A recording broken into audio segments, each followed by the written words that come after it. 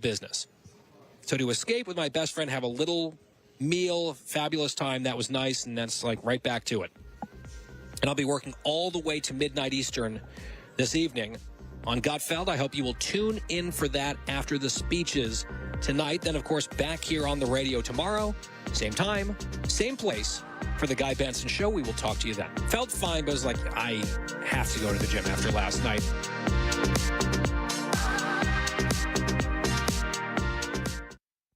Next year, I hit my 40s, so I'm more cognizant of my heart health. I want effective and clinically studied ways to support healthy blood pressure without a crash and in a way that's convenient and easy, which is where Super Beets can come in. Paired with a healthy lifestyle, the antioxidants in Super Beets have been clinically shown to be nearly 2 times more effective at promoting normal blood pressure than a healthy lifestyle alone. Double your potential with Super Beets Heart Chews by Human. Get a free, totally free, 30-day supply of Super Beets Heart Chews on all bundles purchased and 15% off your first order by going to getsuperbeets.com and using the code GUY, G-U-Y, that's my name. That's getsuperbeets.com, getsuperbeets.com, code GUY. These statements and products have not been evaluated by the Food and Drug Administration. These products are not intended to diagnose, treat, cure, or prevent any disease or condition. John Curley here for Longevity Medical Clinic. I have to tell you, I don't know where I would be in my life without Longevity Medical Clinic. I've been a patient for 15 years. It's so easy to get started. Schedule a free health analysis appointment online with LongevityMedicalClinic.com. During your visit, you're going to spend a full hour with your doctor to craft a comprehensive health plan tailored to your exact needs and lifestyle. I've been able to reduce my risk for serious disease like heart disease, diabetes, and cancer. Longevity will help you plan for long-term well-being and personalized health care. The approach is really simple. It's proactive. It focuses on prevention, going beyond the traditional model of just merely managing your symptoms and treating conditions as they arise. Let's face it, just because you're getting older, we're all getting older, it doesn't mean you have to fall apart. Get started with your free health analysis at Longevity Medical Clinic. That's LongevityMedicalClinic.com. Again, that's LongevityMedicalClinic.com. Streaming live on the KTTH smartphone app. 770 KTTH Seattle, 94.5 K233DT East Lake, 94.5 K233BU Seattle. A potential threat from overseas. I'm Tom Graham, Fox News. Federal law enforcement sources say there was a plot by Iran to kill former President Trump. Fox's Brian Yennis. Fox News can confirm that in recent weeks, before Saturday's assassination attempt, former President Trump's Secret Service protection was increased because of intelligence about a credible threat from Iran to assassinate the former president.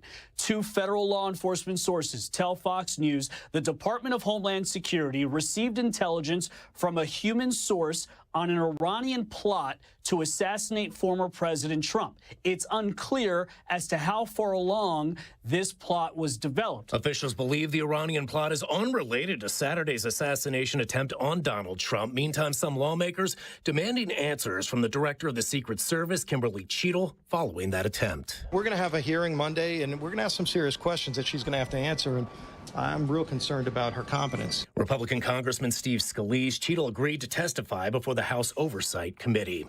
The theme of the second day of the Republican National Convention is Make America Safe Again. Immigration, crime, key subjects. Several of this evening's speakers are former primary rivals of Donald Trump, including Florida Governor Ron DeSantis, businessman Vivek Ramaswamy, and former UN Ambassador Nikki Haley, who up until very recently was not expected to be here, following a bitter primary battle with the former president. Fox's Jeff Manasso in Milwaukee. President Biden back on the campaign trail, speaking at the NAACP convention in Las Vegas this afternoon. Nevada is considered a key swing state. Well, on Wall Street, the Dow soaring 743 points, the Nasdaq adding 37, the S&P 500 gaining 36 points, topping an all-time high set last week. America's listening to Fox News.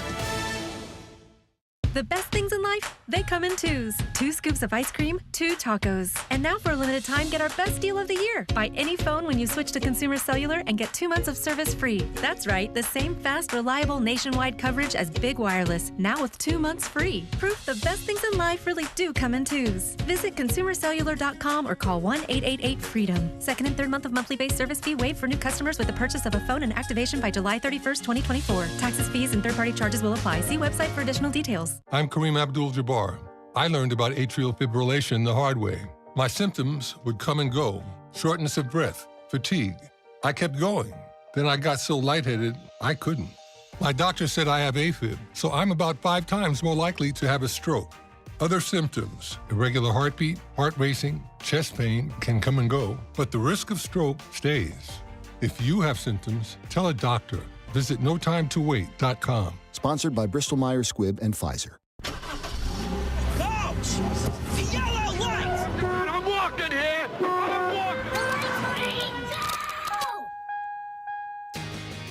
Good afternoon and welcome to the Jason Rantz Show. We are live on AM 770 KTTH. We are streaming live on the KTTH smartphone app. Donald Trump had an emotional return to the public last night, first time since the assassination attempt. All as one speaker at the convention has kind of freaked out both sides. For different reasons, of course. That's what's trending, brought to you by Legacy Group Capital Construction Loans. What's trending? Let's get political. We saw the triumphant return of Donald Trump to the limelight after the assassination attempt over the weekend. You kind of saw him getting on and off his plane, but for the most part, he, of course, had been laying low. And the question was whether or not we were going to see him night one of the convention, or would he wait until Thursday? As we've said in the past, you know, I have to imagine that when you are nearly assassinated, it's going to change your outlook on life. It's going to change a lot about you. What it changes, I suppose, depends on the individual. But for the most part, we heard the same observations from folks on the left and the right when he was announced and came out. Obviously, everyone in the audience was cheering, standing, hollering, hooting, whatever it is they do. Everyone said it was kind of like an electric moment for the entire convention. And when I saw him on screen walking out, before I heard any of the observations from the talking heads on TV, I was thinking to myself, he looks a little bit different. There's something a little bit different. I don't mean the bandage on his ear, which I've seen some people on X say, what is he hiding? Is he hiding the fact that he wasn't really shot? Yes. Okay. That is what he's hiding. Not covering up the wound from a bullet on his ear. It was to cover up there's no wound on his ear. Was it really a bullet, or was it some of the glass that came from the teleprompter? First of all, if it was glass and not the, what do you care? How, does that change? So we dismiss the entire assassination story? It wasn't even a bullet. Oh my God. Yeah, okay. We got, thanks. But there was something about him that was a little bit different. A subdued Donald Trump, an emotional Donald Trump, one that we don't normally see. I don't think we've ever seen. And it was a positive, I think. Again, people are looking at him a little bit differently. And if you went over to CNN with Cassie Hunt and David Axelrod, they both had exactly the same, or for the most part, the same observation as the folks over at Fox News. He, sitting in this family box next to, we should note, Tucker Carlson, Mike Johnson, J.D. Vance, he seems like a different man than the person that we often see at the podium at rallies. I mean, he is subdued. I mean, seeing that bandage on his ear, it's very striking. I did not. The one place where I would depart from you, Chris, is he does not look exhilarated to me. He looks very, very subdued. The fist isn't which in the is air. Another way you might react to having almost lost your life. And everyone was talking, Jake Tapper ends up getting into it. They all basically had the same position of kind of like, we like this guy. And I saw some folks on X, some of, progressive Twitter, getting all upset with CNN for not demonizing him the second that they saw him. We're hearing that as a big narrative, at least from progressive Twitter.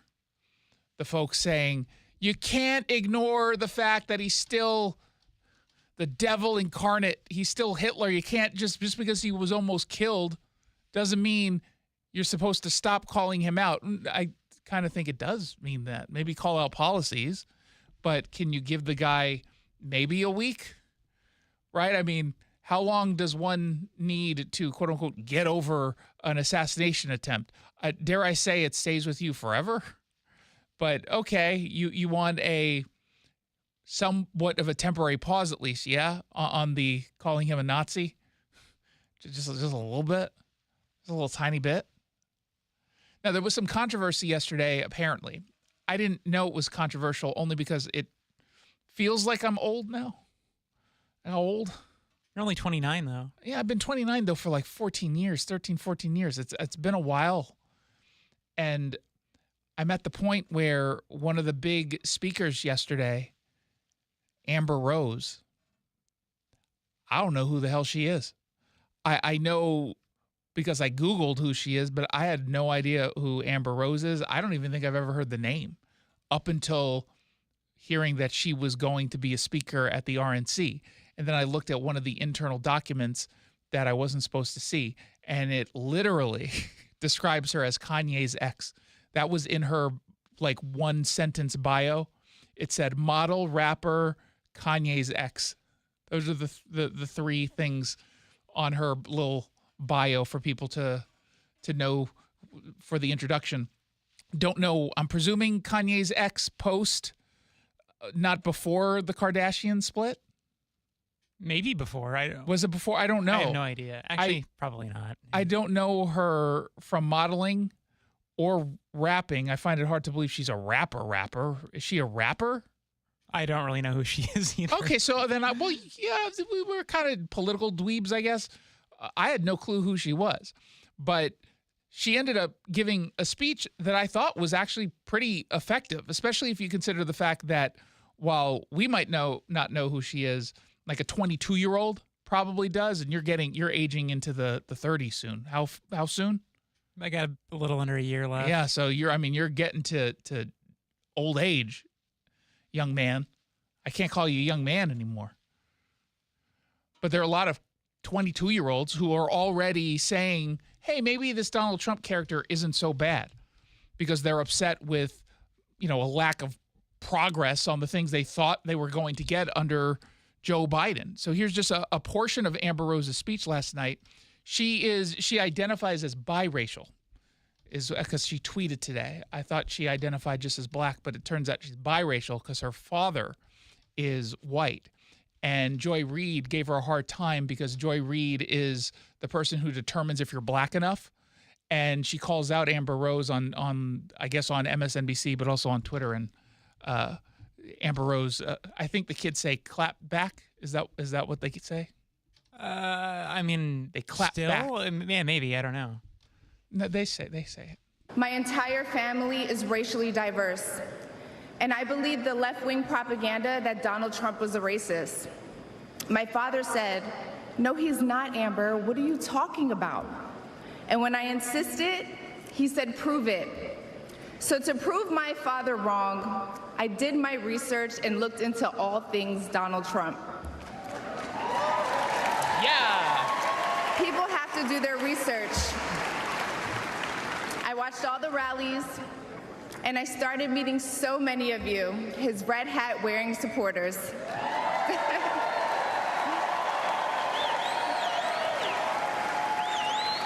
I realized Donald Trump and his supporters don't care if you're black, white, gay, or straight. It's all love. You think she saw all the rallies? That's a lot of rallies.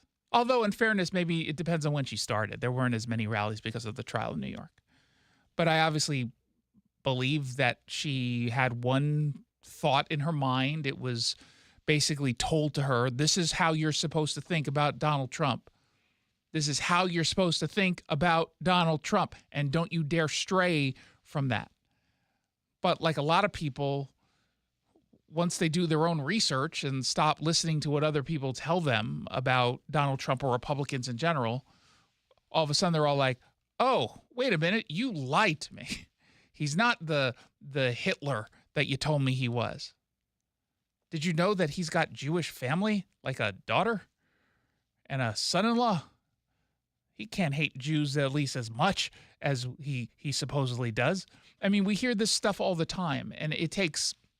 You don't have to watch every single rally to figure that part out. You can do a basic Google search. But Amber Rose is controversial because there are some folks on the social right, like Matt Walsh, the podcast host, radio host, Daily Wire.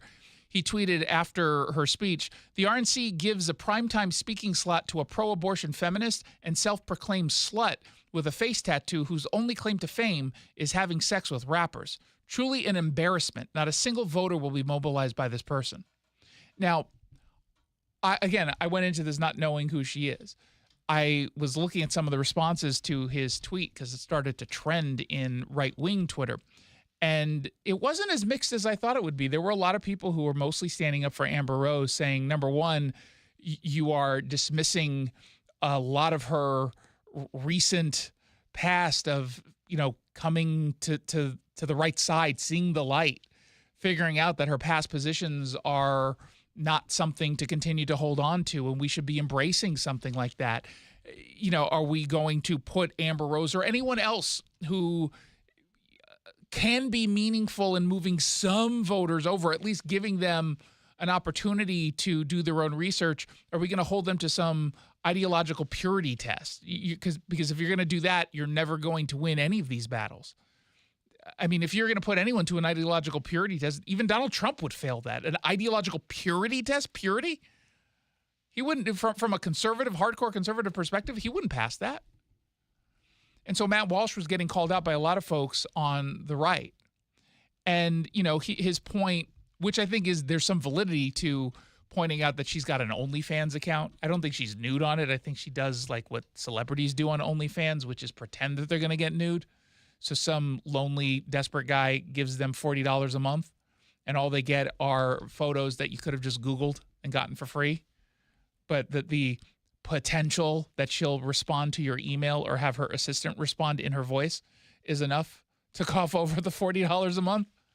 So on the one hand, you had Matt Walsh calling it out, and then Van Jones, oddly enough, also called this speech out, although for a completely different reason. That was probably the most dangerous speak for the Democratic coalition. That is a young woman of color. She's describing the experience a lot of people have, feeling that maybe if you're around too many liberals, you might get criticized too much, or you might not be able to speak your mind. And she spoke to it really well. And she's way more famous than any of us up here. Yeah. I'm going to tell you that, way more famous. And so to the extent that these guys are trying to bust up our coalition, that was a bunker buster right there. So, Van Jones knows enough to say that she can move the needle a little bit. It's funny because he says that she's more famous than him. I know who Van Jones is, but not who she is. Yeah, but again, we're the wrong audience, in fairness. There are people who have younger kids who are listening who know who Amber Rose is. But again, yeah, I'm more famous, I think, than Amber Rose. I think more conservatives who are older know who I am than she is. Probably, yeah. I bet you I would get stopped more often walking around the RNC convention than she would, at least up until her speech. People would point at her because she is rather pretty, but she's also bald. And she's got like the buzz tattoo, so it kind of draws your attention. Well, I've got a face tattoo. Little tear over here for my time. I never noticed till right now. Yeah, for my time at Monroe. I got it. But I was released early because of progressive policies on overcrowding of jails during COVID. So what was funny to me was as Van Jones was talking, you can sort of hear someone on the stage speaking. And ironically, I thought that was a better example of Republicans trying to point out you don't have to just be a white dude or a white lady to be a Republican the way that folks on the left will tell you. They had something called EDAs, Everyday Americans. They're called EDAs, which sounds like a drug you might take at a rave. And these are just everyday Americans who are not professional politicians. They don't hold some, meaningful politically position. They're not like a local city council member. Some of them aren't even local business owners or anything. They're just everyday Americans. And they're speaking about why they are supporting Donald Trump and why they are Republican. And while Van Jones was speaking, right after Amber Rose, there was a Nicaraguan immigrant named Linda Fornos who was speaking. And I thought she really handled the theme of it's okay to vote for Trump very, very well. In 2020, I voted for Joe Biden. I'm sorry. He has made me regret it. Yeah. This November, my vote won't be taken for granted. And this time, I won't regret it. Please join me in voting for Donald J. Trump. Those were the kinds of speeches that just strategically are very smart. Because number one, again, it highlights the fact that it's not just a party for white people. It highlights the fact that you can, in fact, be proud of being a conservative, and it can help you, unlike the policies on the left haven't helped you. And she gave a speech for about 5 minutes or so. She talked about that and how her life was not better off because of any policy coming from the left. And that's what pushed her towards the right. But also, it's really hard to attack someone like that, right? The media would love to. Joy Reid will go after Amber Rose because that's, hitting up or hitting at least at your level. They're not going to hit down at some random Nicaraguan immigrant who is just an everyday American, literally called an EDA. It's very hard to criticize people like that. And while sometimes you can get the impression that folks are being used as a prop, Republicans generally don't just be like, hey, look in the background. Look, see over there, we have a black. We have an Asian over there. We have a gay. They don't do that. They actually allow them to speak and get on stage in front of, players like Tim Scott, who also hit the left on the issue of racism. I know this is going to offend the liberal elites. Every time I say it, it offends them. But let me say it one more time. Behar. America is not a racist country. But what about white supremacy culture and But oppression? if you were looking for racism today, you'd find it in cities run by Democrats. Look on the south side of Chicago. Poor black kids trapped in failing schools. Thousands shot every single year, including one of my former interns, Daquan. But there's good news. It's conservative values that restores hope. It's Republican policies that lifts people up. And I think he's right. I think more and more people recognize the reality because they're not immune to observing what their city has become under Democrat rule. And we know that locally, whether we're talking about Seattle or Tacoma, whether we're talking about Spokane, which unfortunately Democrats have taken control over. We know very clearly the stakes. We do. And sometimes you need someone like Tim Scott or the Nicaraguan immigrant or Amber Rose to make that point. You can only call someone a token for so long. I saw some tweets from progressive Twitter because Elon Musk's algorithm punishes me every single time I log on. And they're all like, oh, it turns out 97% of black Republicans spoke yesterday. No, not at all the case.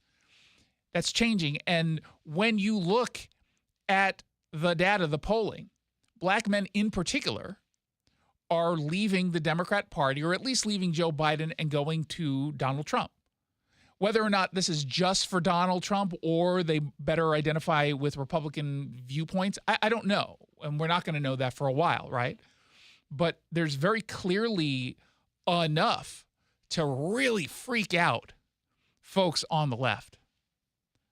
And they're going to do whatever it is they can to freak you out in this post-assassination world in which you're not going to be able to use certain language or certain types of attacks. They're still going to attack. They're just going to try to do it in a different way. And while they can't go after Donald Trump the same way, they can go after J.D. Vance, which is precisely what they're doing. J.D. Vance, of course, yesterday was deemed the ride or die candidate for Donald Trump. It's VP, potentially, J.D. Vance of Ohio. The thinking is, and again, I don't pretend to know much about whether we're talking about Ohio or Wisconsin, Pennsylvania, Michigan. I don't know those voters, nor do I really know the issues as closely as I would if I lived there. But when Democrats were talking about, well, who could we pick to replace Joe Biden, what was the name that came up was Gretchen Whitmer, the governor of Michigan. Why? Because they thought she would be, number one, well enough known in those swing states that I just mentioned that she could win them over. And because she's well known there and they claim likable, I find that hard to believe, but okay, that she could move the needle. Well, that's what they're intending to do with J.D. Vance. He is pretty much not going, other than for fundraising, he's not going to leave Pennsylvania, Michigan, or Wisconsin. That's where he's going to be housed. Ohio, obviously, as well. That's where they're keeping him. Because under the makeup right now of what this election looks like, under the current polls, under the map, Donald Trump, if he wins any one of those three states, Michigan, Wisconsin, or Pennsylvania, it's over. He wins. The election is over. Joe Biden cannot afford to lose any of those states. He has to sweep those states. And every single one, with recent polling coming out within the last 24 hours, has Donald Trump up. And all of those polls were taken before the assassination attempt. He's now up by like 4 points in Wisconsin, and that was previously 0.5%.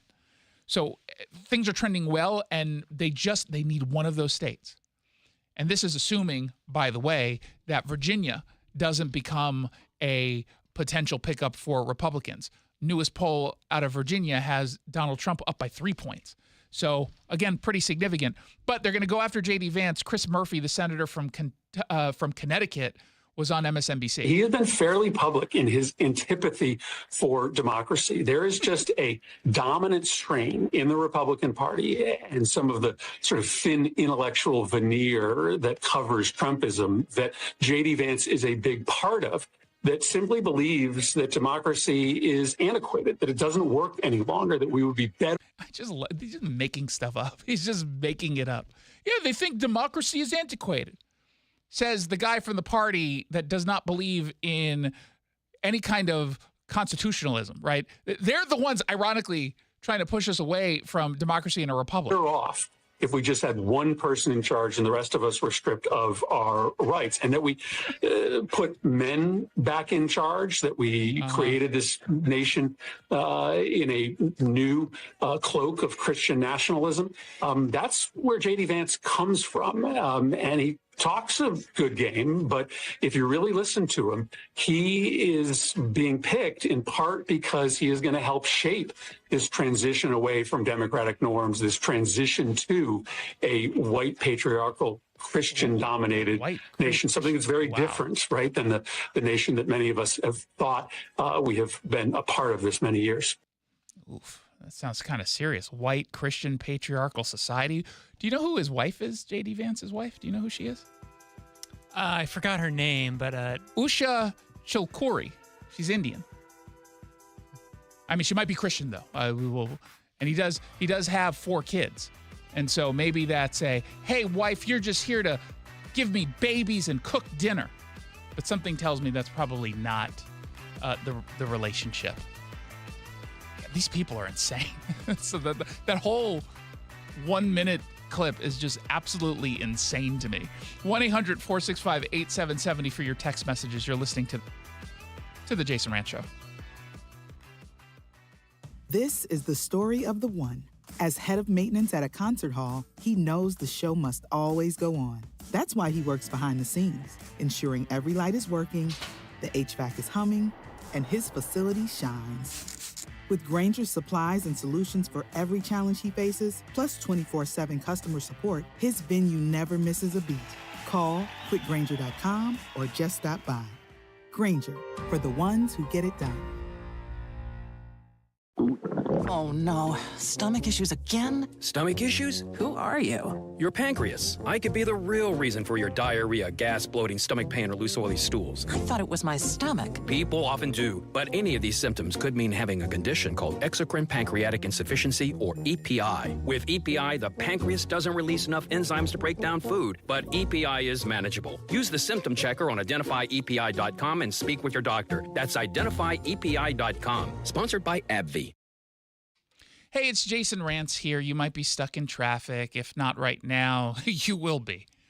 And the more time you spend on the roads, the more likely you're going to get into an accident. That's an unfortunate reality.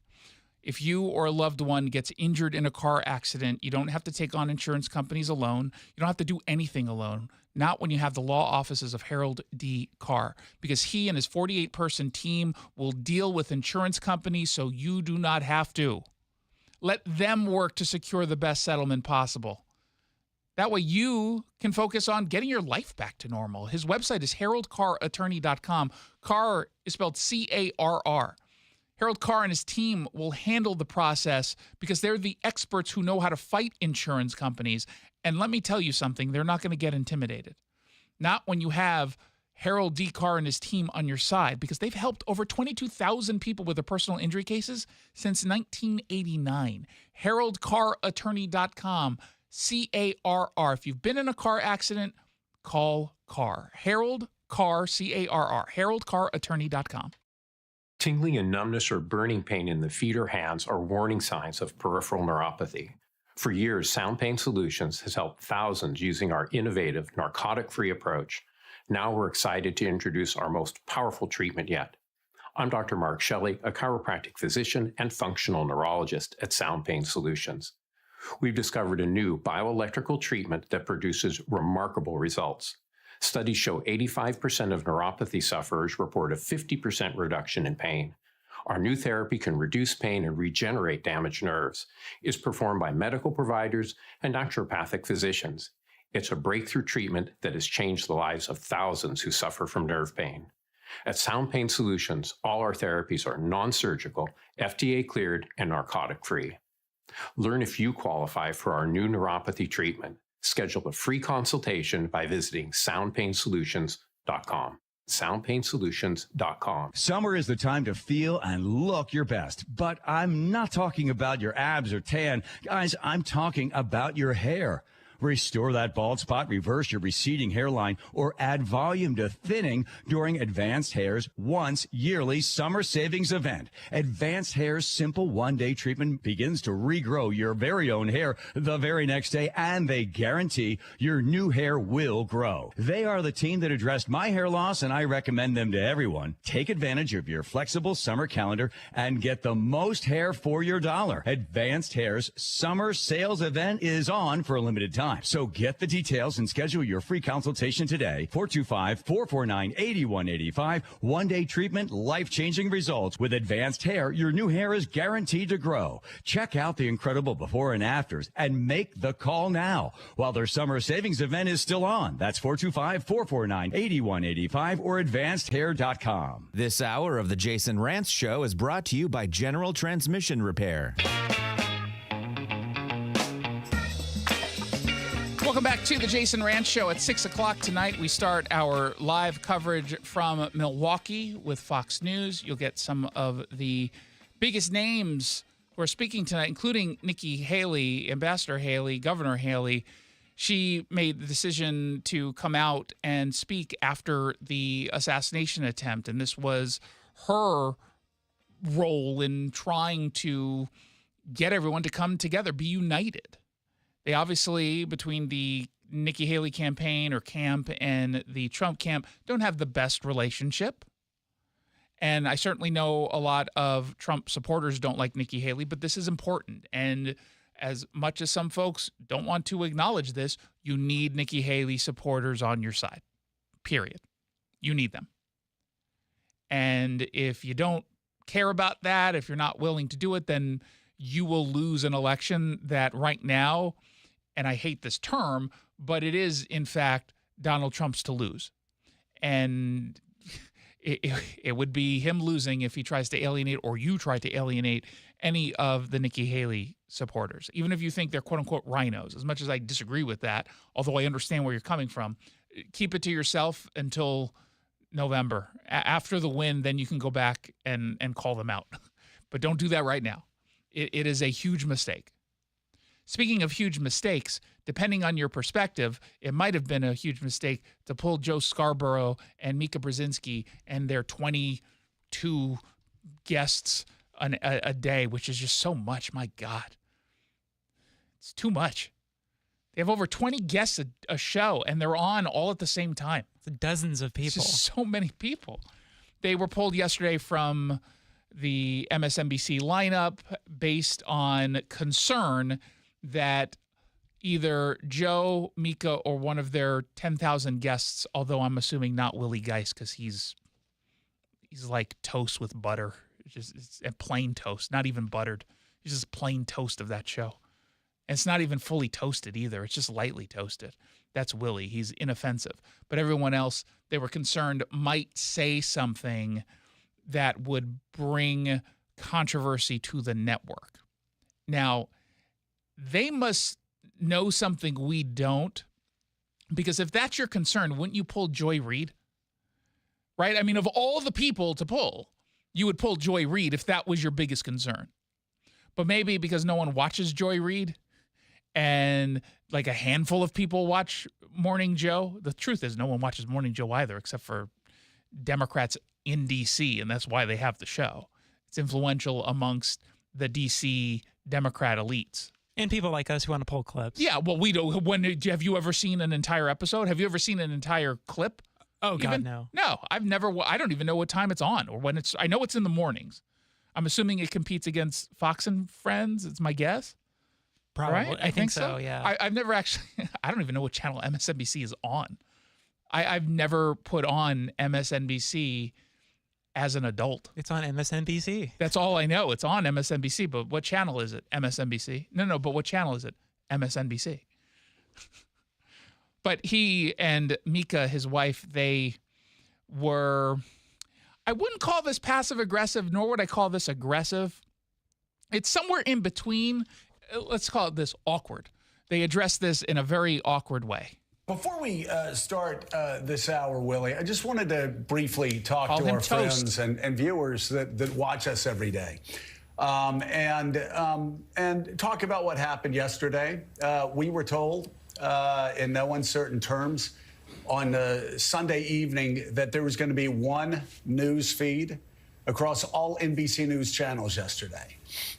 The Today Show would be Lester Holt, other people at what? Just real quick. You believe that? How dumb are you?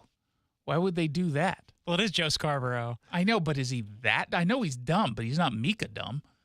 Between the two of them, they couldn't figure out that doesn't sound right. Why would they do that?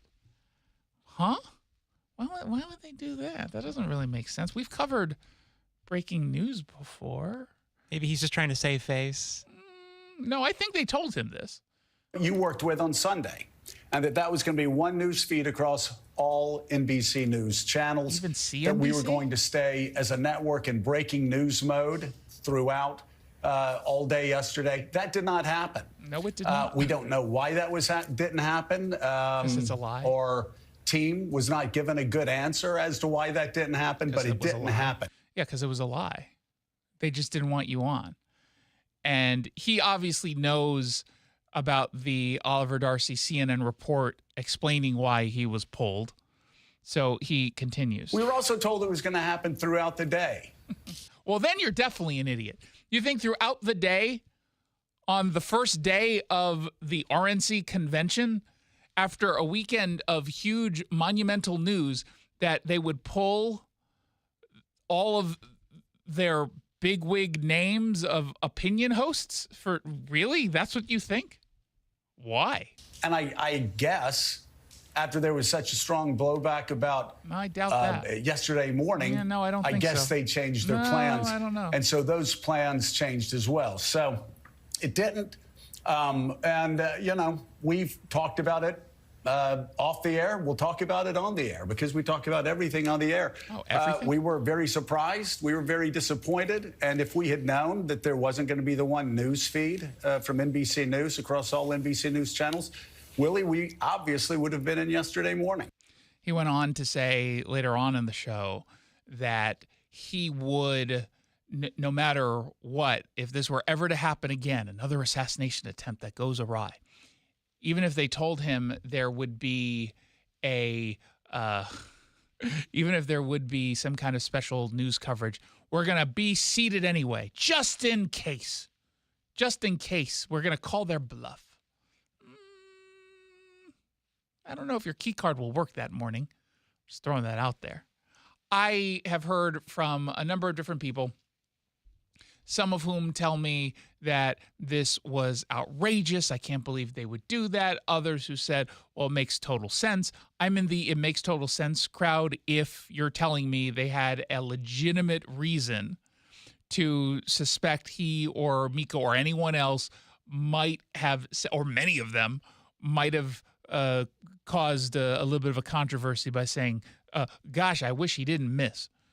Right? I mean, you would, just from a business perspective, you would not want that person on your air. You just wouldn't. Now, could there be something else to this? Probably. There has to be, because again, if you're going to do this, you would pull Joy Reid off of MSNBC, who is way worse from a rhetoric standpoint than Joe or Mika. It must have been awkward when they were talking to the other host. They're like, yeah, too bad we're not going to be on the air tomorrow because that news feed. I'm like, we're going to be on the air. Hey, what are you talking about? You're not on tomorrow? What? I mean, Rachel's on. She just texted me. We were all excited. I mean, we're even putting Nicole Wallace on, and she's talk about unbuttered toast, burnt toast for Nicole. You're not on tomorrow? Wait, no. I'm going to text the boss and just double check. Maybe I'm wrong. No, the boss just texted back, said, what are you talking about? You're on. Just don't talk to Joe. Oh, no. Joe, I can't hear you. My cell phone is going out. I can't. Hello, Joe, are you still there? I can't. Joe, I can't. And then click, it goes off. Did you know that Geraldo Rivera is now on News Nation? He's a correspondent or whatever they're calling them, their contributor. And he is annoying and I think the biggest narcissist I've ever met. I loathe Geraldo from my brief interactions with him when I was much younger. This was before Fox News. This was when Howard Stern announced he was leaving, and CBS Radio, and I think it might have been Infinity Broadcasting at the time, they were trying to find out who was going to be their next morning host. So they were trying out all these different names, and I was producing their part-time when they were going through this, and they had Geraldo come on, and he was the worst person I think I've ever met. He's the kind of person who, you know how sometimes I jokingly, although I mean it, but I jokingly go around telling people not to make eye contact with me? That's him. That was him legitimately. At least that was my experience with him. Maybe there was something about me that triggered him, but I was too lowly of an employee for him to matter, to care about me, for me to matter. But he goes on last night with Chris Cuomo and then Bill O'Reilly, who's I guess still around, and Geraldo said, this is outrageous. How dare they? I absolutely disagree about the cancellation of Morning Joe today. What the hell is this? This is exactly the time where an opinion show has to stand up and be counted. What they have to say, what their opinions are. To think that they are afraid that they'll say something inappropriate, quote unquote. I hope they say things that are inappropriate. Why would you hope radio, that, Talk dummy? TV have been saying things that are inappropriate for decades. Huh? I hope they say something inappropriate about the assassination attempt. What a stupid and, oddly enough, inappropriate comment to make. It's part of their tradition. Can't they police themselves? What do they have, Tourette's? I think it's really chicken thing to do to cancel the show. Oh my God! Isn't he cool and edgy because he said the S word? Yeah, so edgy. So then O'Reilly starts yelling at him. You got to show the most hateful network in the history of our republic is MSNBC. You got to more. Doesn't he sound like he's slow motion almost? Like they slowed down his voice? A little bit, yeah. He's getting old. Show that consistently calls former President Trump a Nazi. Calls him a Nazi. That's what you want to hear? That's discourse that you what believe about is all the noble, talk radio? Geraldo? Bill, come on, Bill. No, Bill, what we've been about? around the block a few no, times. what abouts? What no, about talk what radio? abouts? What You about answer the talk radio? question about MSNBC. Hey, Bill. Whenever Geraldo was on Fox, they would have Dan Bongino on, and Bongino would just yell at Geraldo in the most demeaning way, and I loved every moment of it. It's not the same with O'Reilly. O'Reilly just sounds like an angry old guy. Although when they were both on Fox, they used to get into it too. Yeah, so. that's fair. I mean, I think everyone with Geraldo always just ends up yelling at him. I think that's what he's there for. It's kind of like Juan Williams. You just have him on, unless it's like a straight news program, just to yell at. Even I yelled at Juan Williams when I was on Fox News Sunday. The first time I was on, I called him out like immediately. And I felt it was weird as I was seated at the table. I just felt this urge to start yelling at him about something. My answer to the question is Hold on, fellas. Not tonight. What about? Okay? Come on. Not tonight. Hold on.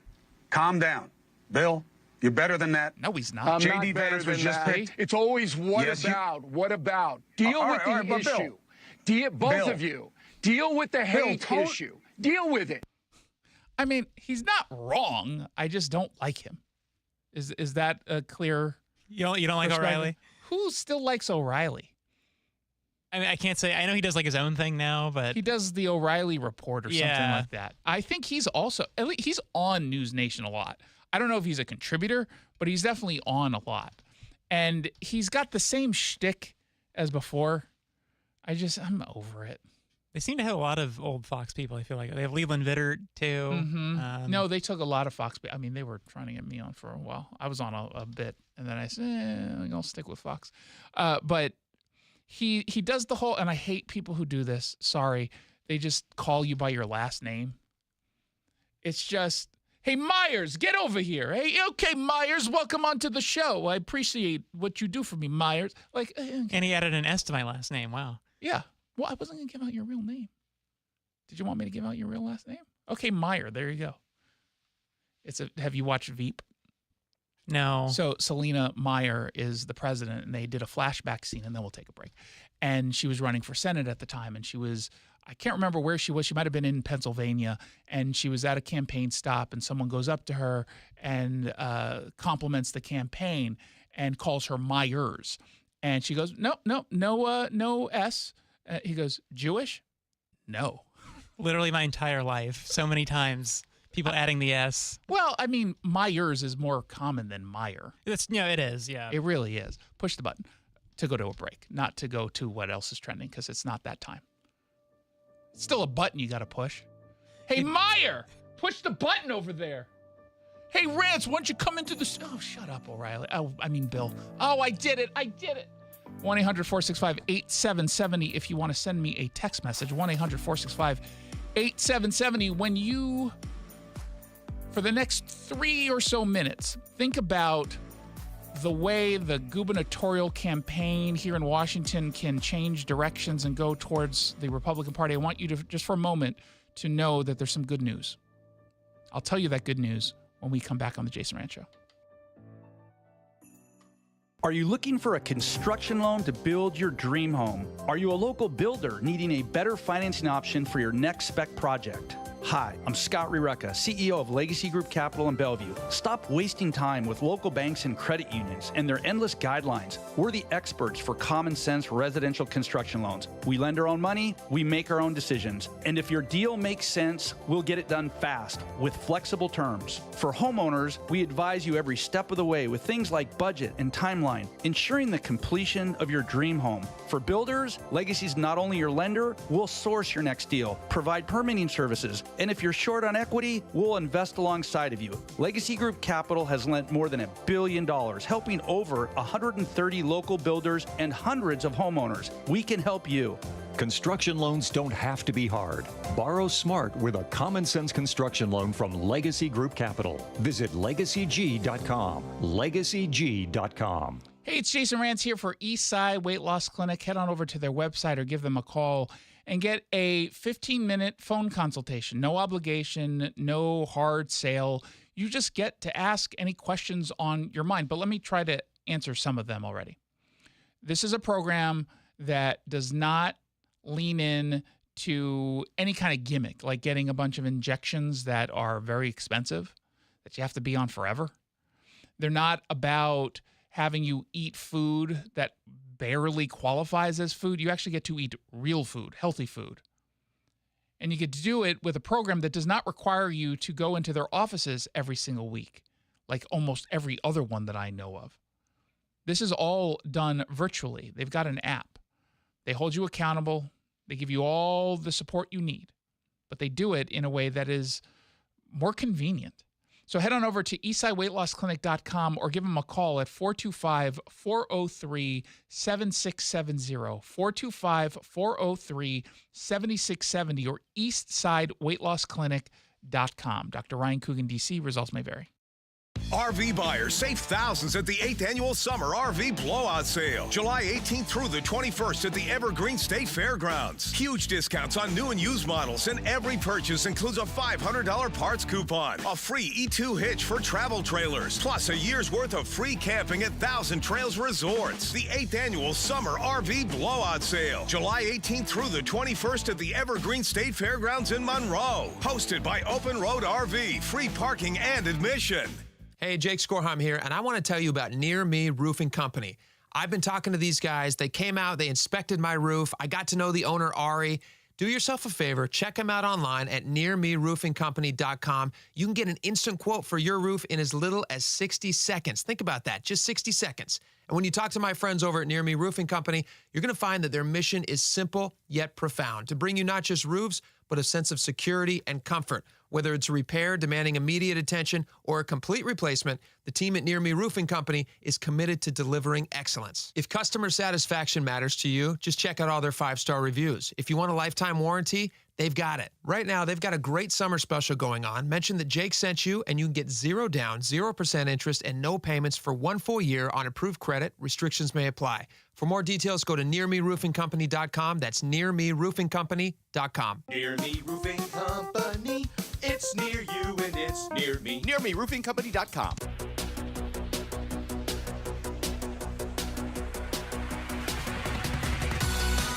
Welcome back to the Jason Rantz Show. Despite the fact that we live in a very blue state, Bob Ferguson has very soft support in his run for governor. His lead is only 9 points over Dave Reichert, 42-33. Only 9 points. 7% of the vote goes to Semi Bird, who I'm sure that must be an error. I'm sure it's 70%, according to some of his followers. Mullet has 4%, and you've got 14% undecided. Now, when you look at this poll, it's by Survey USA, and it's of 801 registered voters, 564 of whom were considered likely voters. You see the path to victory for Dave Reichert, right? So when you break down the numbers and you look at who's supporting who, 9% of Democrats, of the people who were polled, supported Dave Reichert. So of his 33%, you've got 9% of that vote coming from Democrats. That's significant. And it's a lot more than what Bob Ferguson is getting from Republicans, which was listed at 3%. Now, I think you can safely assume, and let's just live in a world in which these numbers are completely accurate. It's a perfect reflection, just as a thought exercise. You can probably assume safely that the 4% that went to Mark Mullet, the majority would go then to Dave Reichert. They don't like Bob Ferguson. If you're a Mark Mullet fan, it's because you don't want a fringe Democrat as governor. You're not yet ready, however, to vote for the Republican because it's a primary. I imagine the 4% ends up going to Dave Reichert, or 3% of that goes to Dave Reichert.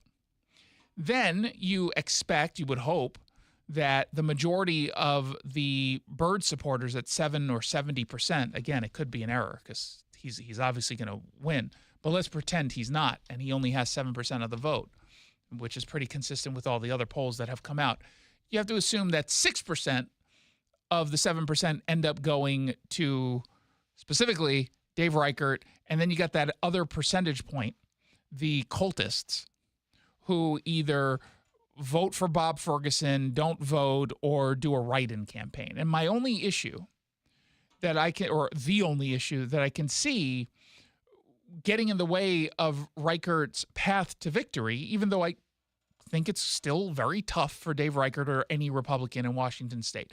Anyone who has an R next to their name for statewide office, it's very difficult to win. You have to have everything going in your direction and maybe even have luck after that. But the thing that is worrying me on Reichert's behalf, because I want a Republican governor, is the semi-Byrd cultists. And what I mean by that is not every semi-Byrd supporter. I don't think they're all cultists, not at all. But about a percentage of them are. At least that's how they come off. And when I say cultists, here's how you know if you're in the semi-Byrd cult. If I criticize semi-Byrd for, say, I don't know, committing a fraud against the U.S. Army, and your immediate reaction is you're faking it, you're making it up, there's no sources, here's the real truth about everything, and you're a rhino. If that's your immediate response, you are in the cult. If your response to people pointing out that semi-Byrd has zero chance of becoming governor based on all of the data, if your response is, well, that's because you're a rhino, you're an establishment who's paid probably by Bob Ferguson, then you're in the cult. If that's not your immediate reaction, okay, you just have a disagreement on who you think has the best shot or who you want to become the next governor. That's okay. It's a primary. It's okay. The question is, once we go into the general and it's Bob Ferguson versus Dave Reichert, what are you going to do? And I'm seeing some of the folks in the cult saying they're going to do a write-in campaign for semi-Byrd. What sense does that make? You might, at that point, you might as well just not vote at all. See, the whole system was rigged against us by the establishment. We'll show them by putting him into office, by writing his name in. Yeah, that's not going to put him into office. All, in fact, that will do is make it take a lot longer for your vote to actually get counted because they have to look it up. And this also, I think, means he would have to declare that he's being a write-in candidate. I think that is the same rule for statewide office. It's certainly the case for the presidency. You have to declare yourself a write-in candidate. You can't just get a right. This is why whenever someone writes in a name, say you put my name in for president, your vote for president at least isn't going to get counted. It's not going to say, oh, Jason Rantz got 17 votes, which might actually be more than semi-Byrd ends up getting on. I'm kidding. Well, I have a hard time not being snarky with the cult members because these are people who have doxed me, who have harassed me because of my reporting, that all my other reporting, they say, good on you. You really know how to get to the details of a story, and I'm glad you're on our side. Speaking truth to power? Yeah, but now it's, you establishment tool. What are you, a Democrat? You're a Democrat, aren't you? You're just a rhino. Okay. I mean, if I'm a rhino, now I guess Republicans have done what Democrats have done, which is completely redefine what words mean. If I'm not a Republican or a conservative, okay, then the party has definitely taken a sharp left turn. Oh, but you see, Dave Reichert has a 100% voting record with Inslee and Ferguson. Well, they were not in Congress, and they didn't vote on anything. That's also not true. This whole idea that Dave Reichert is a hardcore leftist, that's just a lie. He's a moderate Republican. There is no doubt, he is a moderate Republican. And ironically, for all the people who have attacked me from the cult, I ideologically probably align 99% with semi-Byrd, at least what I know of his public statements, I suppose, and not necessarily with Dave Reichert, probably with Reichert 60%. On the issues that matter to me most in Washington state, I'm aligned with him probably 90% of the time. And I would rather have that than Bob Ferguson, who I align with 0% of the time. And if people can't figure out why that's better than going with Dave Reichert than Bob Ferguson, it's not even worth my time to try to convince you otherwise. You're not convincible. It's a Jason Rantz Show. Need a perfect gift for the special woman in your life? Give the gift of ultimate relaxation at Olympus Spa in Linwood. Olympus Spa is celebrating its 27th anniversary with an anniversary sale. Take advantage of special pricing on day passes and other packages till July 31st. Dive into a world-class facility including hydrotherapy pools, saunas, steam rooms, and far infrared heated rooms. The anniversary sale ends July 31st, so learn more about special pricing and book your appointment at OlympusSpa.com today. That's OlympusSpa.com. Paid political announcement. Bob Ferguson has planned out every move to keep the Jay Inslee agenda of more taxes and less safety alive in Washington. Don't forget that Bob sued conservatives and political opponents over 80 times. We need your help to stop Bob. Go to bobforbob.com/donate to keep our ads running. Every donation over $100 gets a Bob for Bob t-shirt. bobforbob.com/donate. Paid for by the Bob for Bob Committee, 1283 Puyallup, Washington, 98371. Top 4 donors: Steve Gordon, Fremont Dock Company, Brian Haywood, and Susie Burke. Hi, I'm Angie Hicks, co-founder of Angie. When you use Angie for your home projects, you know all your jobs will be done well. Roof repair? Done well. Kitchen sink install? Done well. Deck upgrades? Done well. Electrical upgrade? Done well. Angie's been connecting homeowners with skilled pros for nearly 30 years, so we know the difference between done and done well. Hire high-quality, certified pros at Angie.com. What was that? That is business phone bliss with the Ooma Cloud Phone System. It handles all our voice, video, and messaging needs. You sound very calm. I am. Ooma has everything I need to run my business more efficiently, like virtual receptionist, call routing, and video conferencing. And it starts at just $19.95 per month per user, plus taxes and fees. Ooma. Nice. Find your business comm at ooma.com/radio. Sinking or uneven concrete around your home? You need to call Matt Vey Foundation Repair. Hi, I'm Matthew Cote with Matt Vey Foundation Repair. If you have an uneven, cracked driveway, sunken sidewalk, or sagging cement porch, we offer an easy and cost-effective solution. When you call Matt Vey, you'll get a realistic bid, meticulous cleanup, and a lifetime warranty. No one else offers that kind of guarantee. For your free evaluation, call 8449-MATT-VEY or visit gomattvey.com. Do it the right way, the Matt Vey way. Rock built, rock solid.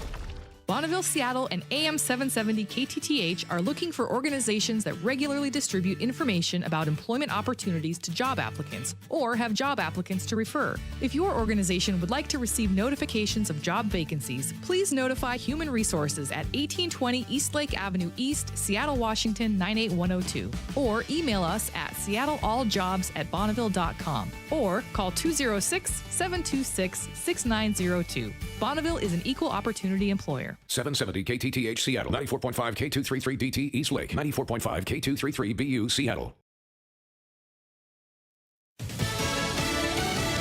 A fiery speech. I'm Paul Stevens, Fox News. President Biden addressing the NAACP convention today, going after former President Trump on several fronts, including the Affordable Care Act. You tried to repeal Obamacare. You kicked millions of black Americans off their health insurance. And on the COVID-19 pandemic. This mismanagement of the pandemic was especially devastating to black communities. There's been some concern among Democrats about Mr. Biden's poll numbers with black voters. Meantime, former presidential candidate Vivek Ramaswamy is being floated now as a possible Senate replacement for Ohio's J.D. Vance, who's now former President Trump's running mate. He takes the stage tonight at the Republican National Convention. My top objective is how do we actually revive this country? That's one of the speakers tonight, businessman Vivek Ramaswamy, who will also speak directly to voter bases that go beyond just our traditional Republican base. To black Americans with a message of hope, safe neighborhoods, clean streets, and good jobs. To illegal immigrants that they deserve the opportunity to secure a better life. Ramaswamy saying the Republicans' message to Gen Z, if you want to rebel, show up on a college campus and call yourself a conservative. At the RNC in Milwaukee, Jeff Manasso, Fox News. Was Iran behind a possible plan to assassinate former President Trump? Fox News can confirm that in recent weeks, before Saturday's assassination attempt, former President Trump's Secret Service protection was increased because of intelligence about a credible threat from Iran to assassinate the former president. Two federal law enforcement sources tell Fox News the Department of Homeland Security received intelligence from a human source on an Iranian plot to assassinate former President Trump. And that's Fox's Brian Yennis. America's listening to Fox News.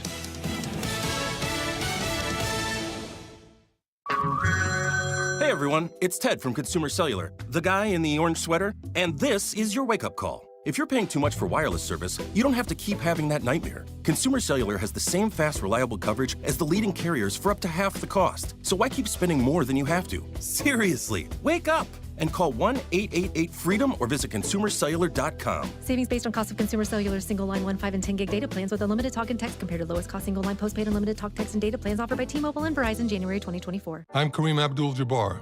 I learned about atrial fibrillation the hard way.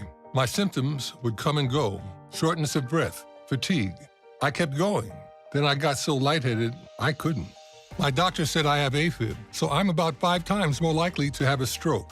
Other symptoms, irregular heartbeat, heart racing, chest pain can come and go, but the risk of stroke stays. If you have symptoms, tell a doctor.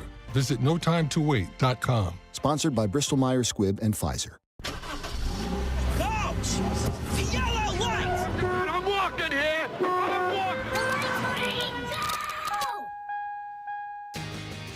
Good afternoon and welcome to the Jason Rantz Show. We are live on AM 770 KTTH, streaming live on all those smart speakers like Amazon Echo. The mayor of Aberdeen, after my story went viral yesterday, is now kind of saying sorry. And that's what's trending. What's trending? Follow up. Oh, good old Douglas Orr. And by good old, I mean, God, he's crazy. He's very, very crazy, or at least that's how it comes off. Maybe it's all an act, and he's very, very smart, except for when he talks to the press or, leaves Facebook messages online for too long for people to screenshot and then pass around.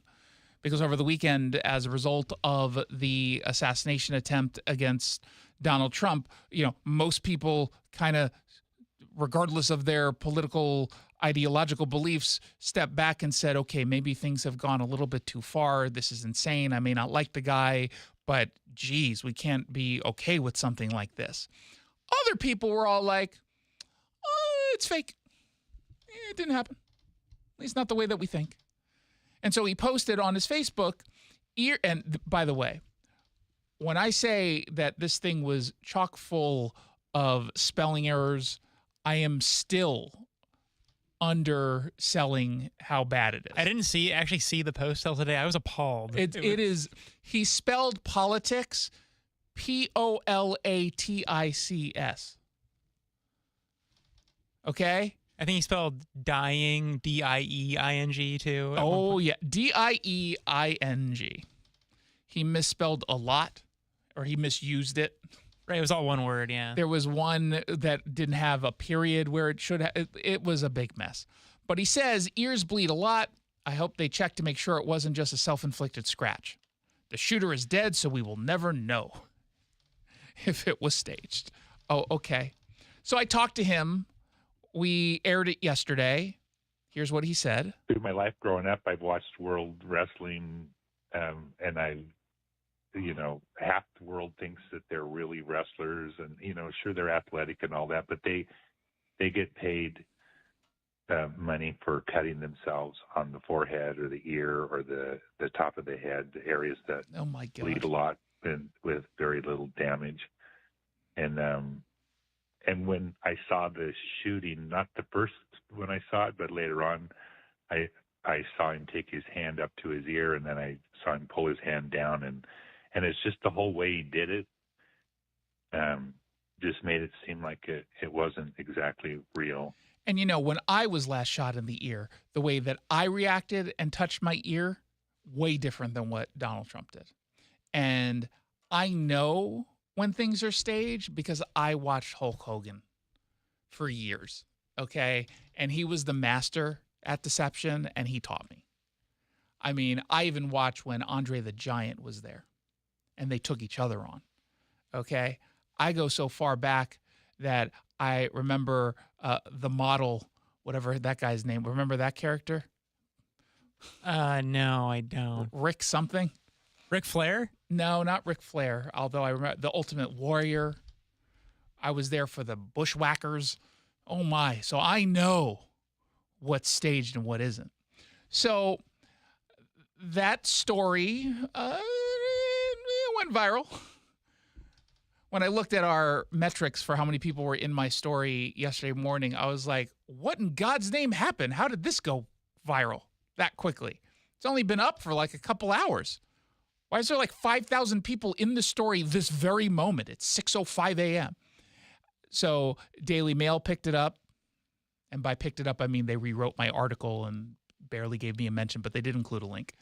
And lots of people were reading it and sharing it, and it just kind of exploded. And as that was happening, he started to notice that he was getting a lot of pushback. He started to see the messages coming in. And then Como and Fox 13 reached out, so he decided to have a change of heart. He said, I'm sorry. He's sorry, kinda.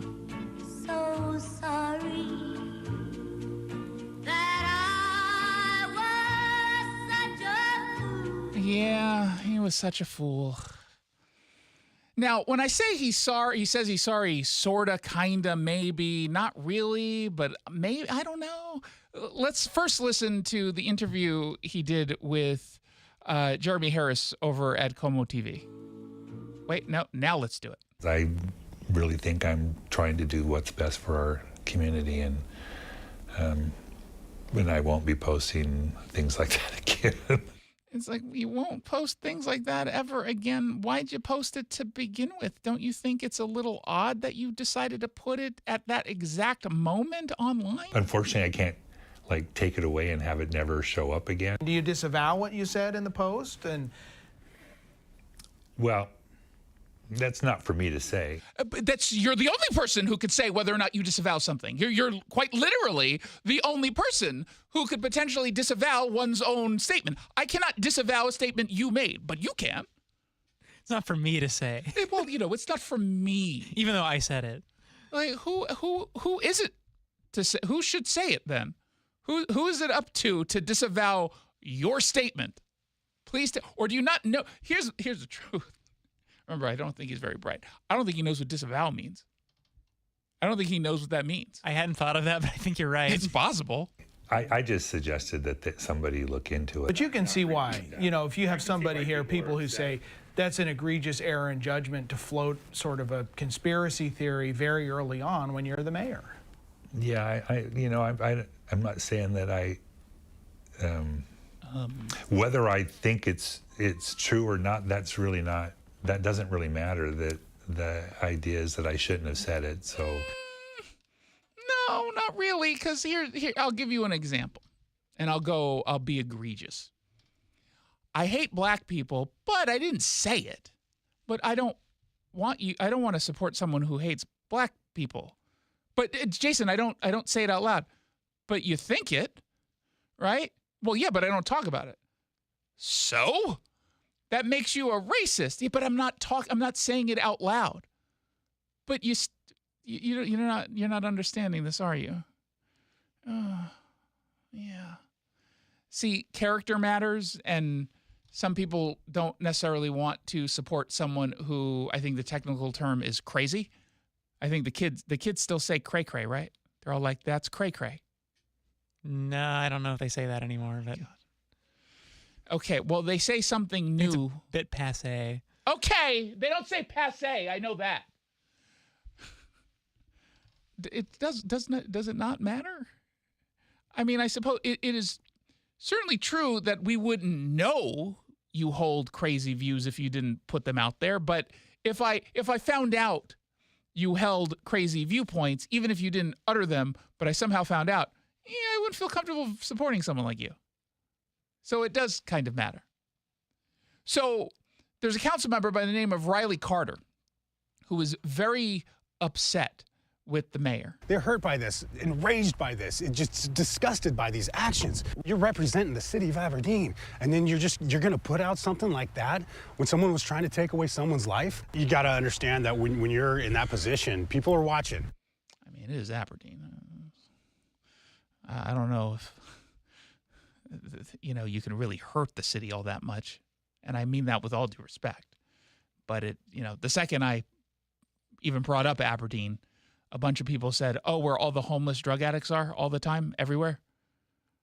It's not that bad, but it's still Aberdeen, right? You pretty much only go if you're trying to get to the West Coast, You go if you have to pass through. Yeah, and if you hate yourself, you're going to Ocean Shores and you have to pass through. I mean, talk about just bad luck. If you're looking for a quick stop for something to eat, or what I did, which was use the restroom at the Starbucks, you stop in Aberdeen and then you just keep on going. I usually do the McDonald's, but... Okay, but that was right next door. Or it's like two retail shops down or two fast food shops down. I went into the Starbucks because I figured they'd have cleaner bathrooms, and I was pleasantly unsurprised. So, okay, where do things stand? He's apologizing. People won't forget. People won't forgive.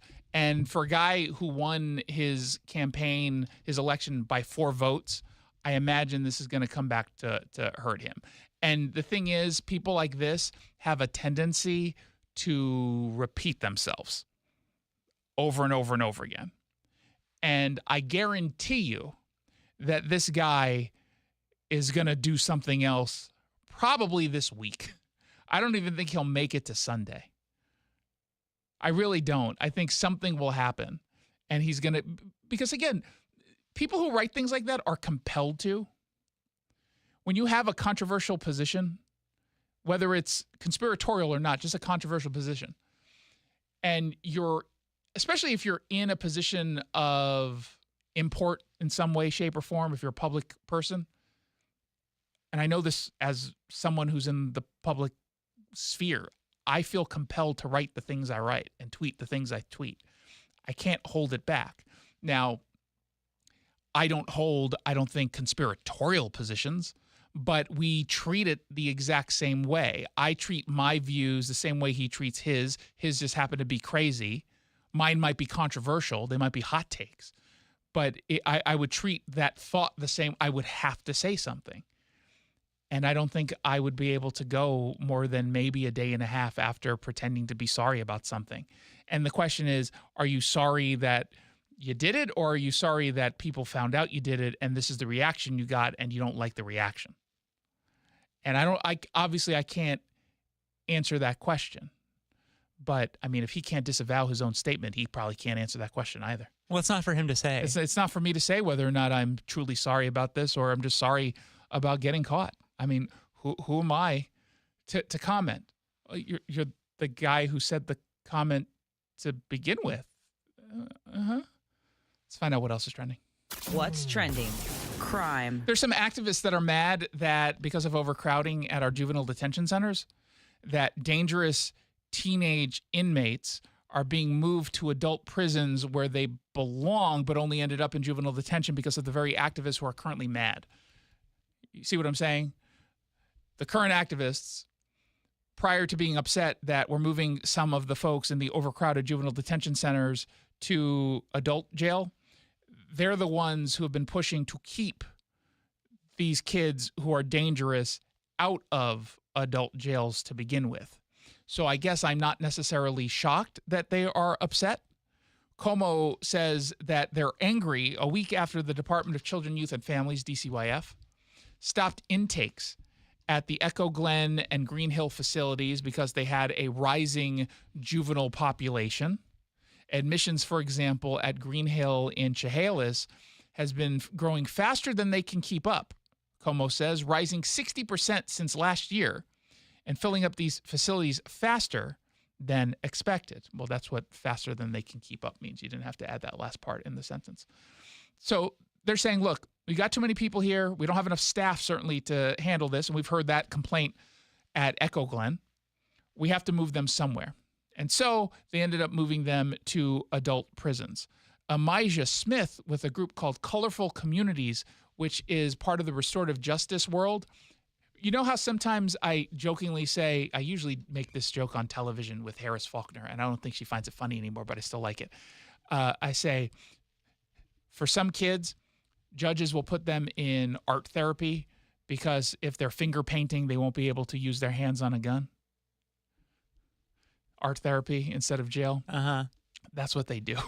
They actually do art therapy according to their website. She spoke with Como TV. To see the abrupt separation, traumatic separation of those young people from Green Hill to DOC even brought me vicarious trauma. No, it didn't. It didn't bring you vicarious trauma. You were not traumatized in the least. Not even a little bit. There was no part of this woman, no part, not one iota, that was vicariously traumatized by this, okay? Just so we're all on the same page. Just because one says that they are traumatized does not mean that they were traumatized. I believe she was upset because she thinks it's the wrong decision. Okay. That's not traumatic. And if that traumatizes you, my God, try living in her shoes for a day. You're going to be traumatized. How do you even leave the house? Probably agoraphobic. Disconnecting those youth from the services that they did have, education that they did accomplish, moving them into DOC, especially if they were sentenced really long terms, will prevent them from some of those connections. So your statement makes no sense because as Miss Trauma over there must recognize, you know how she said at the end there, who have long sentences? Yeah. If you have a long sentence and you hit a certain age, you get put into the adult jails no matter what, okay? And the cases we're talking about, what I just said there was foreshadowing. The cases we're talking about are all over the age of 21 who have adult sentences who, when they turn 25, would serve out the remainder of their sentence in those adult prisons. So if anything, there's a longer ramp-up period to get, I don't know, mentally prepared for what comes post-jail. Because chapter 2 of a 3-chapter book or act 2 of a 3-act story would be going to adult jail for them, right? So this almost makes it seem like their sentence is shorter. Yeah, they're fast forwarding. Yeah, I mean, it's still the exact amount of time, but it feels shorter. You know, sometimes if you're in a room with too much clutter, it feels smaller than it actually is, and then you take some stuff out, and it's like, wow, this room seems really big. And it's the same size. Well, let's put a mirror over there. It makes the room feel bigger. It's still the same stuff, but it feels bigger. That's what it is here. Team Child Director of Legal Services, Sarah Zier, spoke to Como TV saying, hey, Green Hill knew that this was an issue. They had plenty of time to tackle this. Why didn't they? This isn't an emergency situation. Green Hill has been long aware of the problems they've been building up over time, and they could have worked to come with a different solution to the challenges facing Green Hill. And fair enough. I actually agree with that. It's not necessarily Green Hill's fault in the traditional sense.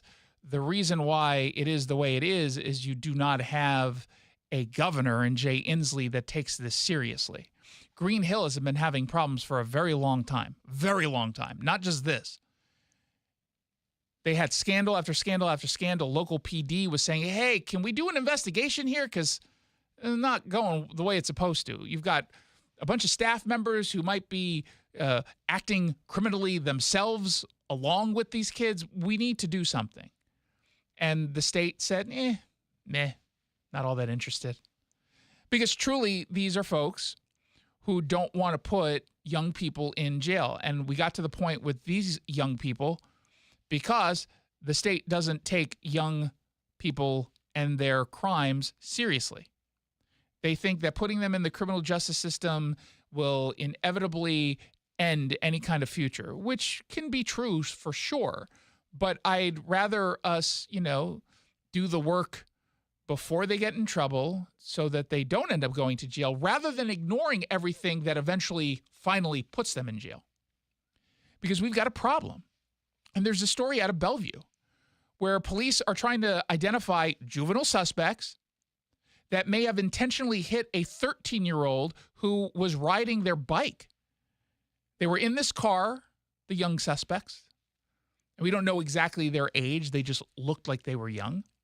And according to the police on Saturday night, little before 8:30, witnesses said a silver Hyundai Elantra, which I'm assuming was stolen, filled with these kids, deliberately swerved into the bike lane and hit some poor 13-year-old who was riding a bike back home.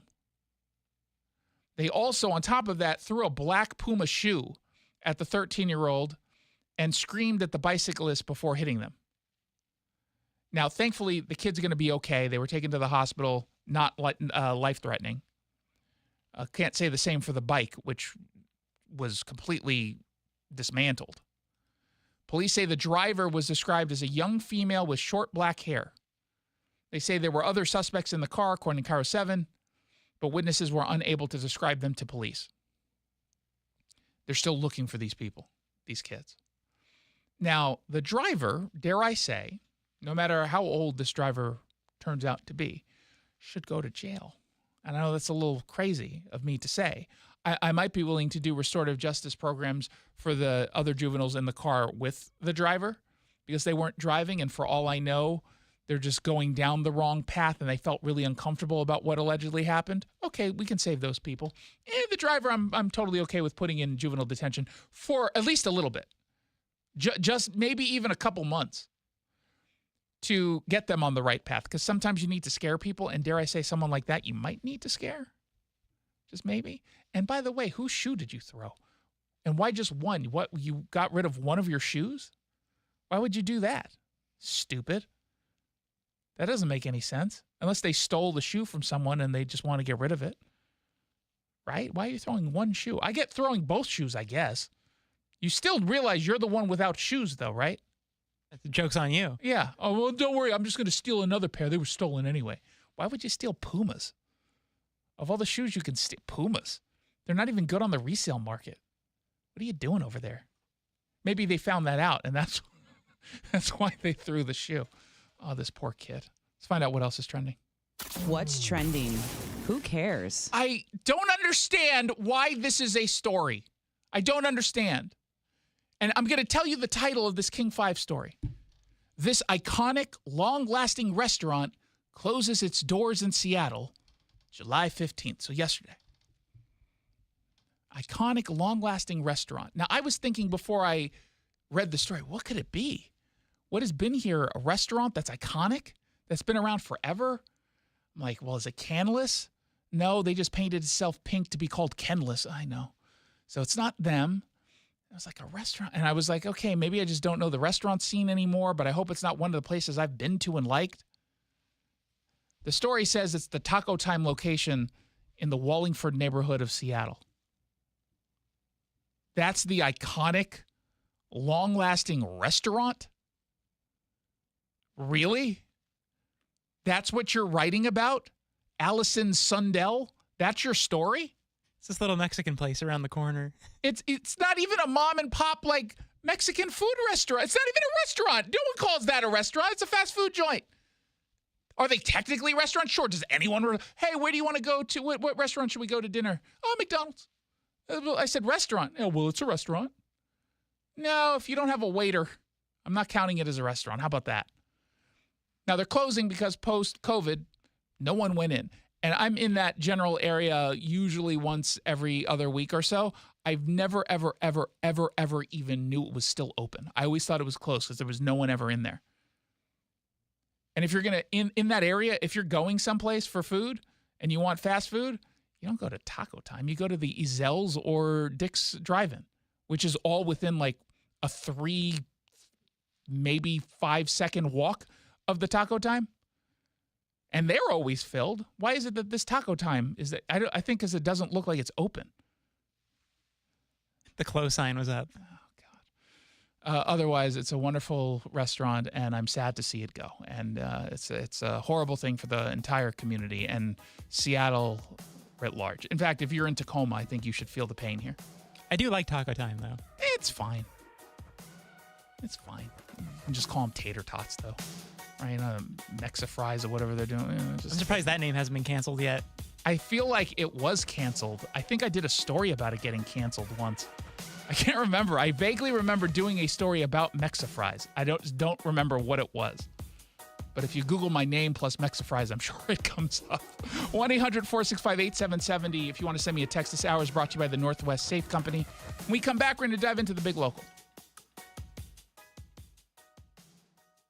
And now here's Growing Your Wealth, presented by Madrona Financial Services. Here's Brian Evans. A lot of times I get asked, what is the meaning of a fiduciary? Because you hear advertisements or people out there saying, hey, we're fiduciaries. And honestly, I'm not sure I can give a great answer because there's a lot of fiduciaries that claim things they probably shouldn't claim. But let's get down to the basics. First off, someone that is not held to the fiduciary standard is someone called a broker-dealer. They're held to a different standard. So that standard is that they're compensated by commission from the sale of investment products. And they are held to something called a suitability standard, something below a fiduciary standard. Now, insurance agents, certain ones, and registered investment advisor representatives are held to something called a fiduciary standard. But be cautious. Not all fiduciary standard advisors act accordingly. In fact, I wrote a Kiplinger article on this. When is a fiduciary truly acting as a fiduciary? Once I ran into this company that was claiming to be a fiduciary and a full-service advisor. When I dug in a little bit more, it turns out all they did was sell one fixed index annuity offered by one company, and that's all they did, about $40 million a year of one product. So to me, I'm thinking they're a hammer and we're all nails. And so I'm looking at that as like, how could you possibly be a fiduciary when you only sell one product? Conversely, there's a lot of suitability standard people that act very much in their client's best interest, even though technically they're not held to the fiduciary standard. So be careful about who you're running into. Make sure that the person that you're working with as your financial advisor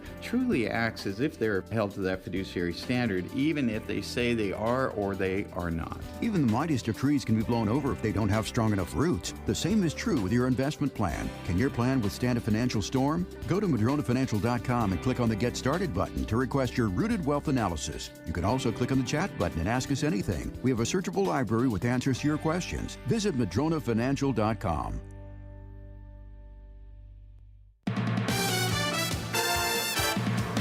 Leading Edge Medicine helps you decide how to age. See what your options really are. Every Saturday morning between 8 and 10, Dr. Jerry Mixon and Dr. Samira Umat answer your health questions live on the radio. Longevity Medical Clinic is the ultimate preventative medical clinic for good reasons. Hear Leading Edge Medicine, Saturday mornings from 8 to 10, right here on AM 770 KTTH. Treat yourself to the ultimate relaxation at Olympus Spa in Linwood. Take advantage of Olympus Spa's 27th anniversary sale with exclusive pricing on day passes. Dive into a world-class facility, including hydrotherapy pools, saunas, steam rooms, and far-infrared heated rooms. Olympus Spa believes in the power of self-care. Experience ultimate relaxation at a discount. Sale ends July 31st. Learn more about Olympus Spa's 27th anniversary sale and book your next appointment at OlympusSpa.com. That's OlympusSpa.com. Are you looking for a construction loan to build your dream home? Are you a local builder needing a better financing option for your next spec project?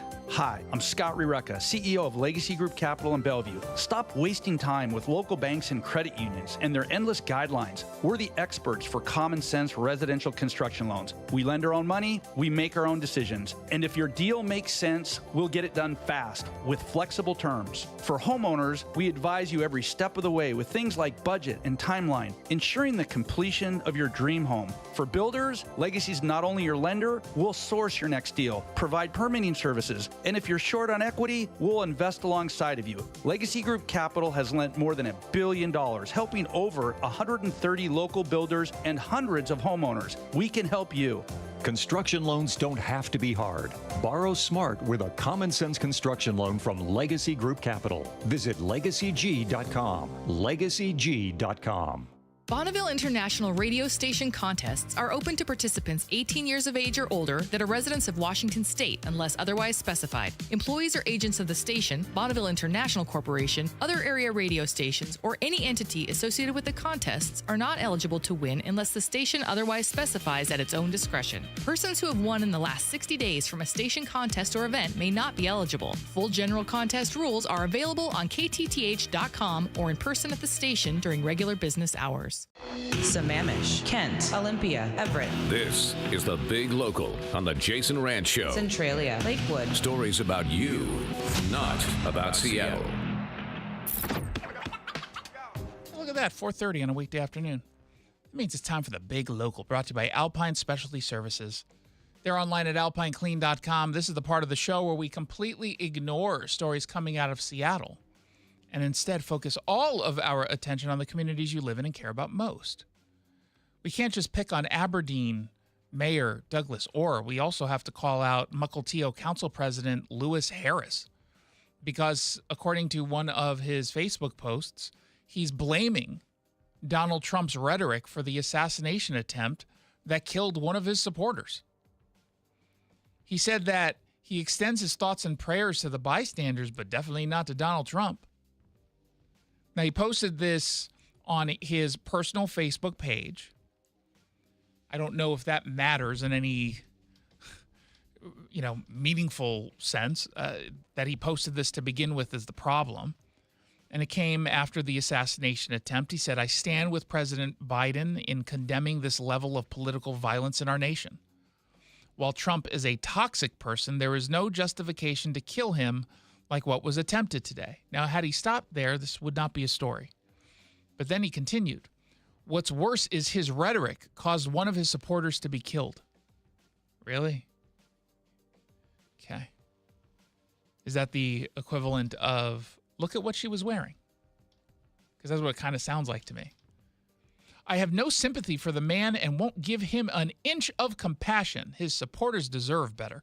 First of all, do you think that someone who holds the view that he holds about Donald Trump actually cares a single bit about any Trump supporter?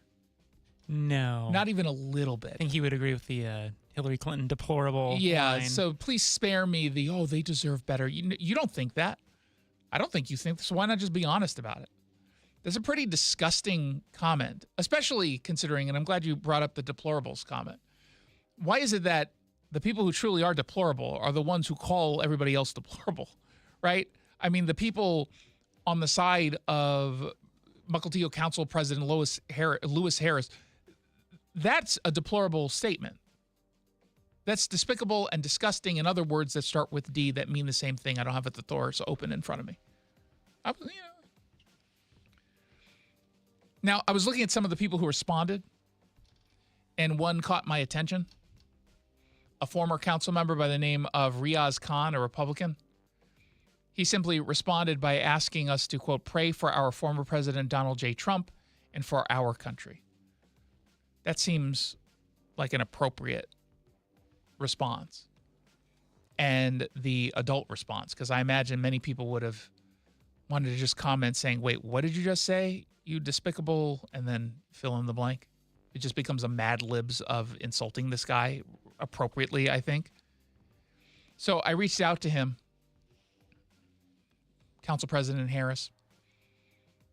I asked him some questions, and he responded rather quickly, and kudos to him for responding. He could have just ignored it, so I'm grateful that he did respond. But he did put at the top of his email that he BCC'd the legal department of the city of Mukilteo. It just said Mukilteo Legal or something like that. And first of all, if it's a BCC, you don't tell me that you sent it to the... If you want me to know, you put it as a CC. You don't put it as a BCC, which is a blind carbon copy, meaning I wouldn't know.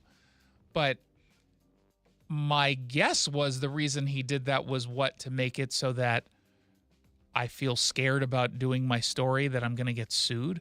Because in his email, I don't have it right in front of me, he said something along the lines of, "I request that you print everything that I write, particularly in the bold. Don't paraphrase, don't summarize, just print." Well, with all due respect, you don't get to make that call. I get to make that call. If you're not comfortable with my judgment, then you don't have to give me a statement at all. And for the most part, I did quote everything he said word for word because it made sense in the context of my story, but not everything because it didn't make sense. But he said, this statement was not posted to my City of Mukilteo social media account and doesn't reflect my views as a representative in the City of Mukilteo. I don't know what that means. It doesn't represent my view as a representative of the City of Mukilteo. So do you have the opposite view as a representative of the City of Mukilteo? What he means is presumably is that I'm not speaking as a council member. Okay, that's fine, but that doesn't give you a pass. With all due respect, again, going to an extreme, if someone comes out who happens to be a council member says, I dislike Jews and I hate Asian people. Okay, that's bad. Yeah, but I didn't say it as a representative of the, but you do understand it's still bad, right? And it's going to be used to judge you and whether or not you should be in the position that you're in. You understand that, right? Does he not get it? Does he not understand that? As a representative of the City of Mukilteo, I stand with President Biden and other leaders in condemning political violence of any type. I extend my thoughts and prayers to the innocent bystanders who were killed or injured at this event. Absent, of course, is him standing in any way, shape, or form, extending his thoughts or prayers to Donald Trump, who was shot. That kind of is also an important piece. But I suppose given his comment on Facebook, I'm not surprised that he left Trump out. He said that he believes, quote, that every leader has a responsibility to their followers. What they say and do affects the lives of their followers. When I asked him if he believed any rhetoric targeting Trump, like calling him Hitler, for example, played a role in fueling this 20-year-old alleged shooter, he said, quote, I believe that many people have been misguided towards extremism and hate in this world, and it's created a less safe world for everyone. Every email that he sent back, or the two that he sent back with statements, because I asked follow-ups, he BCC legal and asked me to respond that I received the email, which at that part I can appreciate because he wanted to make sure that I wasn't taking him out of context. He also included in every statement that he sent, this is on my personal account and I'm not speaking as a representative of Mukilteo. Yeah, to me that doesn't really matter. It really doesn't. Now I looked into this guy because I'm not going to pretend to know the inner workings of the Mukilteo City Council. Turns out he's exactly who you might think he is. Do you think he is a supporter of the defund police movement? Just throwing that out there as a random topic. I would lean that way. Yeah. In one of his posts that I saw, he defended the slogan ACAB, all cops are bastards. Also on his Facebook page, not as a representative of the City of Mukilteo. He called it the police department, an unchecked system of power with little to no accountability. He claimed that cops, quote, have the authority to kill you, put you in prison, make you lose your job, rack up debt against you, take years away from your freedom, and traumatize you and your family just because they're having a bad day. Imagine that they can do this with little to no repercussions if they fudge a report or plant evidence. Yeah. So in this scenario, we know that they plant evidence and there's no consequences at all. Okay. Got it. Oof. Just oof. It is remarkable that people don't understand how they come off when they do things like this, when they say things like this. And dare I say, it is a result of living in an echo chamber, where you just surround yourself with people who are equally fringe and equally just, deplorable as you are. And to these people, they don't realize it. They don't see it. They don't hear it. But to the rest of the world, we all look at this and like, oh my God, really? You're going to put your name to that? And you're going to defend yourself by saying, well, I didn't do it as a Mukilteo City Council member. So? Well, what if you did do it as a Mukilteo City Council member? Why is that different? Why is that then wrong? I'd love to know the answer to that. Like, why does that matter? Let's say that you did do it as a government representative. And? Because to me, they're exactly the same. I'm going to judge you exactly the same way. Doesn't matter. Meanwhile, in Redmond, crooks are still selling the fake gold and fake jewelry. And they're targeting people who don't speak English and the elderly. And we've known about this for a while. But they're starting to speak up over on the police side of things because it's getting more violent. The reason that we're bringing attention to it today is that we are seeing that escalation where if our victim is smart enough not to engage, the suspects are sometimes moving to violence. They do tend to target elderly or non-English speaking residents in our city. Who are the most vulnerable in their view and the view of the thieves or the crooks? Now that's Detective Sergeant Jesse Bollerud talking with Fox 13. This is what they tell people who are their targets of the scam. I need gas for my car. I've lost my passports. I need a hotel for the night. I need cash right now. I need to sell you this watch, this necklace, this chain. This happened to me. This exact thing happened to me, except I just said no to the person asking for gas. I don't remember what they were saying they needed it for. I remember them saying something along the lines of, I need to get to wherever. I'm about to run out of gas. Do you have like $20 here? I'll give you this Rolex or whatever the watch. This watch is worth tens of millions of dollars. Here, take it for just $20. That's how desperate I am for gas. And the reason why I forgot what he was asking the help for is because when people ask me for help, I immediately just switch off. I have zero interest. Don't ask me for anything. But they were in the car, so they didn't have an opportunity to then rob me. This was in the middle of the day, but at that point, so people unfortunately rob people in the middle of the day. Here's more. The gold ring scam is one of the oldest and most prevalent scams where the suspect will approach a victim offering to sell jewelry, usually with some story or emergency why they need the cash right now. Victim finds out later that the jewelry is fake, usually costume jewelry. It should be clearly fake when they say, here's a gold watch, I just need $3. That's the tip off. But again, they're going after people who they believe to be more vulnerable. And unfortunately, it's a little bit easier to get one over on someone who either doesn't speak English and maybe is believing you to say something you're not actually saying, or someone who's just elderly and, their guard is down. Because I think about it as who would do this to an old person, like an adorable old person? Why really? That's just so awful. Why would anyone do that? And maybe they think that themselves. Who's going to target me? I'm an adorable old person. But that's why they end up getting targeted. It's the same people who click on what is obviously spam and is, stealing all your information. It's the same people.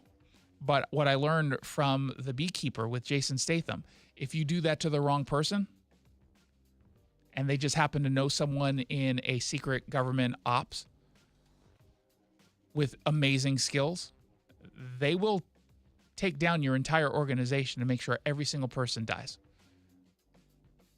Okay? So don't say Jason didn't warn you. I'm just saying I learned a lot from that documentary with Jason Statham. They stole money from his neighbor, and she ends up killing herself as a result of the shame of giving over all of her money.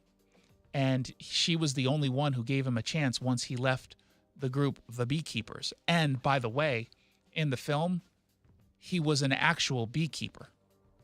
Everyone else who was a beekeeper was not a beekeeper. I don't know why they have the name The Beekeepers. But he also happened to be a beekeeper. And at one point, the bad guys, upon learning he was the one who exacted revenge, they killed the bees.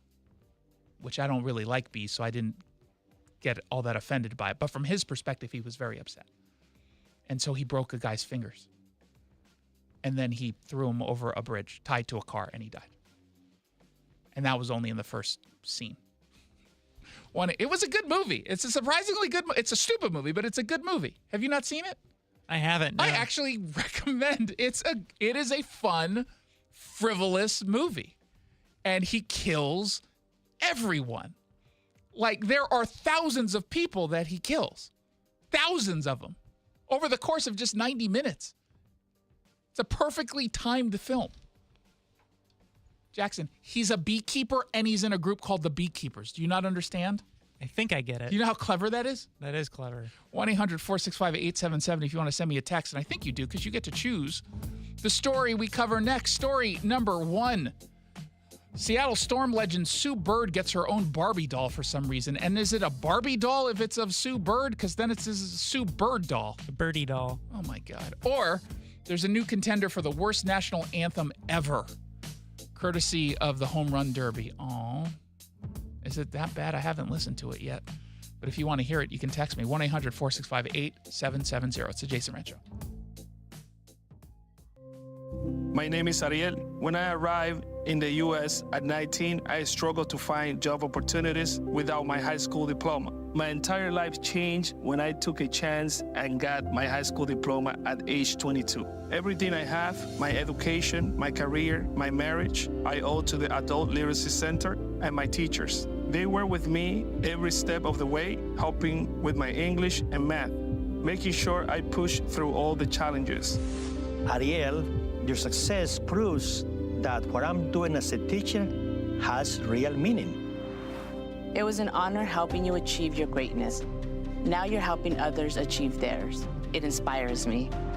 Education was the key that unlocked all my opportunities.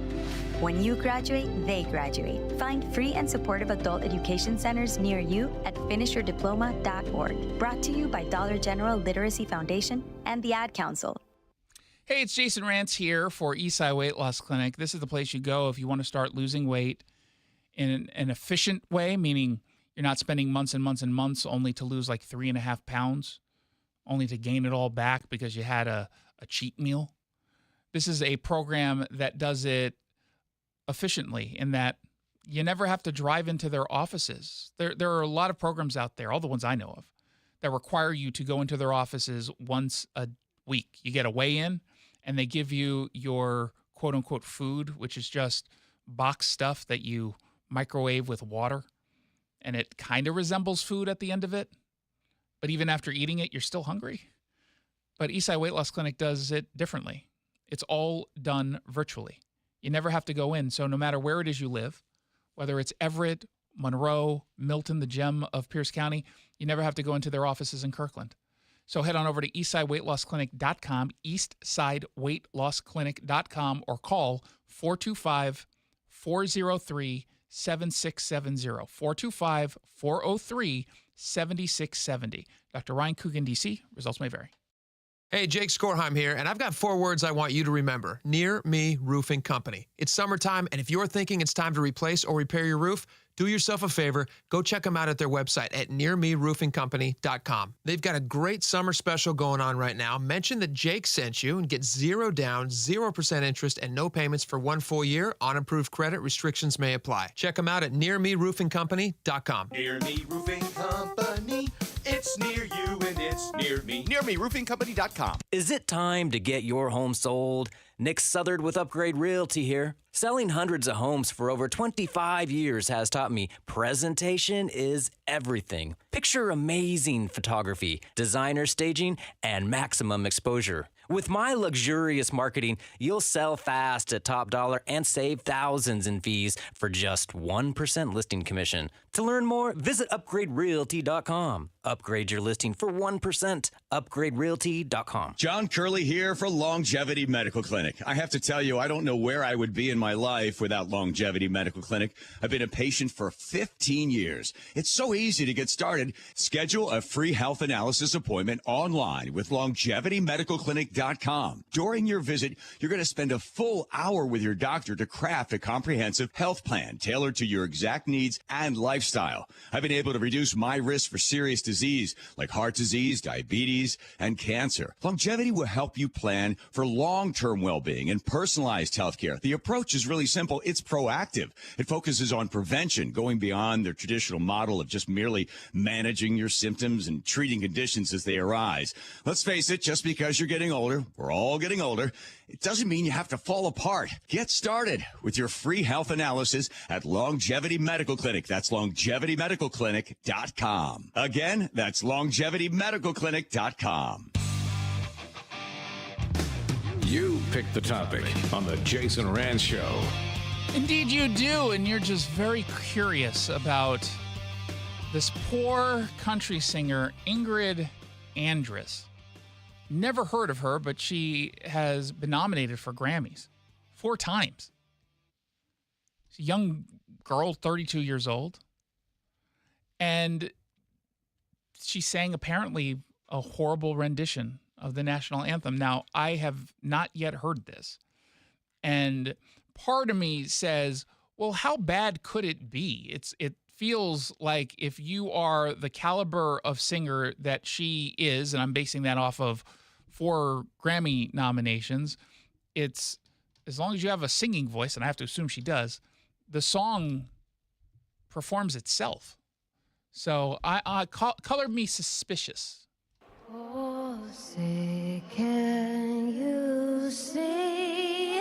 Okay, it's not bad. The dawn's early light. It's a little non-traditional. What so proudly we hail. That wasn't good. By the twilight's last gleaming, whose broad stripes and bright stars through the perilous fight, o'er the ramparts we watched were so gallantly streaming, and the rockets' red glare, Oh the God. bombs bursting in Oh gosh, no. gave proof through Oh, the God. night that our flag was still there. Oh my God.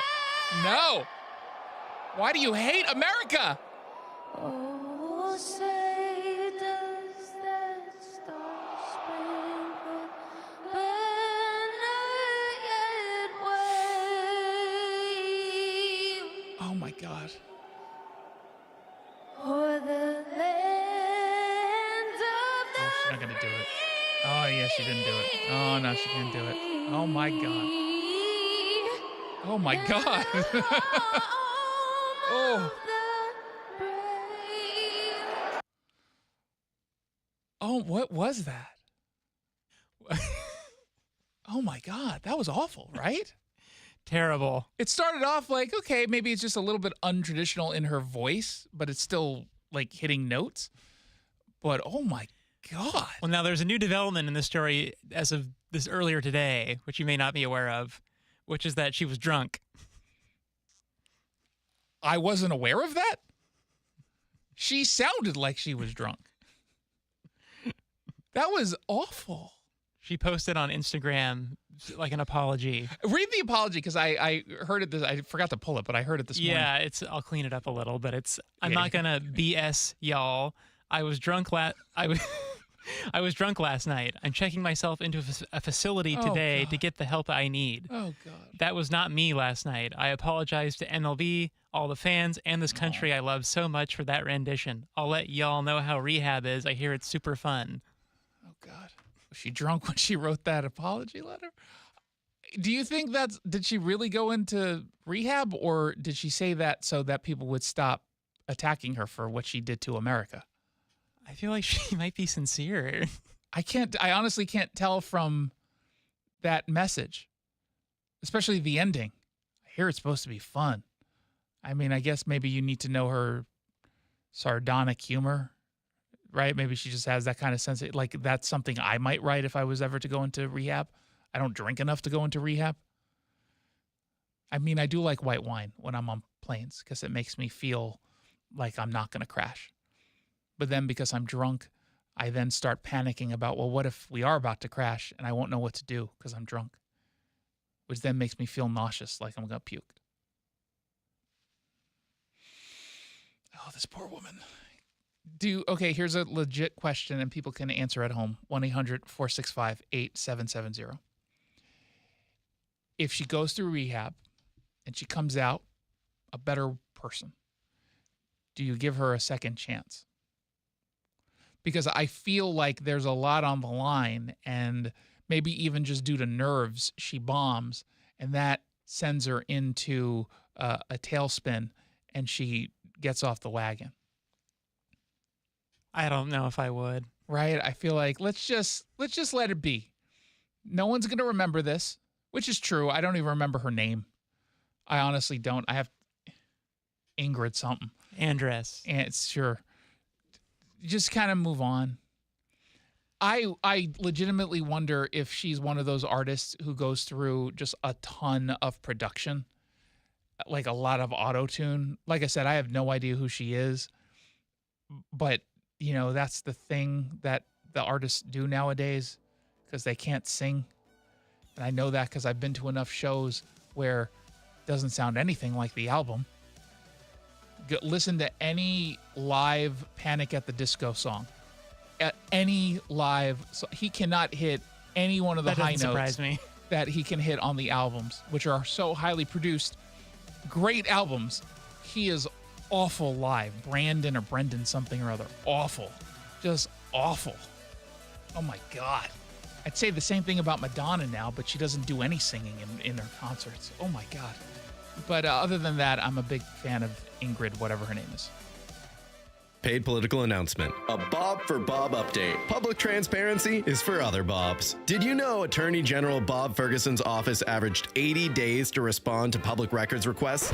78 days more than the average Washington government office. Can you afford that type of response from your governor as a Washington voter? You heard it here first. Bob wants you to vote Bob because he doesn't have time to respond to you. Paid for by the Bob for Bob Committee, 1283 Puyallup, Washington, 98371. Top 4 donors, Steve Gordon, Fremont Dock Company, Brian Haywood, and Susie Burke. I saw her texting, coming up to a stop sign. And so I saw the accident coming, and she T-boned us. In the blink of an eye, Crystal's life changed when she suffered a severe spinal injury. The pain was something I had never experienced before in my neck. I got massage therapy. I saw a chiropractor. I was prescribed muscle relaxers so I could sleep. I got depressed. Nothing was relieving the pain. Drugs, sleepless nights, and depression. Sound familiar? I'm Dr. Mark Shelley, a chiropractic physician and board-certified functional neurologist. At Sound Pain Solutions, our treatments include high-dose laser combined with spinal decompression and other comprehensive therapies to rehabilitate damaged discs. We use treatments that are non-surgical, FDA-cleared, drug and pain-free. I was able to get off my pain medicines, and I was able to sleep through the night, and that was what I was desperate for. To learn if you're a candidate for our treatment, call us. Sound Pain Solutions, 855-996-3536, or click soundpainsolutions.com. Need a perfect gift for the special woman in your life? Give the gift of ultimate relaxation at Olympus Spa in Linwood. Olympus Spa is celebrating its 27th anniversary with an anniversary sale. Take advantage of special pricing on day passes and other packages till July 31st. Dive into a world-class facility including hydrotherapy pools, saunas, steam rooms, and far infrared heated rooms. The anniversary sale ends July 31st, so learn more about special pricing and book your appointment at OlympusSpa.com today. That's OlympusSpa.com. RV buyers save thousands at the 8th Annual Summer RV Blowout Sale, July 18th through the 21st at the Evergreen State Fairgrounds. Huge discounts on new and used models, and every purchase includes a $500 parts coupon, a free E2 hitch for travel trailers, plus a year's worth of free camping at Thousand Trails Resorts. The 8th Annual Summer RV Blowout Sale, July 18th through the 21st at the Evergreen State Fairgrounds in Monroe. Hosted by Open Road RV, free parking and admission. A real estate transaction can feel intimidating. At Tycor Title, we make it as comfortable as a visit to your neighborhood coffee shop. Hi, I'm Tia, Vice President at Tycor Title. Just as your barista gets to know your favorite drink, we get to know you and your real estate objectives. Like a good coffee shop, we streamline the process for a smooth and satisfying experience. We are committed to excellent service every time. Trust the title and escrow experts at Tycor Title. Call 844-MY-TYCOR or go to mytycor.com. Your home for conservative thought. 770 KTTH Seattle, 94.5 K233DT Eastway, 94.5 K233 BU Seattle. A message of unity. I'm Paul Stevens, Fox News. Day 2 for the Republican National Convention in Milwaukee, with the GOP concentrating on uniting the party. I feel like Republicans, even before we got to Milwaukee, were uniting behind this ticket and behind former President Trump, especially after the debate. And I think what we saw Saturday and just the strength coming out of the rally, and certainly him coming in the room last night really gave people a lot of hope. Georgia Governor Brian Kemp on Fox Day 2, also featuring themes of immigration enforcement and border control. The investigation continues, meantime, into Saturday's attempted assassination of former President Donald Trump. FBI agents back at the scene of the crime today, looking inside and outside of building where on the roof, authorities say 20-year-old Thomas Crooks shot former President Donald Trump. Fox News has learned before the shooting, rally-goers spotted a suspicious man with what appeared to be binoculars or a rangefinder, a device used to measure distances. There he is right there. Sources also say that same person, later identified as Crooks, was pacing around magnetometers and the security barrier before the event began. According to multiple different videos and witness interviews, it was at least 80 seconds from the time people alerted police to the time the shooting began. And that's Fox's David Spunt at the Justice Department. President Biden addressing the NAACP convention today in Las Vegas, defending his pick of Vice President Kamala Harris. She's not only a great vice president, she's a great the United States. And Mr. Biden is hoping to excite the black voter base in a swing state, get a swing state victory again in Nevada that he carried in 2020. A former CIA employee and senior official at the National Security Council now charged with serving as a secret agent for South Korea's intelligence service. Charges filed against Sue Mi Terry. America's listening to Fox News. The best things in life, they come in twos. 2 scoops of ice cream, 2 tacos. And now for a limited time, get our best deal of the year. Buy any phone when you switch to Consumer Cellular and get 2 months of service free. That's right, the same fast, reliable nationwide coverage as Big Wireless, now with 2 months free. Proof the best things in life really do come in twos. Visit consumercellular.com or call 1-888-FREEDOM. Second and third month of monthly base service fee waived for new customers with the purchase of a phone and activation by July 31st, 2024. Taxes, fees, and third-party charges will apply. See website for additional details. I'm Kareem Abdul-Jabbar. I learned about atrial fibrillation the hard way. My symptoms would come and go, shortness of breath, fatigue. I kept going. Then I got so lightheaded, I couldn't. My doctor said I have AFib, so I'm about 5 times more likely to have a stroke. Other symptoms, irregular heartbeat, heart racing, chest pain can come and go, but the risk of stroke stays. If you have symptoms, tell a doctor. Visit notimetowait.com. Sponsored by Bristol-Myers Squibb and Pfizer. Coach! The yellow light! I'm walking here! I'm walking! Good afternoon and welcome to the Jason Rantz Show. We are live on AM 770 KTTH on night 2 of the RNC convention, underway right now in Milwaukee. We'll have live coverage on the floor of the convention coming up real soon. But first, know that Donald Trump is already set to have another rally. In fact, just 4 days from now, and that is what's trending. What's trending on the campaign trail? Despite not even a full week going by, Donald Trump will be holding another rally. This one will be indoors. This one will be in Grand Rapids, Michigan. It'll be with Senator J.D. Vance of Ohio, of course, his VP pick. It'll be this Saturday.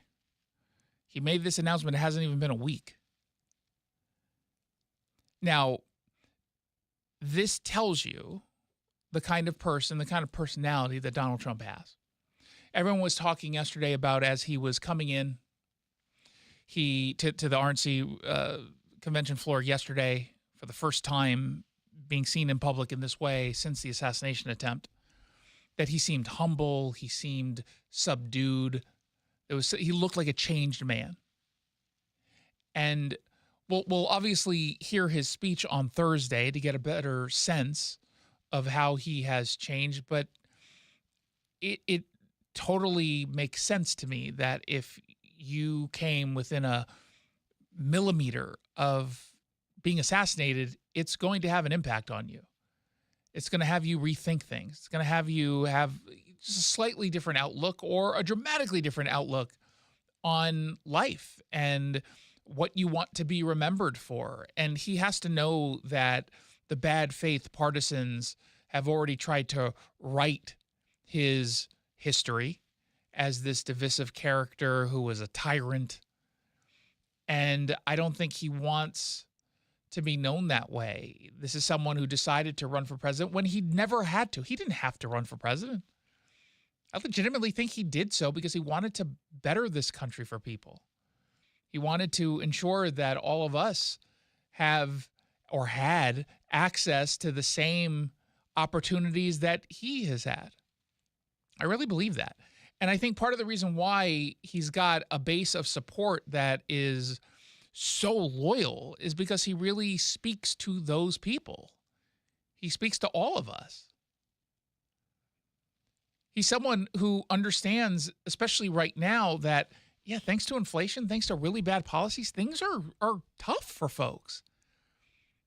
Things are tough. Lawrence Jones from Fox News was out speaking with random voters in Wisconsin, which is, of course, a swing state, saying, what is on your mind? What do you want to hear from Republicans this week? I really want to what the economy is going to be for us because we're really suffering, the middle class. You know, the gas is so expensive right now, food. And I really, really want to have them to talk to us about what they're going to do. What is the plan? What's going to make life better? What is going to make life better for us Americans? Now, Democrats have not done what she's asking them to do. In fact, they're responsible for why she's asking those questions, right? Democrats tell you that inflation is down and food is fine. What are you talking about? Bidenomics, man, it works. That's part of the reason why he's doing so poorly in the polls. The other part of it, obviously, is that some mental potential issues, cognitive issues that he needs to deal with, and unfortunately won't be able to because this is a result of old age. It happens. Some people age older than or faster than others. Some people look older than they actually are. Some people look younger than they actually are. Everyone is a little bit different. And despite the fact that Donald Trump and Joe Biden are within just a few years of one another, one comes off as if he's in his 50s. The other one comes off as if he was born in 1850. That is the reality. Now, yesterday, Joe Biden did another one of his interviews to save himself from his disastrous debate performance. I don't know if people watch this the way that they watched the George Stephanopoulos interview, which happened over a period of time where nothing was really happening. It was a long weekend, and so people maybe had things, some time on their hand and looking for things to do. And it was hyped up because it was the first. It doesn't get hyped up as much as the second. But dare I say that he's lucky that people probably didn't watch a whole lot of yesterday's interview with Lester Holt, because it did not go well. It did not go well. Who do you listen to on deeply personal issues like the decisions whether to stay in the race or not? Me. That's a weird answer and clearly not the question. He's asking you who are the people you talk to before you make these kinds of big decisions. Now, presumably, he thought the answer would be Jill, Hunter, close friends and allies, if he can remember their names. The whole, who do you listen to? Me. That might be the problem, right? I mean, that's kind of the crux of the problem. Look, I've been doing this a long time. We know. The idea that I'm the old guy, I am. I'm old. Very. But I'm only 3 years older than Trump. But you don't come off as 3 years older than Trump. You come off as 30 years older than Trump. Number one. And number two, my mental acuity's been pretty damn good. I've gotten more done than any president has in a long, long time in 3.5 years.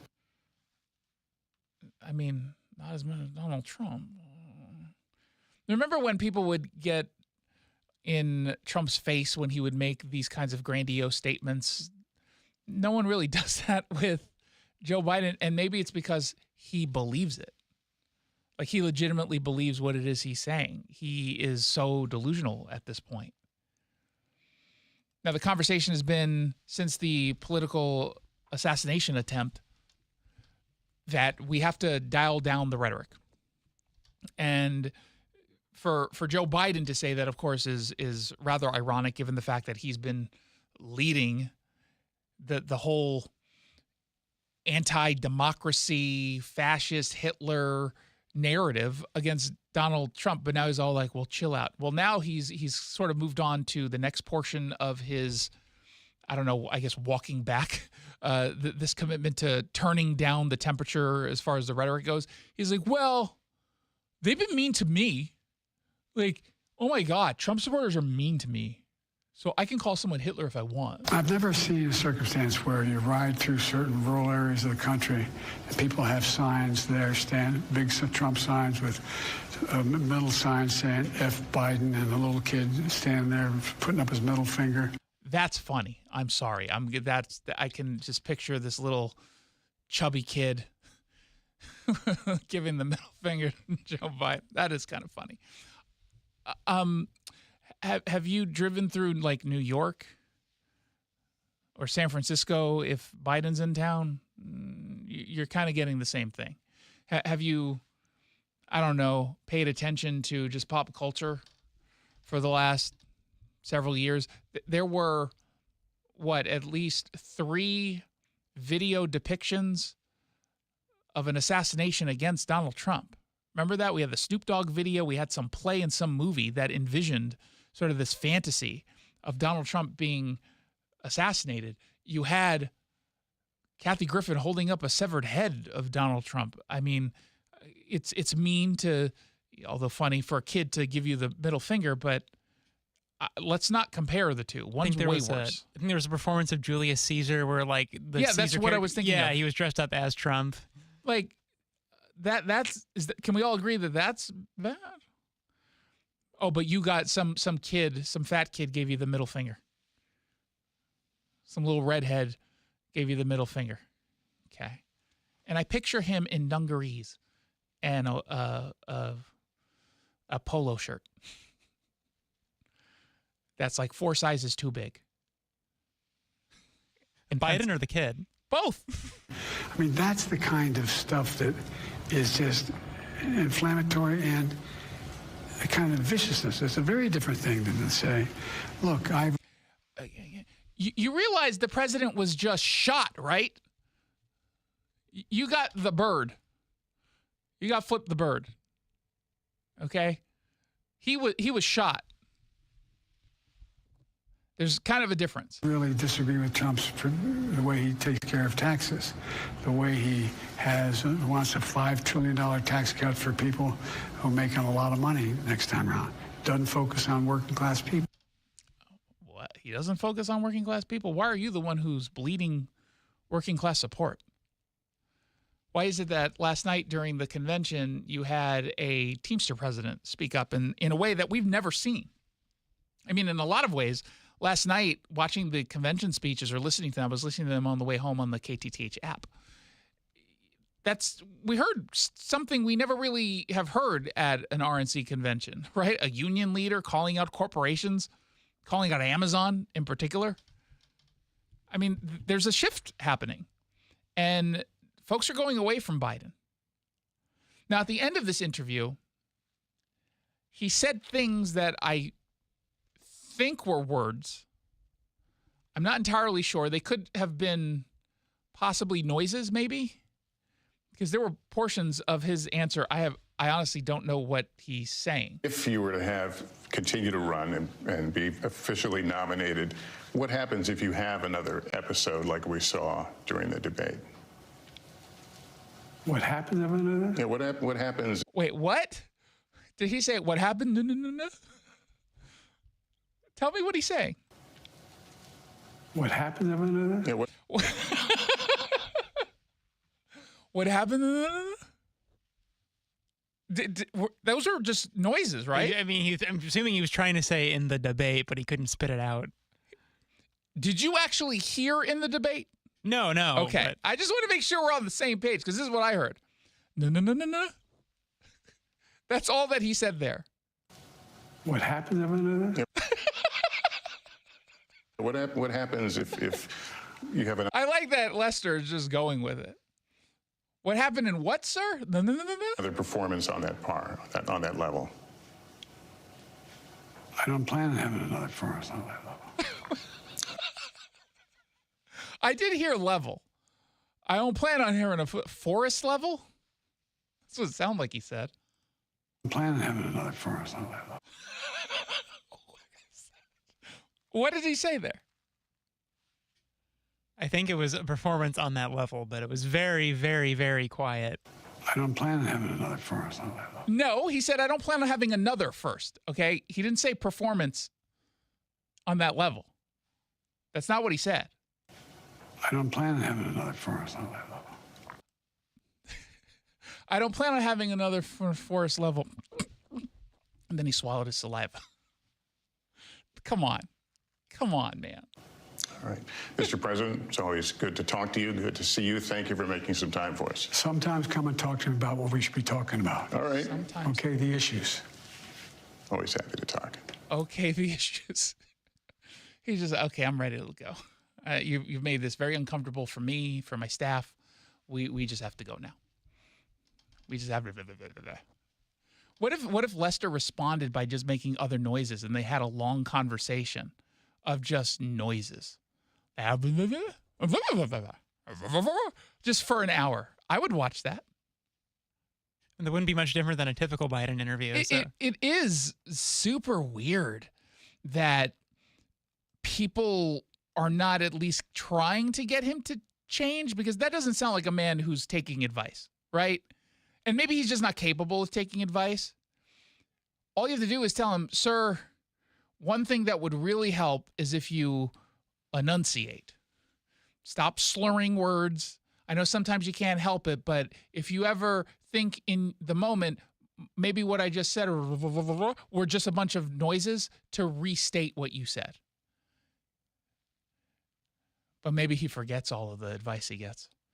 Kind of like he forgets the point he's trying to make anyway. That's his crutch, the anyway. Or I'm not even going to say it.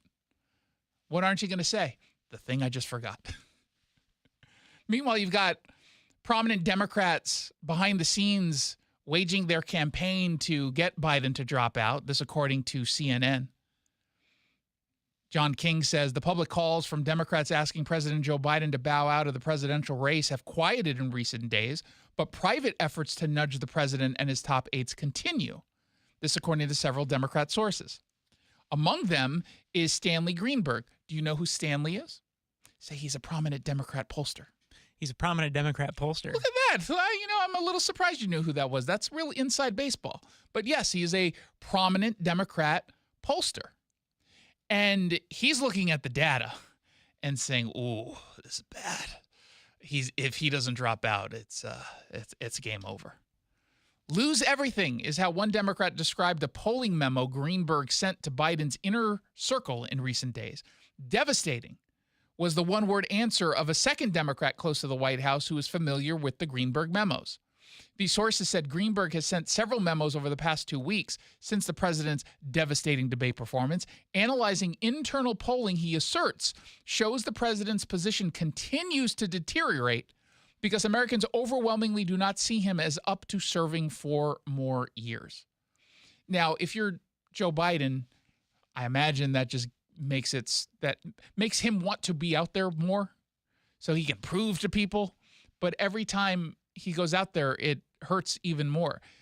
If he wants to even have a little slim chance of winning, and he's the nominee, and again, I don't think he's dropping out, he should go back to his basement campaign and just hope that Donald Trump gets off message, right?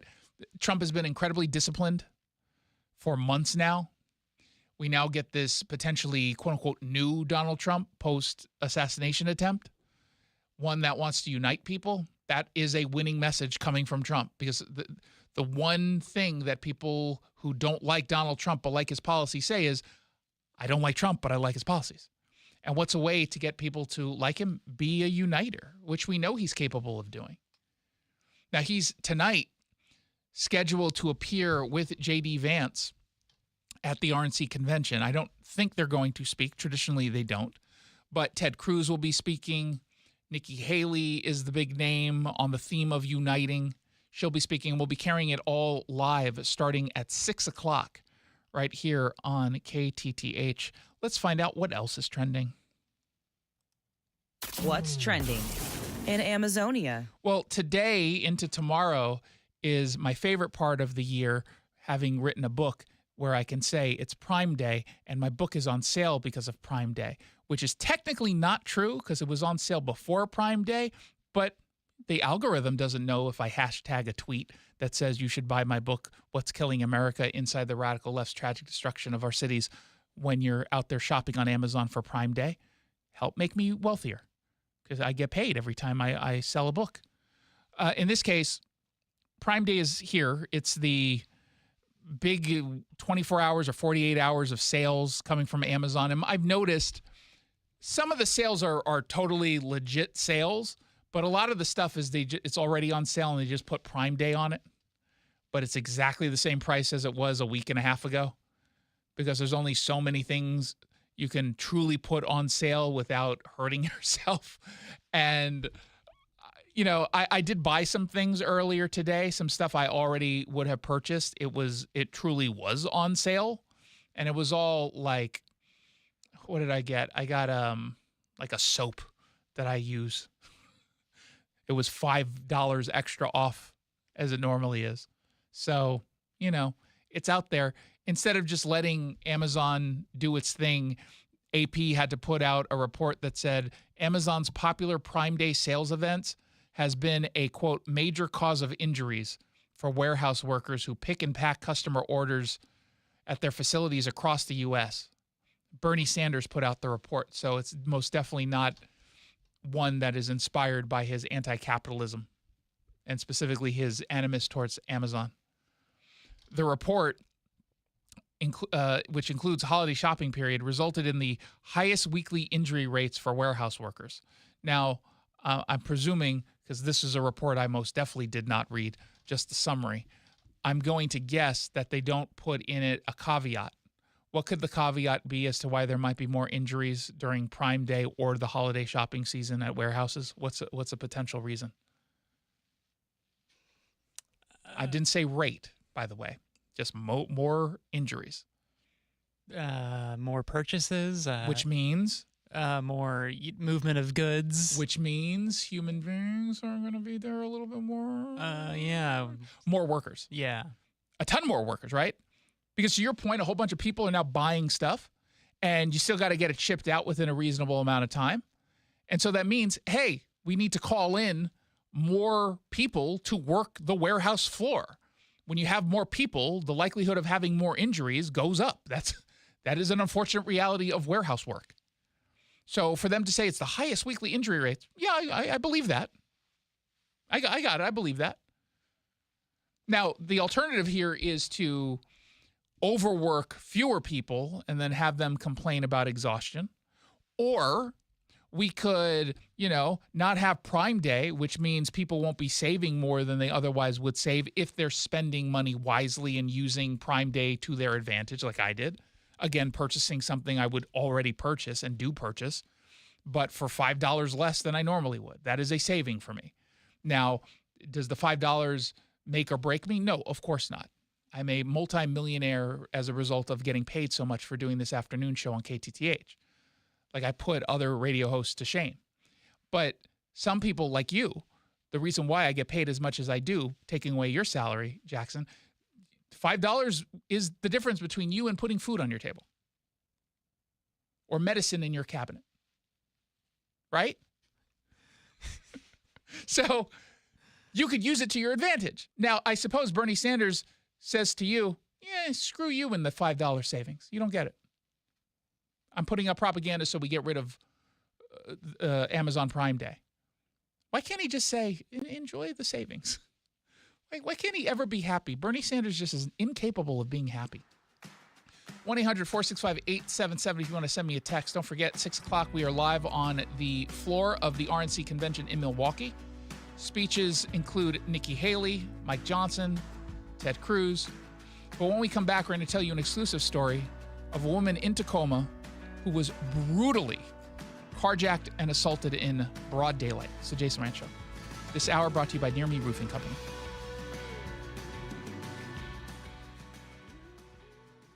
This is the story of the one.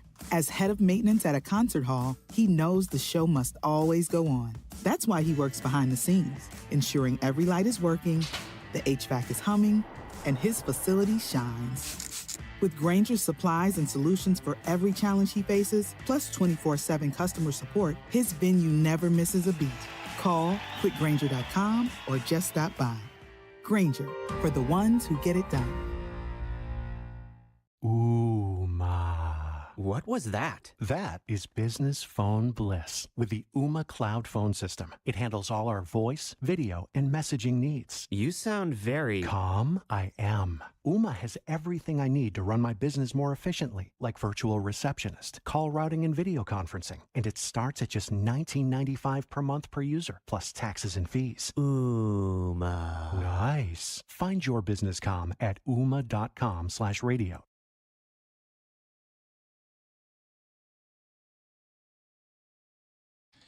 Hey, it's Jason Rantz here. Right now is your chance to win a $500 gift card from Alpine Specialty Services. All you have to do is go to mynorthwest.com/win. Enter to win. You only have until July 21st. And when you enter, start thinking about the ways you can spend those $500.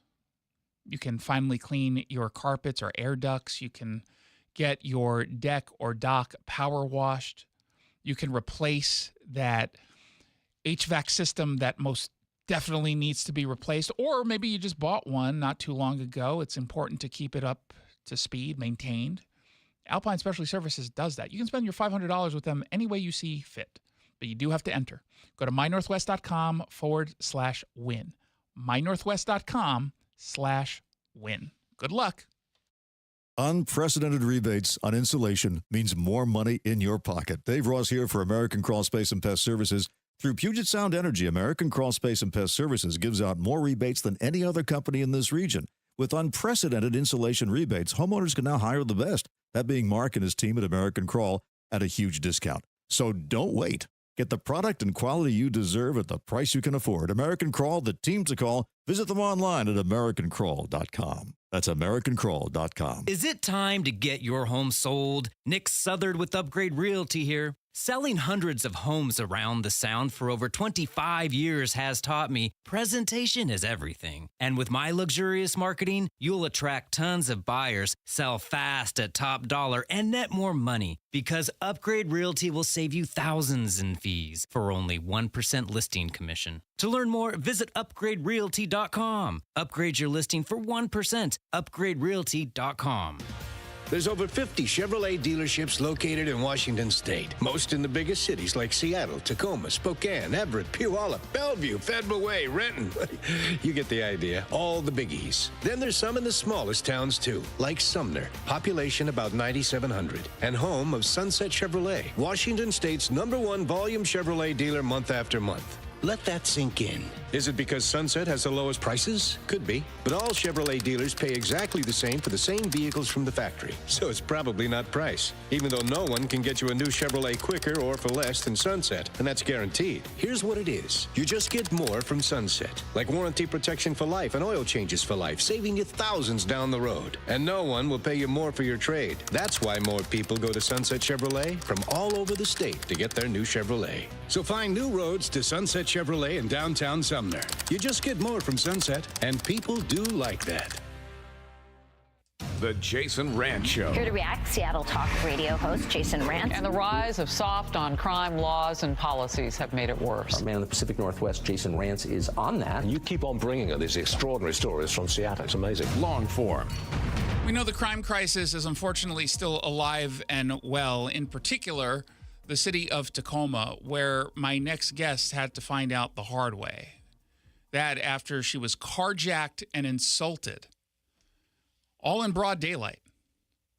Annette joins me now. Welcome to the show. Thank you, Jason. So over the weekend, you had an unfortunate incident in front of the Beacon Center. Take us through what happened. Yeah, of course. I was visiting friends at Hannah Heights, which is a luxury loft building right across the street. And I left their home, walked out onto the street, looked both ways, crossed the street, got to my car, entered my car, rolled down the windows, hit the AC, turned the fan on, and within literally 6 to 10 seconds of me entering my car, someone was in my driver's side window from the shoulders up coming at me. And I thought of all the self-defense training I had, what can I do? And the only thing I could do was try to get him out of the car. Mm-hmm. I was parallel parked, so I didn't have the opportunity to drive off. So I just started screaming at the top of my lungs for someone to come help me, and was fighting him off the best that I could. He was trying to get the door latch undone. I have a newer car, so as soon as I started, everything locks. Yeah. And as he's trying to get the door latch, I am scratching and punching and trying to grab his ears and eyes. And at some point, the latch came undone, and he was able to get his right arm in between my car door and the frame of the car. Jeez. And he slipped out of the window, and the next thing I knew, he was in between the car door and the frame of the car, and I'm fighting him face to face at this point, still screaming at the top of my lungs. I had a little dog with me. Thank goodness I had her in her little car seat, and I still had the loop from her leash around my wrist. Because I wasn't going to let him get me and the dog. No kidding. So I'm fighting as hard as I can, screaming at the top of my lungs. No one's coming. He proceeds to pull me out of the car and throw me down onto the cement. At that point, I'm dragging the dog out with me. And as soon as I hit the cement on my back, he got on top of me and started punching my face. And I'm still fighting. I fought as hard as I could and was screaming as loud as I could the entire time. And it was really unfortunate that no one was able to come to my aid. Again, scratching, kicking, trying to protect myself, trying to sit up. It was, a 5'8", 5'9", 170-pound person, high as a kite on drugs, and I just couldn't battle that type of strength. He finally got off me and gave me a couple kicks in the ribs and turned around and started getting into my car. At that point, I reached up and tried to grab his genitals to stop him. Still fighting. I'm still fighting because that's all we have left is to fight. That is all we've got. And he was able to slip away and get into my car. So as soon as he got in the car, I knew that was it, and I needed to get out of the way so I wouldn't get ran over. So I proceeded to roll away from the car, and I got up on my hands and knees, and I saw a woman coming from across 13th onto Fawcett, and she started coming towards me, and she was screaming, "Call 911!" And at this point, I was still in scream mode. It's like when you have the hiccups, you can't stop. Again, it's a form of shock at that point. Lungs. Oh yeah, I was on just complete shock. And she managed to help me get up and get me out of the way and across the street into the shade. At that point, I'm not sure who called 911.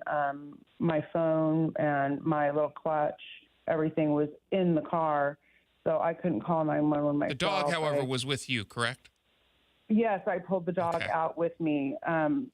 Again, thank goodness it happened so fast that I hadn't had the chance to buckle her into her little seatbelt harness. And I went to my girlfriend's call box and buzzed her apartment, and her boyfriend at that point ran outside and looked down the balcony, and I'm screaming bloody murder. He ran downstairs barefoot, and Tacoma PD had 2 patrol officers there within minutes. Nice. And the EMTs were close behind, and they cleared all the looky-loos out and were very, very compassionate and empathetic and took their time with me. I couldn't remember anything, Can you sign into your Apple ID so we can track your phone?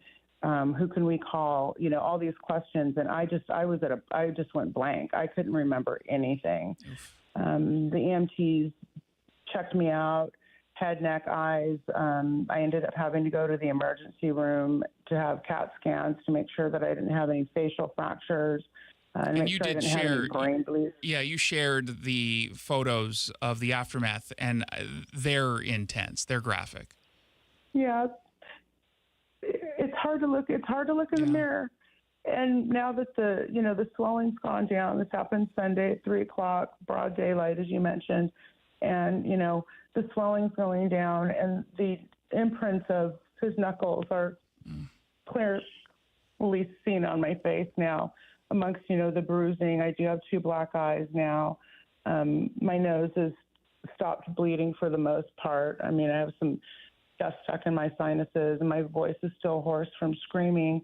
But I was in the emergency room, and my friend that I was visiting had given the police their phone number.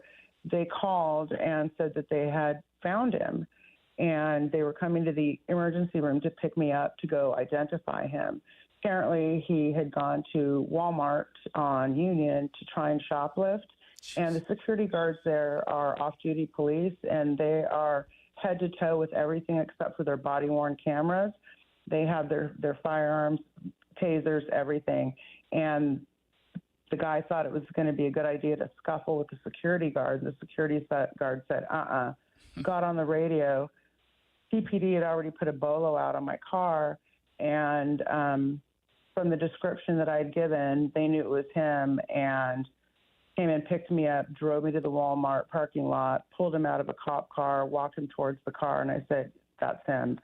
And I will say that I am proud of myself, not only for fighting as hard as I could, but being able to the identifiers to give a description that was going to get him found. Yeah, because that's not easy to do, especially in cases like this where you might not even get a clear look at the suspect because, you're obviously not expecting to be fighting for your life in that way. And I had mentioned early on in the introduction that this was right outside of the Beacon Center. For folks who don't know what that is, it's an adult shelter. Well, it's a shelter for young adults, specifically 18 to 24 years old, an overnight shelter there. And you believe that this person came from the Beacon Center?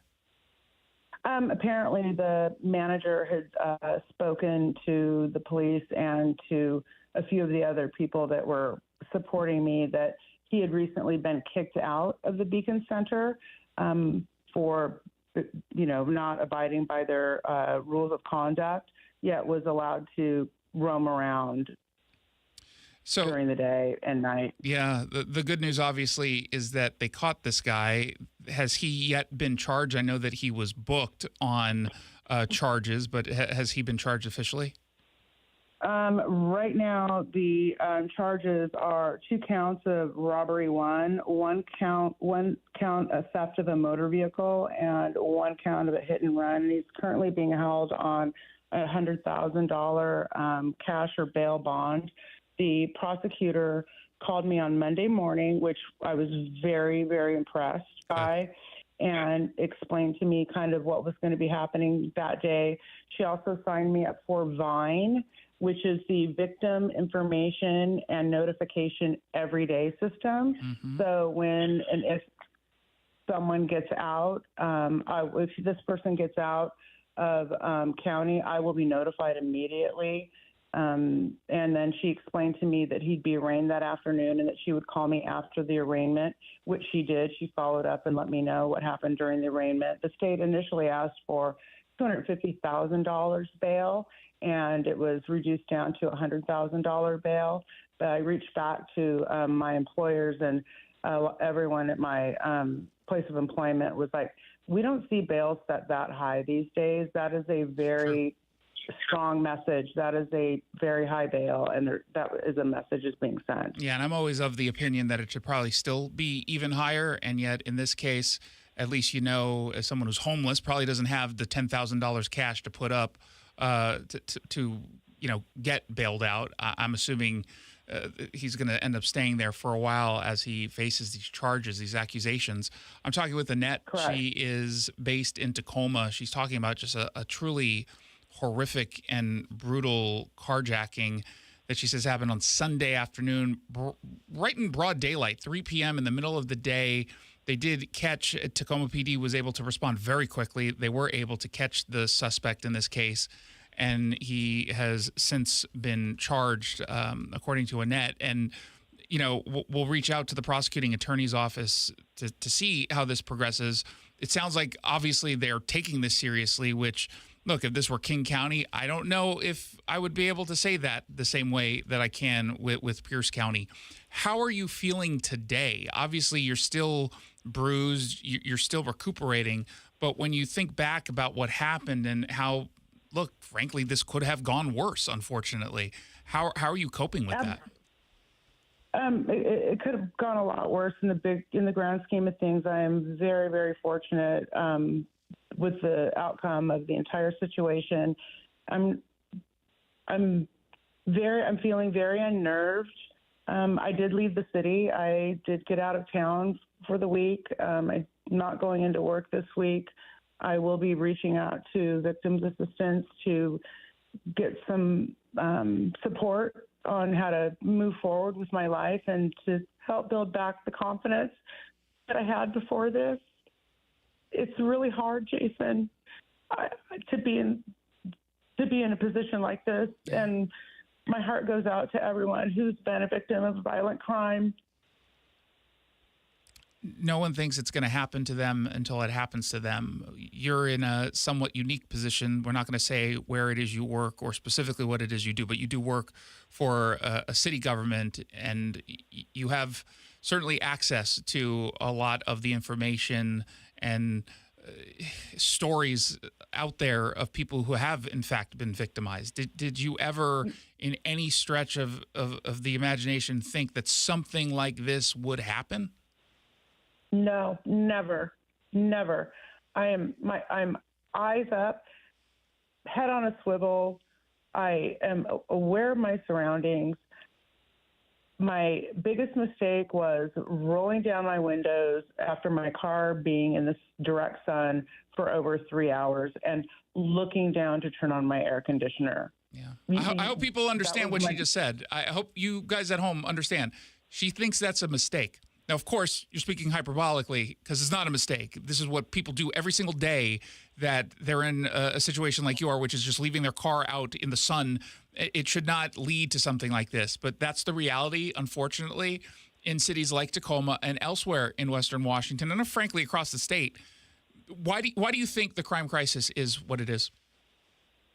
I think the crime crisis is what it is because we are so focused on harm reduction and underserved populations that we don't give the opportunity to keep the public safe and focus on the people that go to work every day and pay their taxes and do the best they can.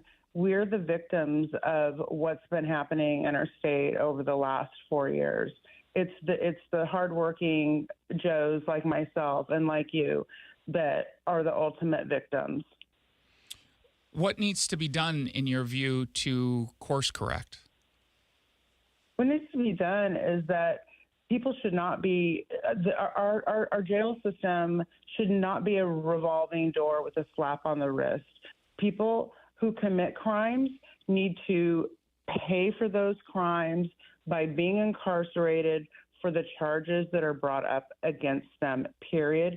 We need to stop saying that it's okay to do drugs open on the street. We need to stop supplying people with the tools needed to do drugs. We need to stop with the Suboxone, the methadone. We need to get these people off the street. And whether it's, you know what, let them do drugs, but let's have people contained so they're not going to harm the general public. Yeah, I don't know if, unfortunately, a lot of lawmakers are listening on the side that needs to listen to stories like this, but I'm glad you're sharing the story.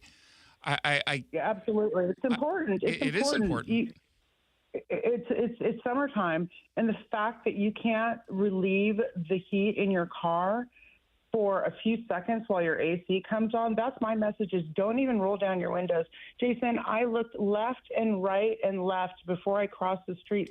I didn't see anyone. Yeah. I didn't see anyone around my automobile. And I don't know if this person was sitting on the curb on the opposite side of my car. I don't know where. They literally, in 6 seconds, they were in my car. It happened that fast. Even if I did have a sidearm, there was no way that you could have reacted fast enough sitting down in your car seated to do anything but fight fist to fist, hand to hand, toe to toe. Well, you did what you needed to in order to survive this. And obviously, I'm glad that in the situation like this, you were able to defend yourself. And I'm certainly grateful that Tacoma PD was able to react as quickly as they did and make the arrest. Now the suspect, goes in front of a judge and a jury, and hopefully the right decision is made, and one that won't allow this to happen again. Thank you. That's Annette. my thought and prayer. Yeah, and we're with you. I appreciate you sharing that story, and we'll be staying in touch, and we'll be making sure that this goes the way that it needs to in order to protect people in the community. Thank you. Thank you for all you do. I really appreciate the time. Absolutely. And we'll have a story up as well if you want to learn a little bit more about this over at KTTH.com. You're listening to The Jason Rantz Show. When we come back, we're going to dive into some quick hits.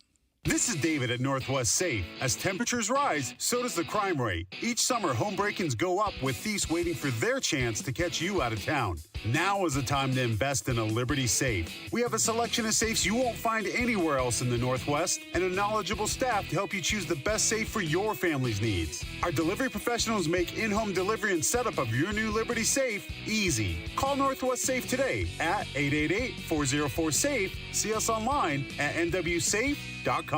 Have you been quoted $4,000, $5,000, $6,000 or even more to have your transmission replaced? Stop right there. Call Mark at General Transmission Repair. Since 1988, Mark and his team have been repairing transmissions and saving car owners their hard-earned money. Right now, KTTH listeners can save $250 on any major transmission repair when you mention this ad. Call 206-878-5759, 206-878-5759, or go to generaltransmission.com/KTTH. Hey, it's Jason Rantz here for Eastside Weight Loss Clinic. Maybe you have been gaining some weight after stress eating with all of the pretty serious news that's been happening. And you've been doing it for a while. You're an emotional eater who's put on some weight. The good news is there's a plan for you. One that is incredibly convenient. One that is incredibly effective. Eastside Weight Loss Clinic.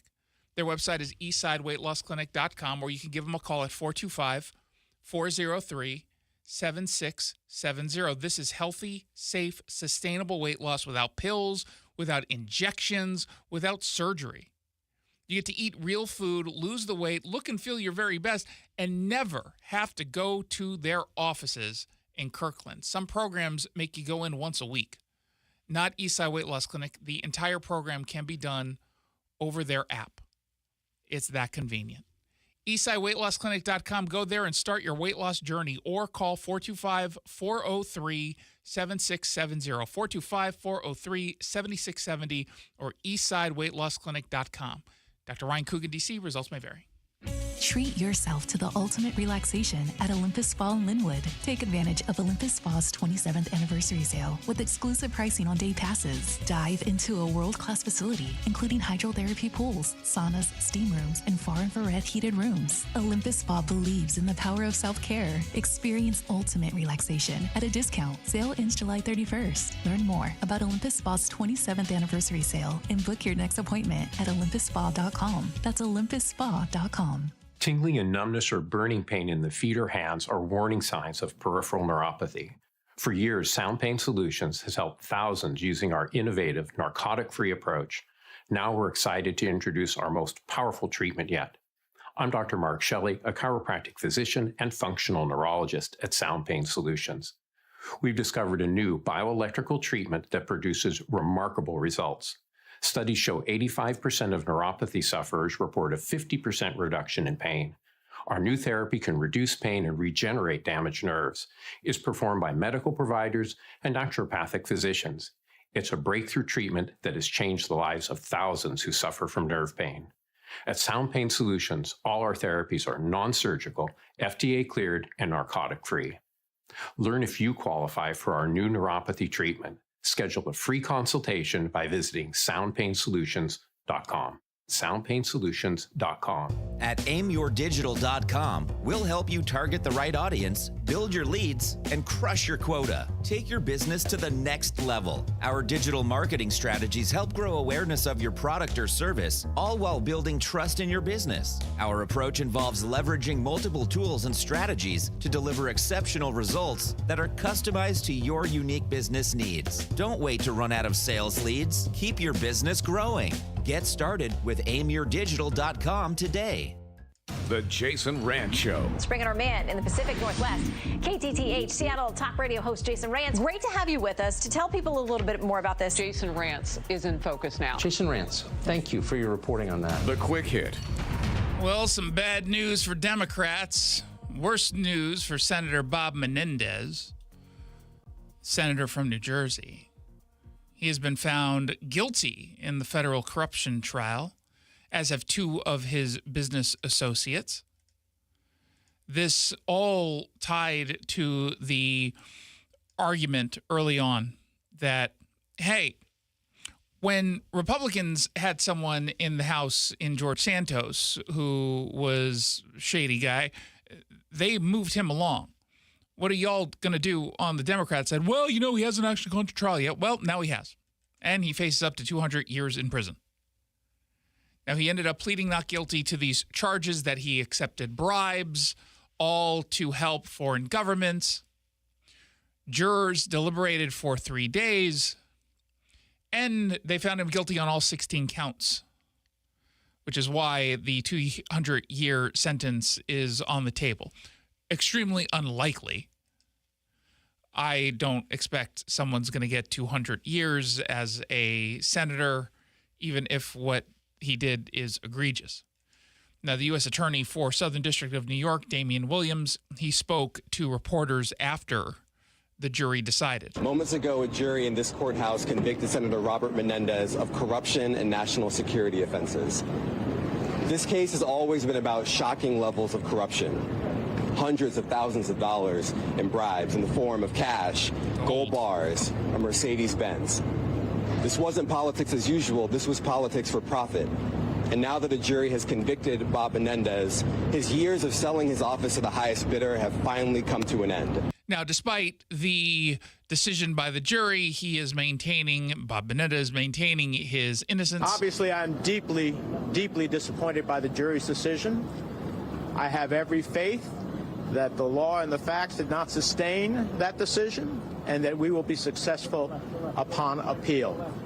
I have never violated my public oath. Never. I have never been anything but a patriot of my country. Never. And for my country. I have never ever been a foreign agent. And the decision rendered by the jury today would put at risk every member of the United States Senate in terms of what they think a foreign agent would be. Not really. Now, he's refusing to step down from his position on the Senate. He's still caucusing with the Democrats. They should move to just have him removed from the caucus. Don't have anything to do with him. You can't obviously force him into resigning, but he is holding firm. You did have Chuck Schumer come out today, indicate that Bob Menendez should now, in fact, resign. He doesn't seem like the kind who will. And obviously he's sticking to this whole, I'm innocent until proven guilty in an appeal. No, I'm still, because if I lose that, I'm still going to say I'm innocent, period. Okay, well, I guess you're an innocent man who's going to jail. Womp womp. I think what's curious here, and I will say, in fairness to the media, there is a lot going on. You've got more news, updated news on the assassination attempt. You have the RNC convention going on, of course. You have all the other news that would normally compete for airtime. Then you have the Bob Menendez trial. Dare I say that this even now should be a bigger story, but probably isn't because he's a Democrat. However, I have to give it at least some fairness to the media not covering this because of all the other stories. But you would expect that maybe some coverage would cut through, and I haven't seen much outside of Fox News. And again, to be fair, it's not like they've spent a ton of time on air talking about this. They've done a lot of their coverage and more meaningful coverage as far as placement online. However, they've definitely covered this story. Definitely covered this story.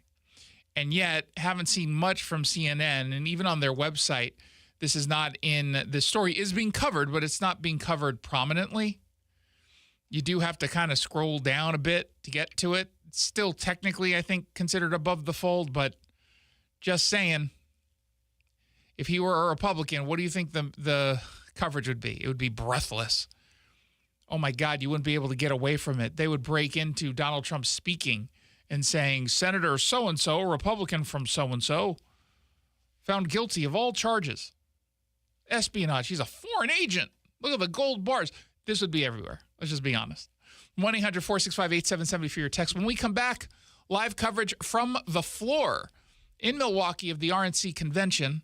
I'll be covering the RNC convention aftermath tonight at 10 o'clock, a little bit later than normal. 10 o'clock as part of the Fox News coverage. I hope you'll tune in. It's the Jason Rantz Show. This is a paid political announcement. A Bob for Bob update. Under 12 years of Bob Ferguson as Attorney General and Chief Prosecutor, we in Washington have seen a lot of increases. This, of course, includes a 26% increase in violent crime, 58% increase in homicides, and Washington ranking 4th in the country in stolen vehicles in 2023, behind California, Texas, and Florida. Oh, and according to the FBI, Washington was the 8th most dangerous state between 2020 and 2022. Don't ask for help if you drive a Hyundai or a Kia that's been stolen. What has AG Bob Ferguson done? Bob's been busy planning his governor's campaign and keeping Washington last in the country in law enforcement officers per citizen. As the leader of the Bob for Bob committee, I encourage you to vote Bob if you want more of these crippling policies for Washington, so Bob gets what he's always wanted, governor. Paid for by the Bob for Bob Committee, 1283 Puyallup, Washington, 98371. Top 4 donors, Steve Gordon, Fremont Dock Company, Brian Haywood, and Susie Burke. Hey, Jake Skorheim here, and I've got 4 words I want you to remember. Near Me Roofing Company. It's summertime, and if you're thinking it's time to replace or repair your roof, do yourself a favor, go check them out at their website at nearmeroofingcompany.com. They've got a great summer special going on right now. Mention that Jake sent you and get 0 down, 0% interest, and no payments for 1 full year. On approved credit, restrictions may apply. Check them out at nearmeroofingcompany.com. Near Me Roofing Company, it's near you and it's near me. Nearmeroofingcompany.com. Don't believe the lie that you have to fall apart at the normal rate. See what your options really are. Listen to Leading Edge Medicine. Every Saturday morning between 8 and 10, Dr. Jerry Mixon and Dr. Samira Umat answer your health questions live on the radio. You can choose how to age with help from Leading Edge Medicine. Saturday mornings from 8 to 10, right here on AM 770 KTTH. This is the story of the one. As a maintenance engineer, he hears things differently. To the untrained ear, everything on his shop floor might sound fine, but he can hear gears grinding or a belt slipping. So he steps in to fix the problem at hand before it gets out of hand. And he knows Grainger's got the right product he needs to get the job done, which is music to his ears. Call, click Grainger.com, or just stop by. Grainger, for the ones who get it done. The smarter way to clean your floors. It's time to make the swap. Swiffer Power Mop. Introducing the new Swiffer Power Mop, the all-in-one tool that gives you a mop and bucket clean in half the time. The solution's built right in, so no heavy bucket, and the pad has hundreds of scrubbing strips to get deep into grout. Don't mop harder, mop smarter. Swiffer Power Mop. Swiffer Power Mop. Don't let a cold, sinus infection, or allergies ruin your day. Breathe easier, sleep better, and feel healthier with Navage. Visit Navage.com, Walmart, Walgreens, or CVS. Your home for conservative thought. 770 KTTH Seattle, 94.5 K233DT Eastway, 94.5 K233BU Seattle. Day 2 in Milwaukee. I'm Paul Stevens, Fox News. The Republican convention focusing on crime prevention and border security is their Day 2 themes. Ohio Republican Senate candidate Bernie Moreno criticizing Democrats. They've destroyed our border. They destroyed our economy. They've destroyed our standing in the world. And they'll destroy America if we don't stop them. Among the other speakers tonight, Arizona Senate candidate Carrie Lake. Meantime, some Democrats are angry. Congressional Democrats are back where they left off, as Fox News obtains a letter from a number of lawmakers asking for the DNC to push back the virtual roll call. According to the letter, the virtual roll call could select the Democratic presidential nominee as early as next week, and says that, quote, stifling debate as concerns around President Biden's ability to beat former President Trump continue would be a, quote, terrible idea. Lawmakers are calling on the DNC to pick its nominee at the convention next month. This comes as the DNC has resumed counter-programming to the GOP convention, which was on pause following the assassination attempt of former President Trump. In Washington, Ryan Schmelz, Fox News. The U.S. Secret Service promising cooperation investigating the attempted assassination of former President Trump. Some of the communication that was going between the Department of Homeland Security and specifically the Secret Service and Capitol Hill, that was not going as well as some members had hoped. James Comer, who is the chairman of the Oversight Committee, and he told me on Sunday that he was going to call an emergency hearing of the Oversight Committee with Kimberly Cheadle, the Secret Service director, testifying. He has issued a subpoena for Kimberly Cheadle to make sure that she appears on Monday. And that is Fox's Chad Pergram on Capitol Hill. America's listening to Fox News.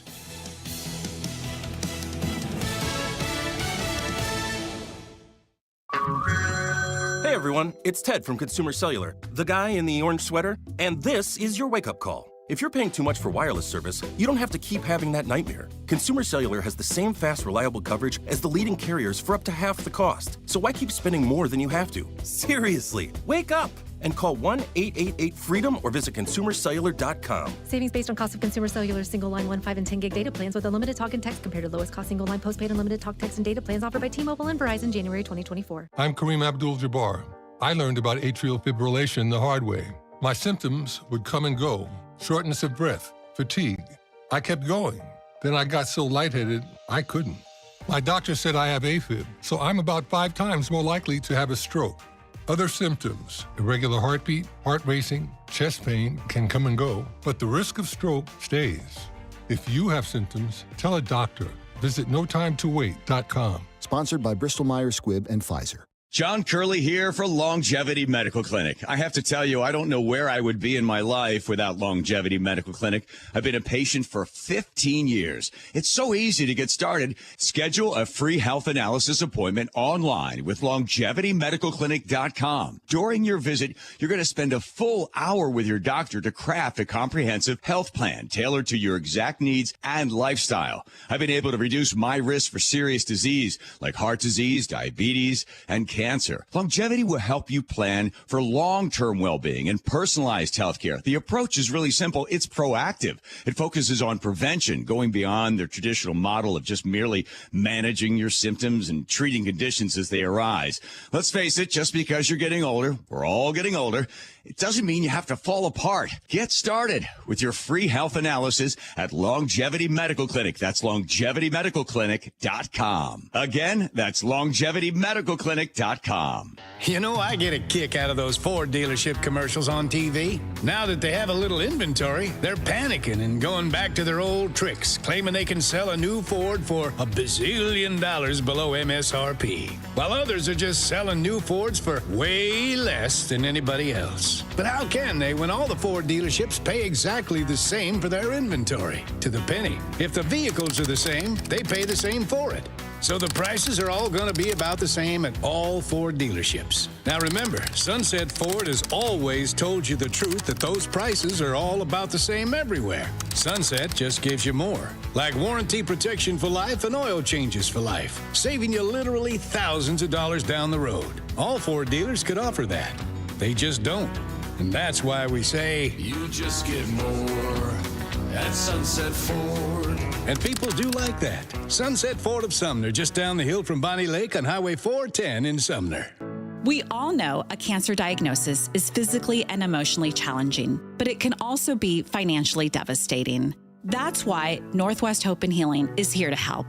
I'm Dr. Suzette Miranda, a plastic surgeon who is proud to be part of Northwest Hope and Healing's mission. We provide a lifeline for breast and gynecologic cancer patients by covering essentials like food, utilities, and childcare, so patients can focus on healing. Since the year 2000, Northwest Hope and Healing has distributed over $2.5 million to thousands of local cancer patients. And you can help us make an even greater impact. Mark your calendar for Life in Color, a summer brunch, auction, and fashion show on August 18th at the Golf Club at Newcastle. It'll be an unforgettable afternoon of hope and inspiration, celebrating local cancer survivors.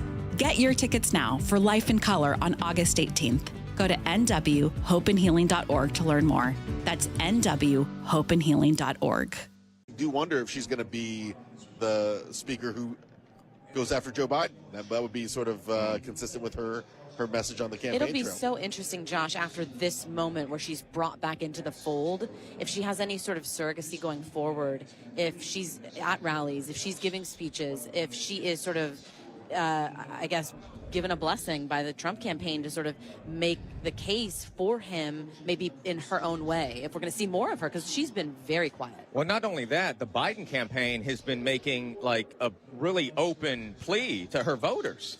Yeah, and I don't know.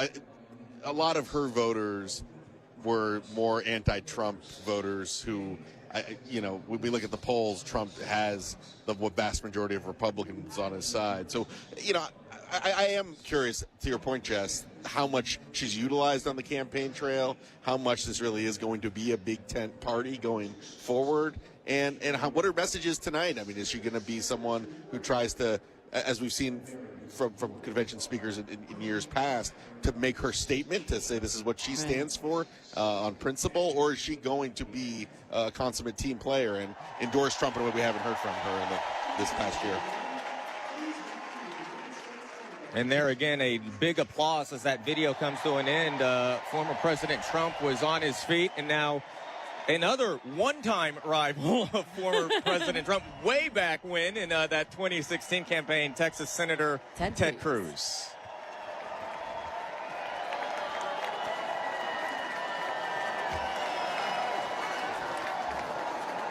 God bless Donald J. Trump.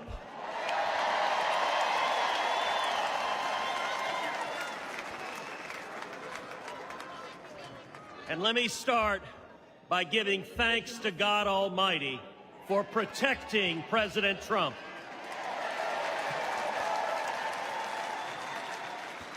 And for turning his head on Saturday as the shot was fired. Together we lift up in prayer all of our leaders for protection.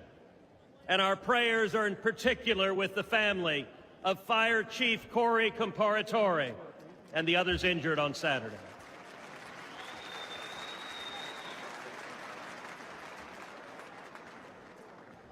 Never before has an election mattered so much. We are facing an invasion on our southern border. Not figuratively, a literal invasion.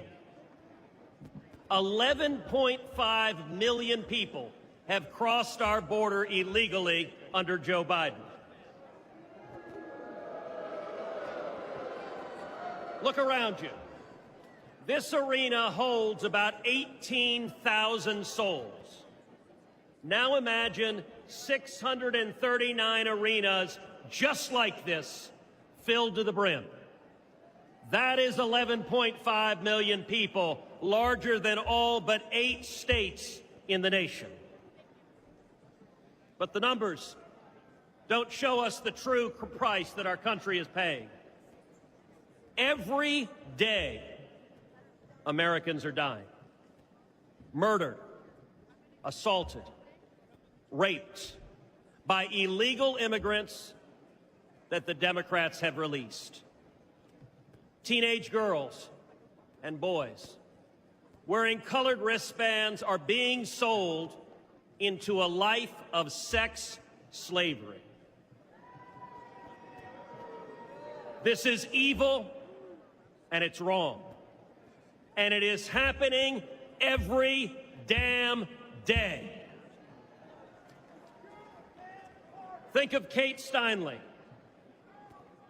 She was 32, walking with her father on a San Francisco pier when a bullet tore through her heart. The man who fired that gun, he'd been deported 5 times. Every damn day. Think of Laken Riley. Just 22 years old, a nursing student with dreams of healing others. She went for a jog and never came home. Her life taken by someone who should have never been here. Every damn day. Or Rachel Marin, a beautiful mother of 5, raped and murdered in suburban Maryland by an illegal immigrant the Democrats released. Every damn day. Or Jocelyn Nungary, only 12 years old. It was just 1 month ago today that she was brutally raped and murdered in Houston by 2 men who were supposed to be detained and monitored, but instead released and allowed to roam free. Every damn day. These aren't just stories or statistics. They're our daughters, our sisters, our friends.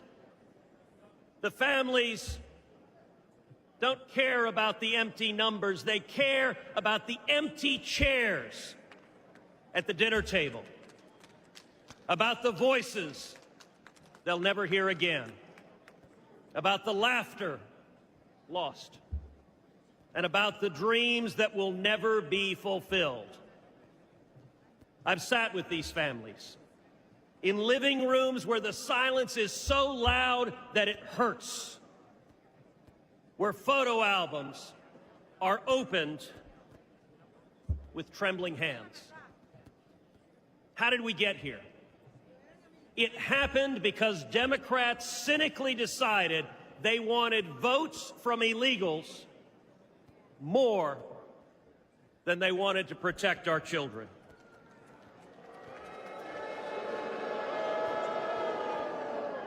Today, as a result of Joe Biden's presidency, your family is less safe. Your children are less safe. The country is less safe. But here's the good news. We can fix it. And when Donald Trump is president, we will fix it.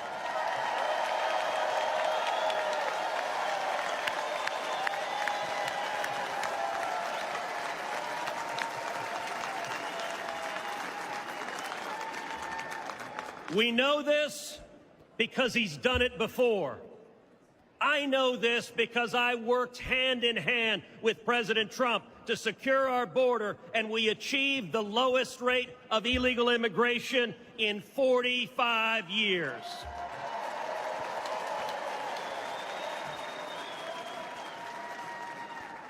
It's real simple. He's done it before, and he'll do it again.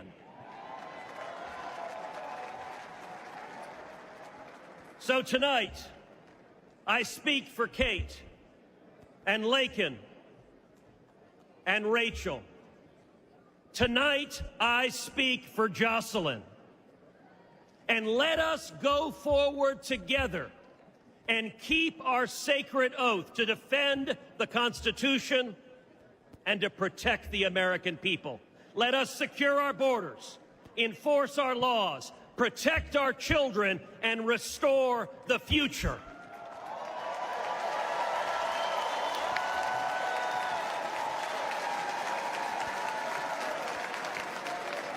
Because when we do that, when we remember who we are and who we love, and we act to protect them, then and only then will we truly make America great again.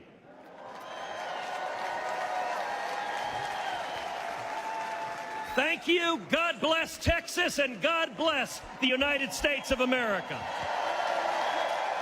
Texas Senator Ted Cruz getting a big round of applause from former President Trump as he is watching the second night of the Republican National Convention from his family's box here at the Viserve Forum in Milwaukee, night 2 of the Republican National Convention.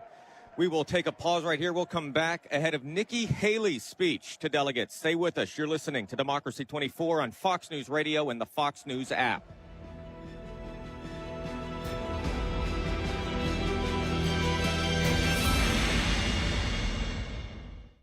Everyone always asks me, what were your top reasons for choosing Advanced Hair? Well, allow me to share, along with some details on, get this, their once-a-year summer savings event. Okay, first off, Advanced Hair stands by the results, and I'm living proof those results are second to none. With Advanced Hair, your own natural hair is guaranteed to grow. Secondly, Advanced Hair combines top-rated physicians with modern technology, creating a concierge quality experience that blew away my expectations. And lastly, Advanced Hair's Advanced FUE begins regrowing your own natural hair the very next day. It is quick, simple, and easy. Now, if you have a flexible schedule this summer and you've been waiting for that special savings opportunity, well, it's here. Advanced Hair's Summer Savings Event will get you the most hair for your dollar. It's their best offer ever. For details to schedule your free consultation, call 425-449-8185. One-day treatment, life-changing results. Your new hair is guaranteed to grow. Before and after pictures at advancedhair.com. AM 770 KTTH is here for you. Be a part of the conversation. Imagine how bad it must be as a parent, be in a position where you can't publicly state any kind of disagreement with a teacher without fear of that teacher's wrath. Keep yourself informed through our social media. The president and his administration, his policies, I think that they have led in some ways indirectly to a lot of chaos, instability. Follow AM 770 KTTH on X, formerly known as Twitter. This is AM 770 KTTH. Summer is here, and now's the time to break through those weight loss frustrations. Hey, it's Dr. Coogan with Eastside Weight Loss Clinic, and we have a proven system that can help you lose weight and get healthy. No drugs, no side effects, no calorie counting, no exercise. Just teaching you the simple steps to become a fat-burning machine and keep it off long term. Remove the stress of trying to do this on your own and picture being down 20 to 30 pounds in just 60 days with our help. At Eastside Weight Loss Clinic, we know the secret for fast and lasting weight loss using real healthy foods and lifestyle changes. Schedule your free consultation online at eastsideweightlossclinic.com. Hey, it's Jason Rantz with Eastside Weight Loss Clinic. You actually get to eat real food, not something you have to rehydrate, microwave, and hope is edible. Eastside Weight Loss Clinic makes this program enjoyable, and you'll lose weight. Our program has successfully helped thousands of people lose up to 10 to 20% of their body weight in 60 days. You can start our program in person in Kirkland or virtually from anywhere you live. Schedule your free phone consultation today by calling 425-588-0080 or eastsideweightlossclinic.com. Dr. Ryan Coogan, D.C. Results may vary. Is it time to get your home sold? Hi, Nick Southard here, founding broker of Upgrade Realty and lifelong Seattleite. Selling hundreds of homes around the Sound for over 25 years has taught me presentation is everything, and luxuriously marketing homes is my obsession. Picture amazing photography, designer staging, massive online exposure, and so much more. I even have contractors to prepare your home for sale. List with me and you'll attract tons of buyers, sell fast at top dollar, and save thousands in fees. Because Upgrade Realty will sell your home for just 1% listing commission. You'll net way more money with luxurious marketing and unrivaled service for 1%. To learn more and schedule a consultation with me, go to upgraderealty.com. Upgrade your listing for 1%. upgraderealty.com. Many homes throughout our area lack proper insulation in their attic and crawl space. Hi, this is Colin from Puget Sound Energy. At PSE, we want every home to be energy efficient, so we partnered with PSE recommended energy professionals like Crawl Pros to properly insulate attics and crawl spaces and bring them up to today's energy efficiency standards. If your home was built before 1990, you may be eligible for PSE rebates that cover up to 95% of your cost. Here's Richard Herron, the owner of Crawl Pros, for more information on how you can take advantage of these terrific rebates. Thanks, Colin. These truly are the most aggressive utility rebates we've seen since Crawl Pros started working with PSE over a decade ago. Don't miss this opportunity to have PSE cover a large portion of your attic or crawl space insulation job. To take advantage of these programs, schedule your free estimate at crawlpros.com. We'll walk you through the rebate program your home qualifies for and get your attic or crawl space project scheduled immediately. That's crawlpros.com. For most people, retirement's a journey that's only taken once in a lifetime. You can't afford to make a mistake that could jeopardize your quality of life in retirement. That's where Brian Evans of Madrona Financial and CPAs comes in. As both a financial advisor and CPA, Brian has the knowledge and tools to talk sound financial planning and taxes. And Brian shares a strategy every week in his show, Growing Your Wealth. For straight talk and honest answers, join Brian for Growing Your Wealth, Saturday mornings at 7 here on AM 770 KTTH. Take AM 770 KTTH on the go with the KTTH smartphone app. Text app to 800-465-8770 for a link to download. Now, back to the Pfizer Forum in Milwaukee for Democracy 24 coverage of the Republican National Convention. Here's Jared Halpern. Welcome back. The second night of the Republican National Convention high above the Pfizer Forum in Milwaukee. Jared Halpern alongside Jessica Rosenthal, Josh Crossauer, Kristen Goodwin doing the floor reporting for us here on a night that has been focused largely on crime, on illegal immigration, drugs, and fentanyl. Certainly all themes that were hit on strongly as we were going to break by Texas Senator Ted Cruz. I couldn't help but think where Ted Cruz was around this time 8 years ago, where he was famous for not endorsing vote your conscience. Donald Trump is what he told Republican delegates in 2016. Right, and now a very enthusiastic endorsement of the former president in a speech that was very one-note speech on immigration, border security, telling everyone here in this room to remember the victims of illegal immigrants who committed violent crimes, killed people. It was a very red meat speech. It reminds us that immigration is one of the top, if not the top issue for Republican voters right now. And not just for Republican voters. I'm curious, sort of, as you have looked at the data, where, we've talked a lot about Republicans and sort of what's been happening in the suburbs and kind of this flop or flip of kind of where we kind of put voters, right? When you think about independents, when you think about those folks in the suburbs, when you think about folks that maybe live in the bigger cities, where is that ranking for kind of the partisans that make up our electorate? Well, there was a time when immigration was a base issue, that the only voters who really prioritized it as a top issue were conservatives.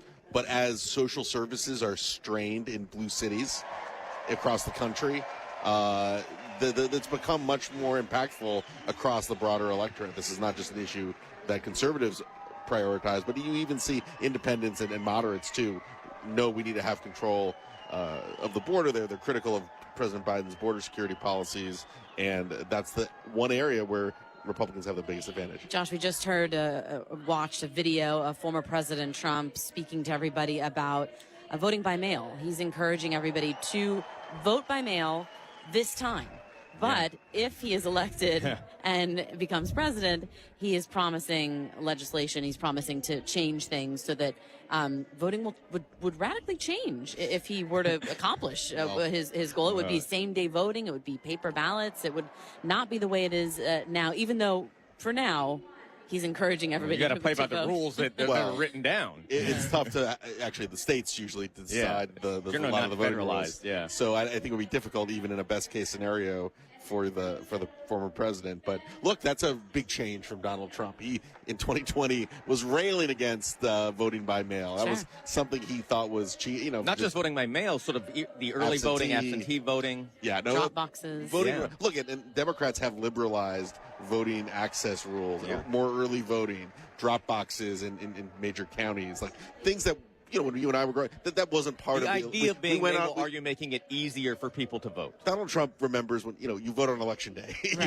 you go on a Tuesday in November, you cast your ballot. Now you have weeks in some states of early voting. You have drop boxes. He's now adjusting to the new reality of how many Americans vote in their respective states. Josh, I want to ask you also, because while we wait, because we're about to hear from Nikki Haley, but before we do, there was some discussion earlier about migrant crime, right? The women who've been killed, who've been murdered, and there was some, I don't know if the word is mockery of Republican or GOP folks fear-mongering over it and making it seem like it's more pervasive or prevalent than it is. But at the end of the day, we have young women who've been murdered by people who should not have been here. And I wonder how that, when the other side says, "Oh, you're just fear-mongering about it," how does that affect people? Well, look, the Cruz speech combined the issue of border security and crime. Right. Those are the two themes of tonight's program.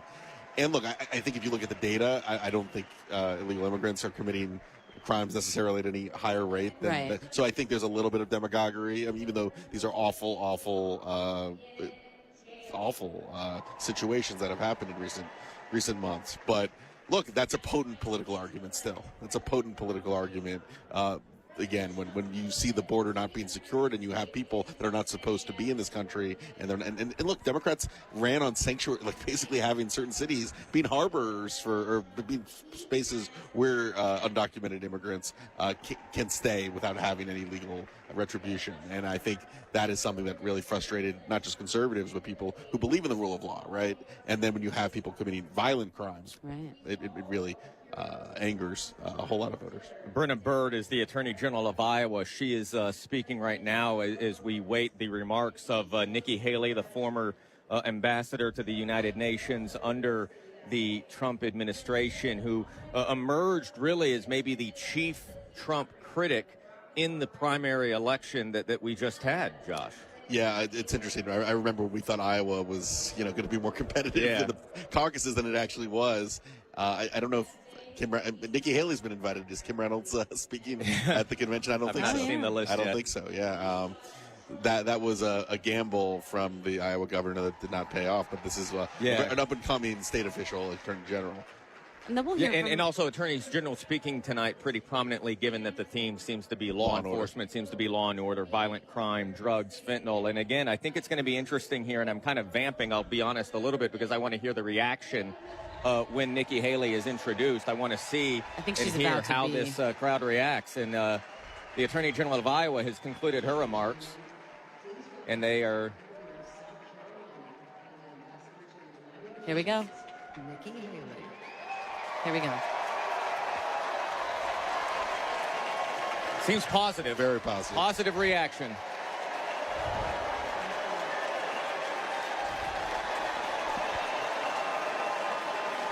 Couple of boos, I hear. But largely positive. President Trump clapping in his box, by the way, next to J.D. Vance, who is also offering his applause. And they stood for her as well. President Trump asked me to speak to this convention in the name of unity.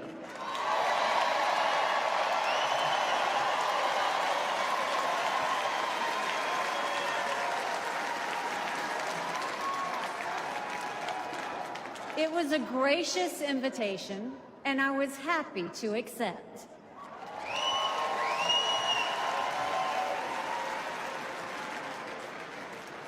I'll start by making one thing perfectly clear. Donald Trump has my strong endorsement, period.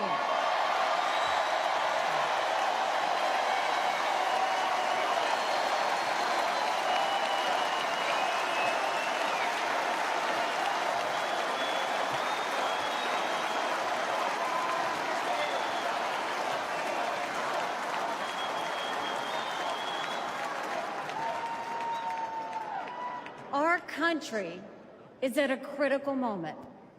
We have a choice to make.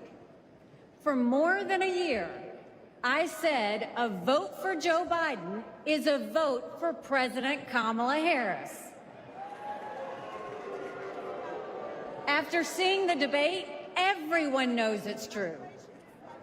If we have 4 more years of Biden or a single day of Harris, our country will be badly worse off. For the sake of our nation, we have to go with Donald Trump.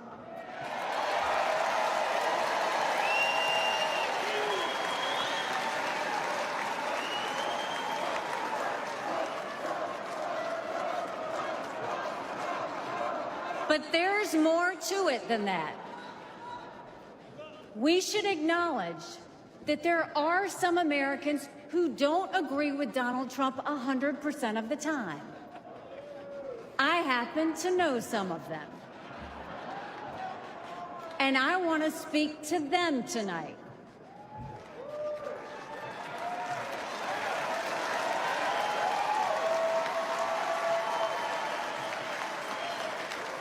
My message to them is simple. You don't have to agree with Trump 100% of the time to vote for him.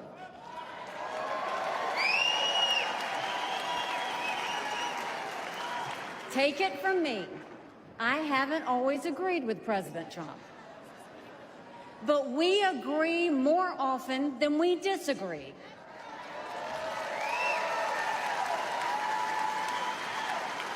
We agree on keeping America strong. We agree on keeping America safe. And we agree that Democrats have moved so far to the left that they're putting our freedoms in danger. I'm here tonight because we have a country to save. And a unified Republican Party is essential for saving her.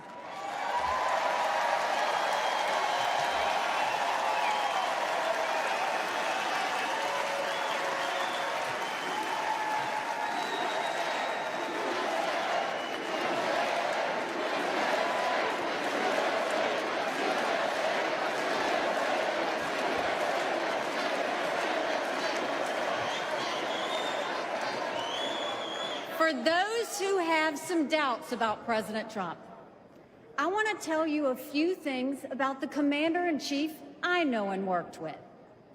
As ambassador to the United Nations, I had a front row seat to his national security policies. We sure could use those again.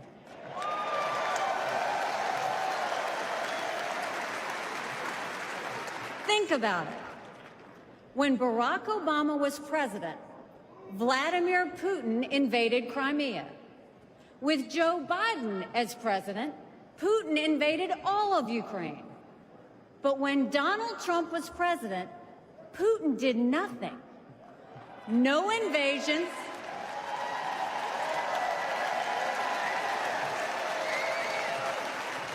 No invasions, no wars. That was no accident. Putin didn't attack Ukraine because he knew Donald Trump was tough. A strong president doesn't start wars. A strong president prevents wars.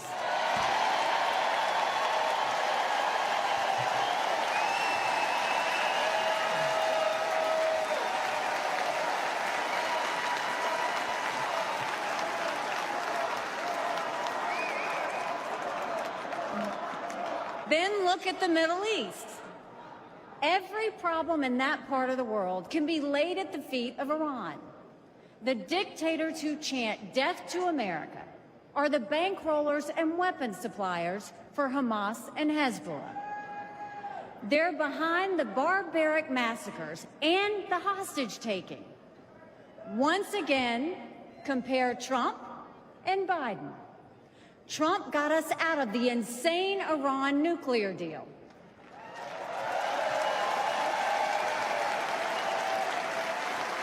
He imposed the toughest sanctions ever on Iran.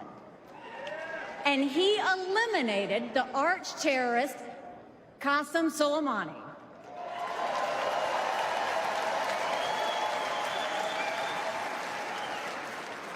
Iran was too weak to start any wars. They knew Trump meant business, and they were afraid. And then there's Joe Biden. He lifted the sanctions. He begged them to get back into the nuclear deal. He surrendered in Afghanistan. He sent every possible sign of weakness. Even now, while Hamas is still holding Americans hostage, Biden is pressuring Israel instead of the terrorists.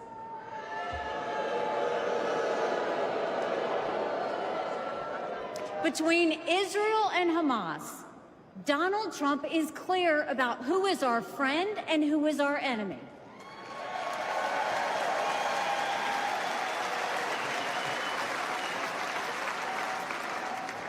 Then look at the border.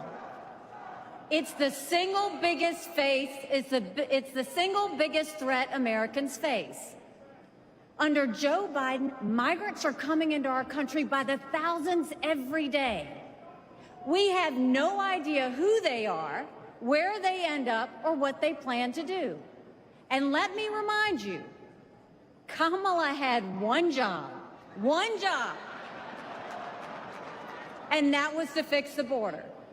Now imagine her in charge of the entire country.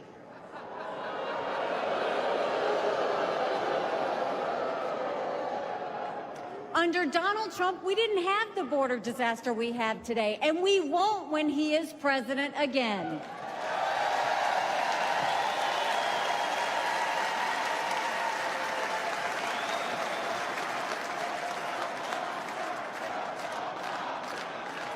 I was proud to serve America in President Trump's cabinet, and I'll tell you something you won't hear from the critics. He appreciated advice and input. Americans were well served by his presidency, even if they didn't agree with him on all things. Now, to my fellow Republicans, we must not only be a unified party, we must also expand our party.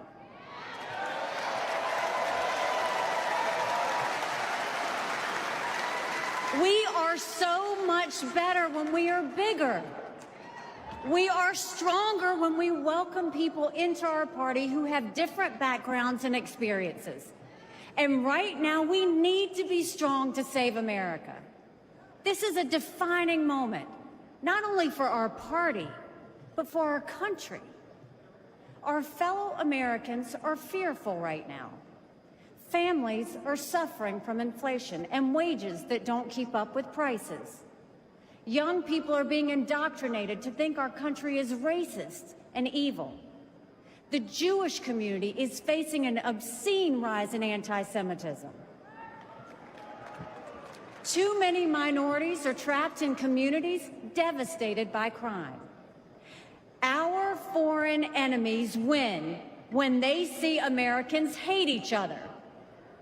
They see that today, whether it's on college campuses or in a field in Butler, Pennsylvania.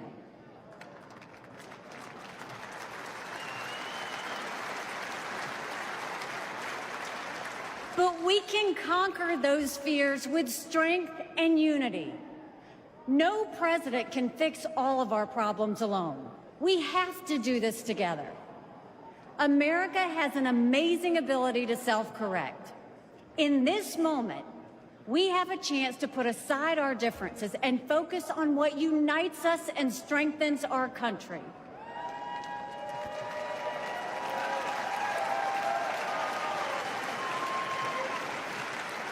Let us join together as a party. Let us come together as a people, as one country, strong and proud. Let us show our children and the world that even on our worst day, we are blessed to live in America. God bless you. Thank you. God bless the United States of America. That is former United Nations Ambassador Nikki Haley. And now, a really enthusiastic response from the crowd of delegates and from one former challenger to another. Florida Governor Ron DeSantis now taking the convention stage.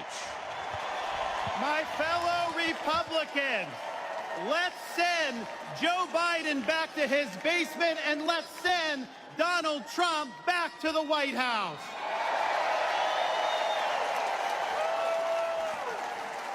Life was more affordable when Donald Trump was president. Our border was safer under the Trump administration, and our country was respected when Donald Trump was our commander-in-chief.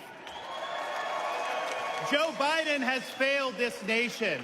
As a veteran, I was appalled when 13 of our service members were killed in Afghanistan due to Joe Biden's dereliction of duty.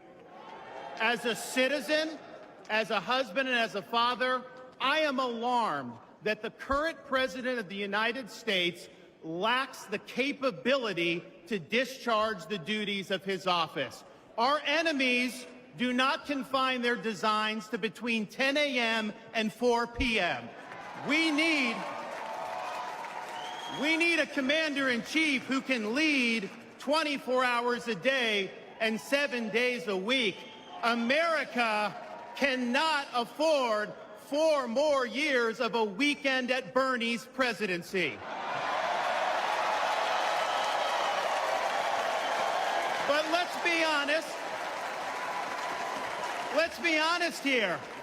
Biden is just a figurehead. He's a tool for imposing a leftist agenda on the American people. They support open borders, allowing millions and millions of illegal aliens to pour into our country and to burden our communities, but just don't send any to Martha's Vineyard, then they get really upset.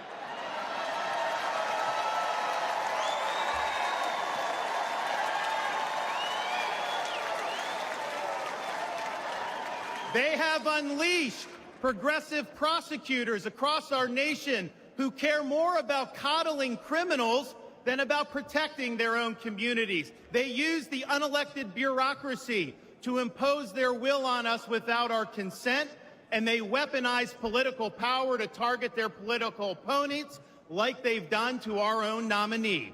They want to ban gas automobiles, eliminate Second Amendment rights, and impose gender ideology on everyone from our infantrymen to kindergartners. They stand for DEI, which really means division, exclusion, and indoctrination, and it is wrong.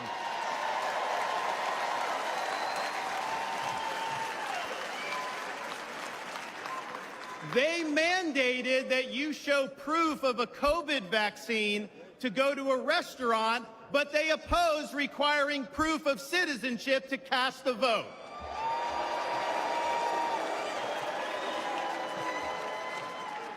They can't even define what a woman is. Now, Donald Trump stands in their way, and he stands up for America. Donald Trump has been demonized. He's been sued. He's been prosecuted, and he nearly lost his life. We cannot let him down, and we cannot let America down.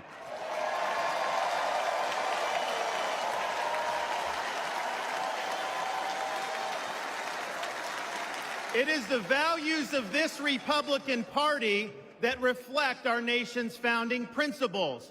We believe schools should educate, not indoctrinate. We stand for parents' rights, including universal school choice. We support law and order, not rioting and disorder. We seek a strong, focused United States military, not one distracted by a social agenda. We reject entrenched political class, and we demand term limits for members of Congress.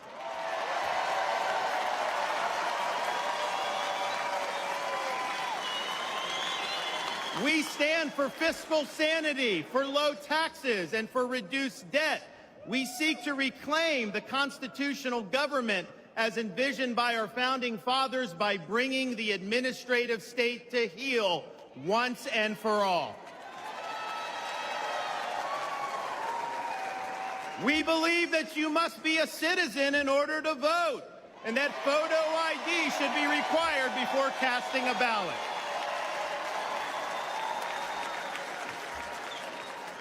We stand for strong borders and believe that our nation must have a shared civic culture, and we oppose any immigration that stands apart or in contrast to our American values.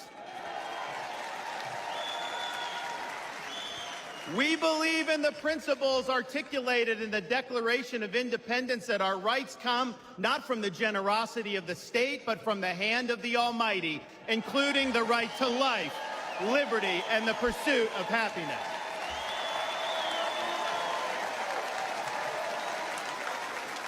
Now, none of this is easy, but it can be done.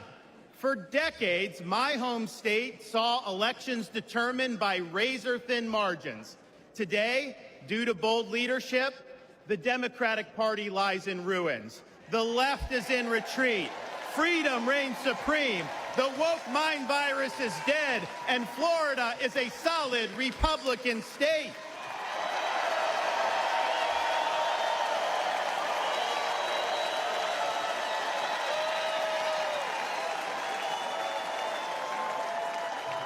Now, electing Donald Trump gives us the chance to do this all across America.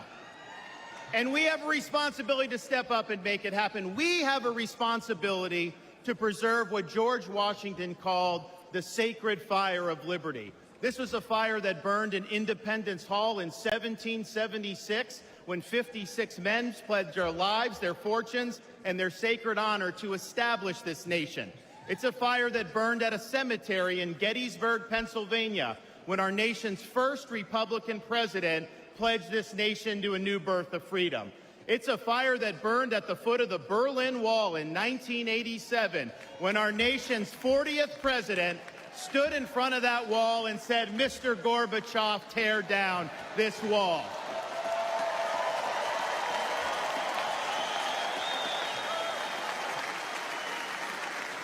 This is not a responsibility we should fear. It's a responsibility we should welcome. After all, if not us, who? And if not now, when? Let's make the 45th President of the United States the 47th President of the United States.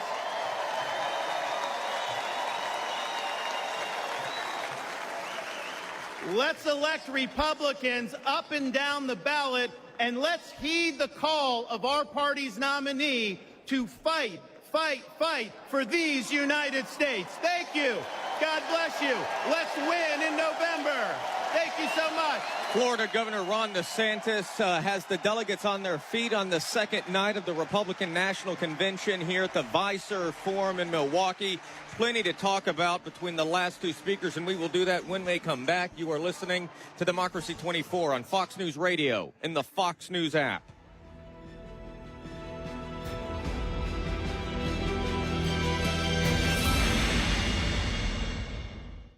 Homeowners, stop what you're doing right now and listen up, because Puget Sound Energy has new rebates that have never been this high.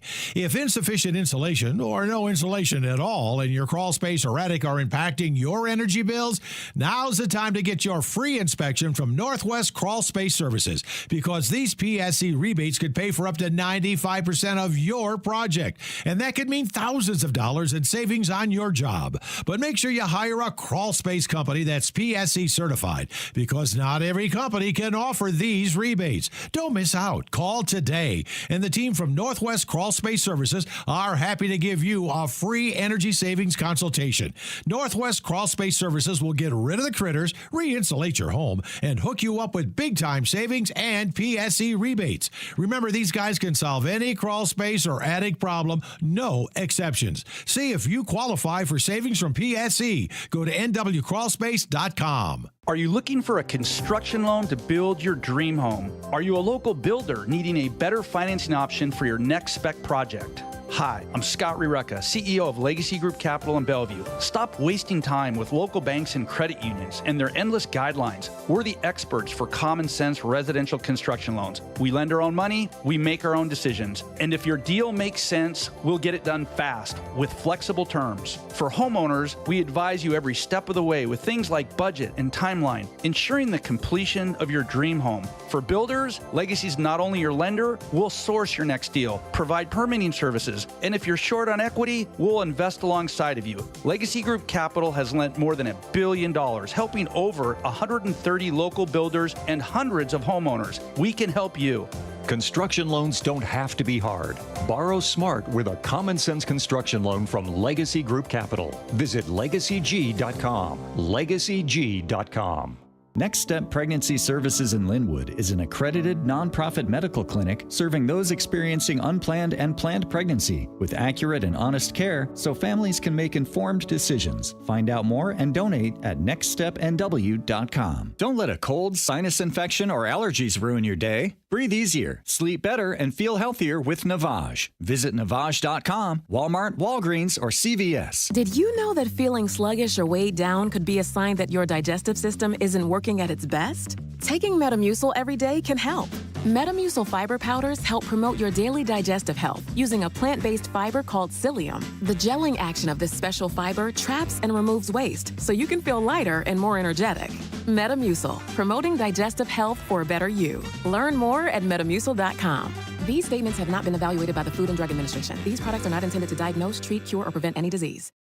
Sometimes I struggle to get to sleep.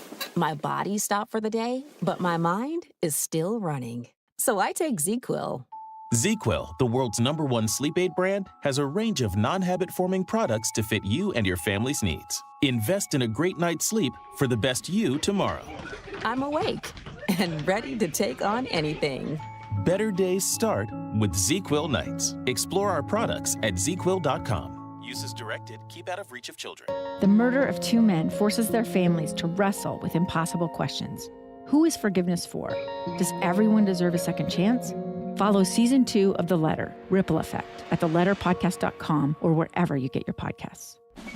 Hello, my name is Alan Acosta with A Hero's Promise. I want to tell you about our friends at Let Freedom Ring in Lacey. They are dedicated to helping law-abiding citizens exercise their right to bear arms. Whether you're a veteran or a first-time buyer, the friendly and knowledgeable staff will assist you every step of the way. With quality products and services at reasonable prices, let Freedom Ring in Lacey your Patriot headquarters. Whether in person, phone, or email, let freedomringllc.com for contact info.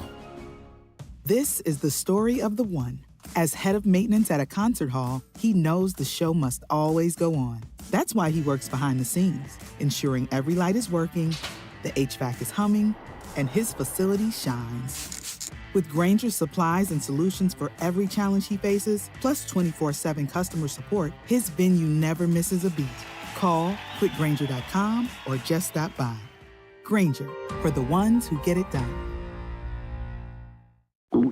Oh no, stomach issues again? Stomach issues? Who are you? Your pancreas. I could be the real reason for your diarrhea, gas, bloating, stomach pain, or loose oily stools. I thought it was my stomach. People often do, but any of these symptoms could mean having a condition called exocrine pancreatic insufficiency, or EPI. With EPI, the pancreas doesn't release enough enzymes to break down food, but EPI is manageable. Use the symptom checker on identifyepi.com and speak with your doctor. That's identifyepi.com. Sponsored by AbbVie. Trump has his VP pick. Who is it? What does it do to the ticket? How does it impact the race? We'll have all the analysis live starting at 3 p.m. on the Jason Rantz Show. Skeptic of Trump, the most high-profile skeptic of Trump, an enthusiastic and effective, frankly, endorsement directed at those voters that are not super excited about Donald Trump. She said that she knows a few. And that was my question, Josh. The proof is in the votes, right? She's positioning herself as this bridge to the moderate, to the Republican who feels not with former President Trump. Did she make the case? The line of her speech, you don't have to agree with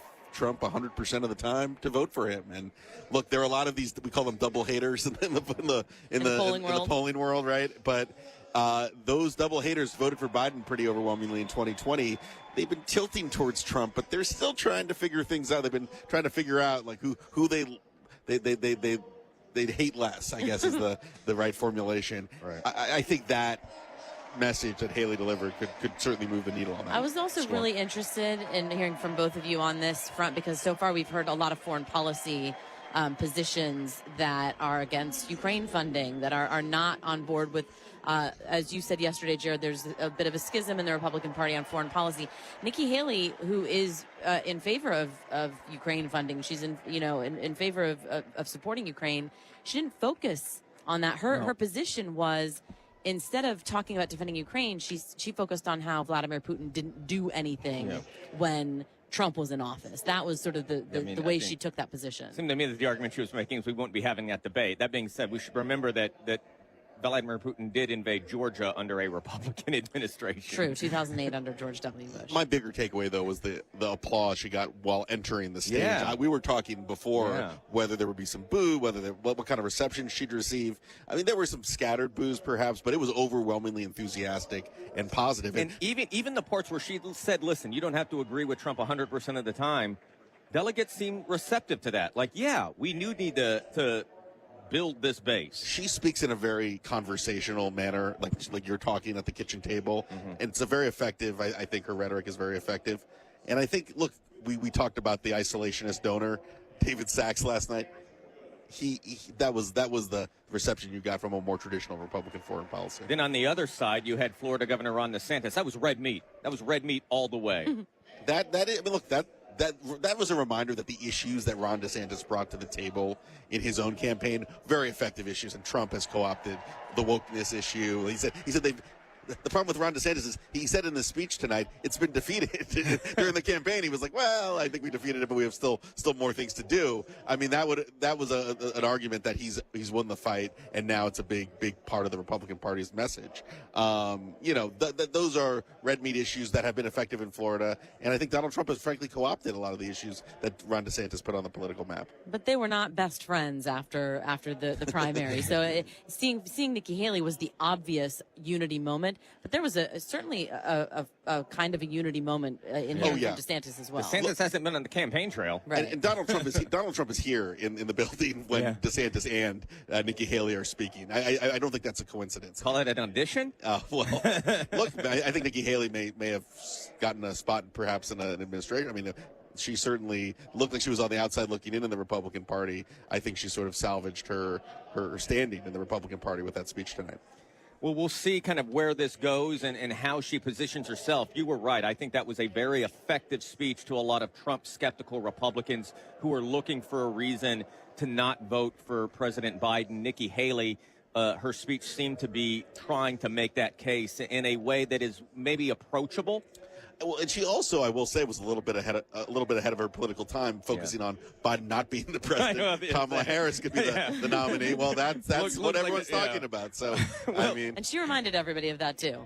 We have a lot more to talk about. We're also going to hear from Arkansas Governor Sarah Huckabee Sanders, as well as Ben Carson, Marco Rubio. When we return, stay with us. You're listening to Democracy 24 on Fox News Radio and the Fox News app.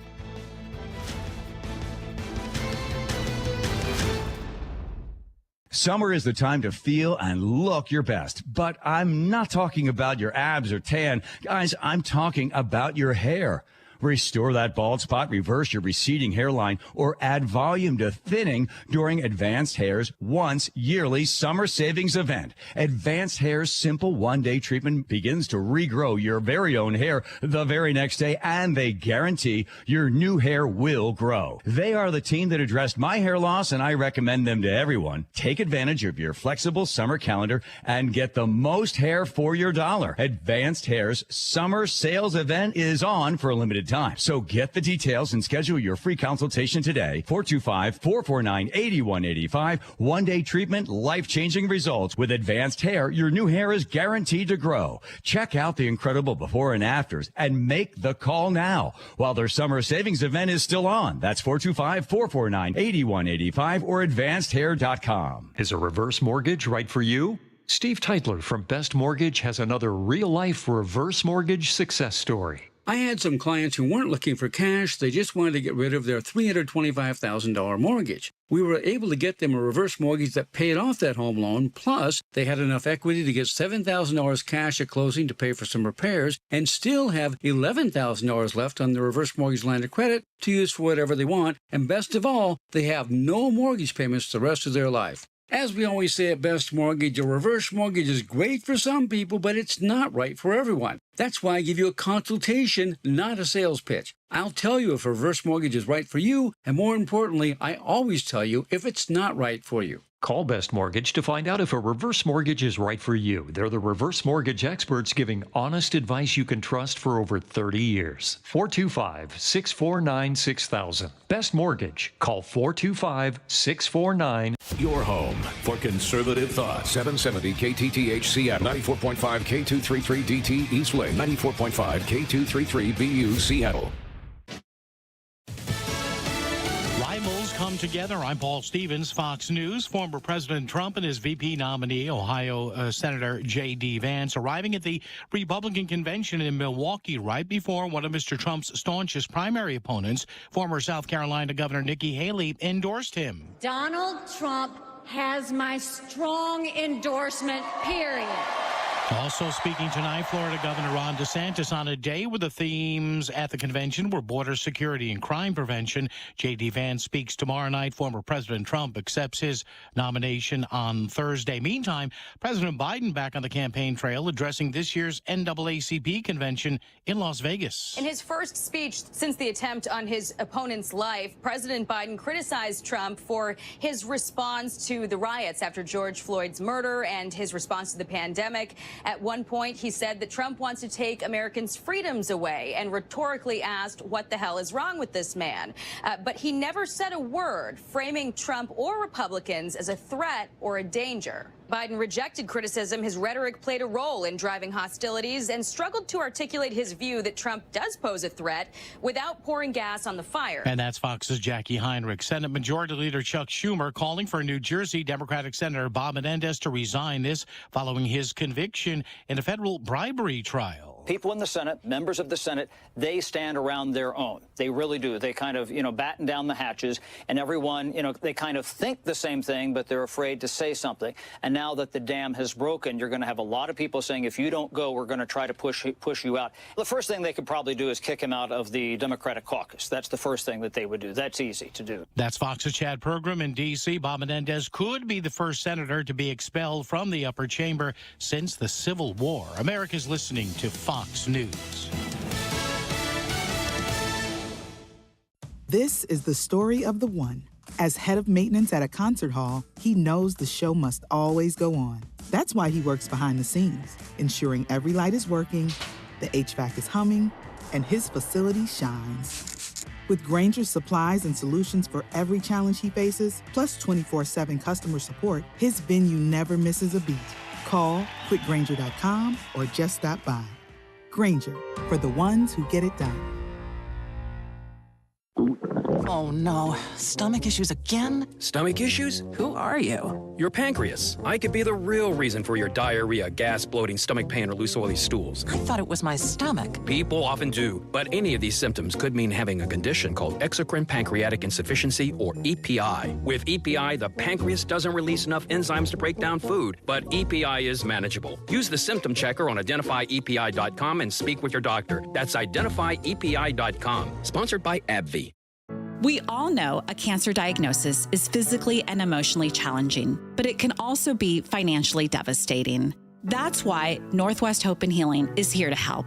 I'm Dr. Suzette Miranda, a plastic surgeon who is proud to be part of Northwest Hope and Healing's mission. We provide a lifeline for breast and gynecologic cancer patients by covering essentials like food, utilities, and childcare, so patients can focus on healing. Since the year 2000, Northwest Hope and Healing has distributed over $2.5 million to thousands of local cancer patients. And you can help us make an even greater impact. Mark your calendar for Life in Color, a summer brunch, auction, and fashion show on August 18th at the Golf Club at Newcastle. It'll be an unforgettable afternoon of hope and inspiration, celebrating local cancer survivors. Get your tickets now for Life in Color on August 18th. Go to nwhopeandhealing.org to learn more. That's nwhopeandhealing.org. The light is fading, your hands are sore, and the last tool has been put away. Now is the time to feel the satisfaction that comes with a job well done. But when you get your tools from Harbor Freight, something about the job feels a little different. Your wallet. Because we believe that everyone deserves hardworking tools at hardworking prices. And that's what we have here. So, whatever you do it for less at Harbor Freight. Your gas light's on. We need to fill up. Gas around here is too expensive. Don't drive all over searching for the lowest prices. Just download the free Upside app and get cash back for every gallon of gas you buy. I've already made around $200. You can make that kind of cash back just for buying gas? I'm stopping now to download Upside and fill up my tank. Download the free Upside app to earn real cash back every time you buy gas. Cash out anytime to your bank account, PayPal, or e-gift card. Download the free Upside app now and use promo code GIFT for an extra 25 cents per gallon cash back on your first fill up. That's promo code GIFT. Hey, it's Jason Rantz. It's your chance to win a $500 gift card to Alpine Specialty Services. You've heard me talking about Alpine for years. 5-star reviews, elite customer service, and satisfied homeowners and business owners alike. Now is your chance to win and experience Alpine services on them. Have you been putting off getting those air ducts cleaned? Do your carpets need to be brought back to life? Head over to mynorthwest.com/win and enter to win. Need your deck, dock, or walkways power washed with Alpine's specialized heated water and steam power washing process? Or have you started to rethink those window AC units and you actually want HVAC installed in your home? Whatever Alpine service you need, now is your chance for a $500 Alpine gift card. Just enter at mynorthwest.com/win and you could be the lucky winner. Hurry, contest ends on July 21st. Alpine is Washington's #1 rated cleaning company. Over 10,000 5-star online reviews. Trust the ones that I trust. Trust the ones thousands of homeowners and business owners trust. Enter the contest today. mynorthwest.com/win. From Fox News, this is Democracy 24 coverage of the Republican National Convention. Now, live from the Pfizer Forum in Milwaukee, Wisconsin, your hosts, Jared Halpern and Jessica Rosenthal. We are in the final hour of the second night of the Republican National Convention, high above the Pfizer Forum here in Milwaukee. Jared Halpern alongside Jessica Rosenthal and Josh Crossauer. We want to take you to the convention floor. That's where we find Fox News Radio's Kristen Goodwin. Kristen, good evening.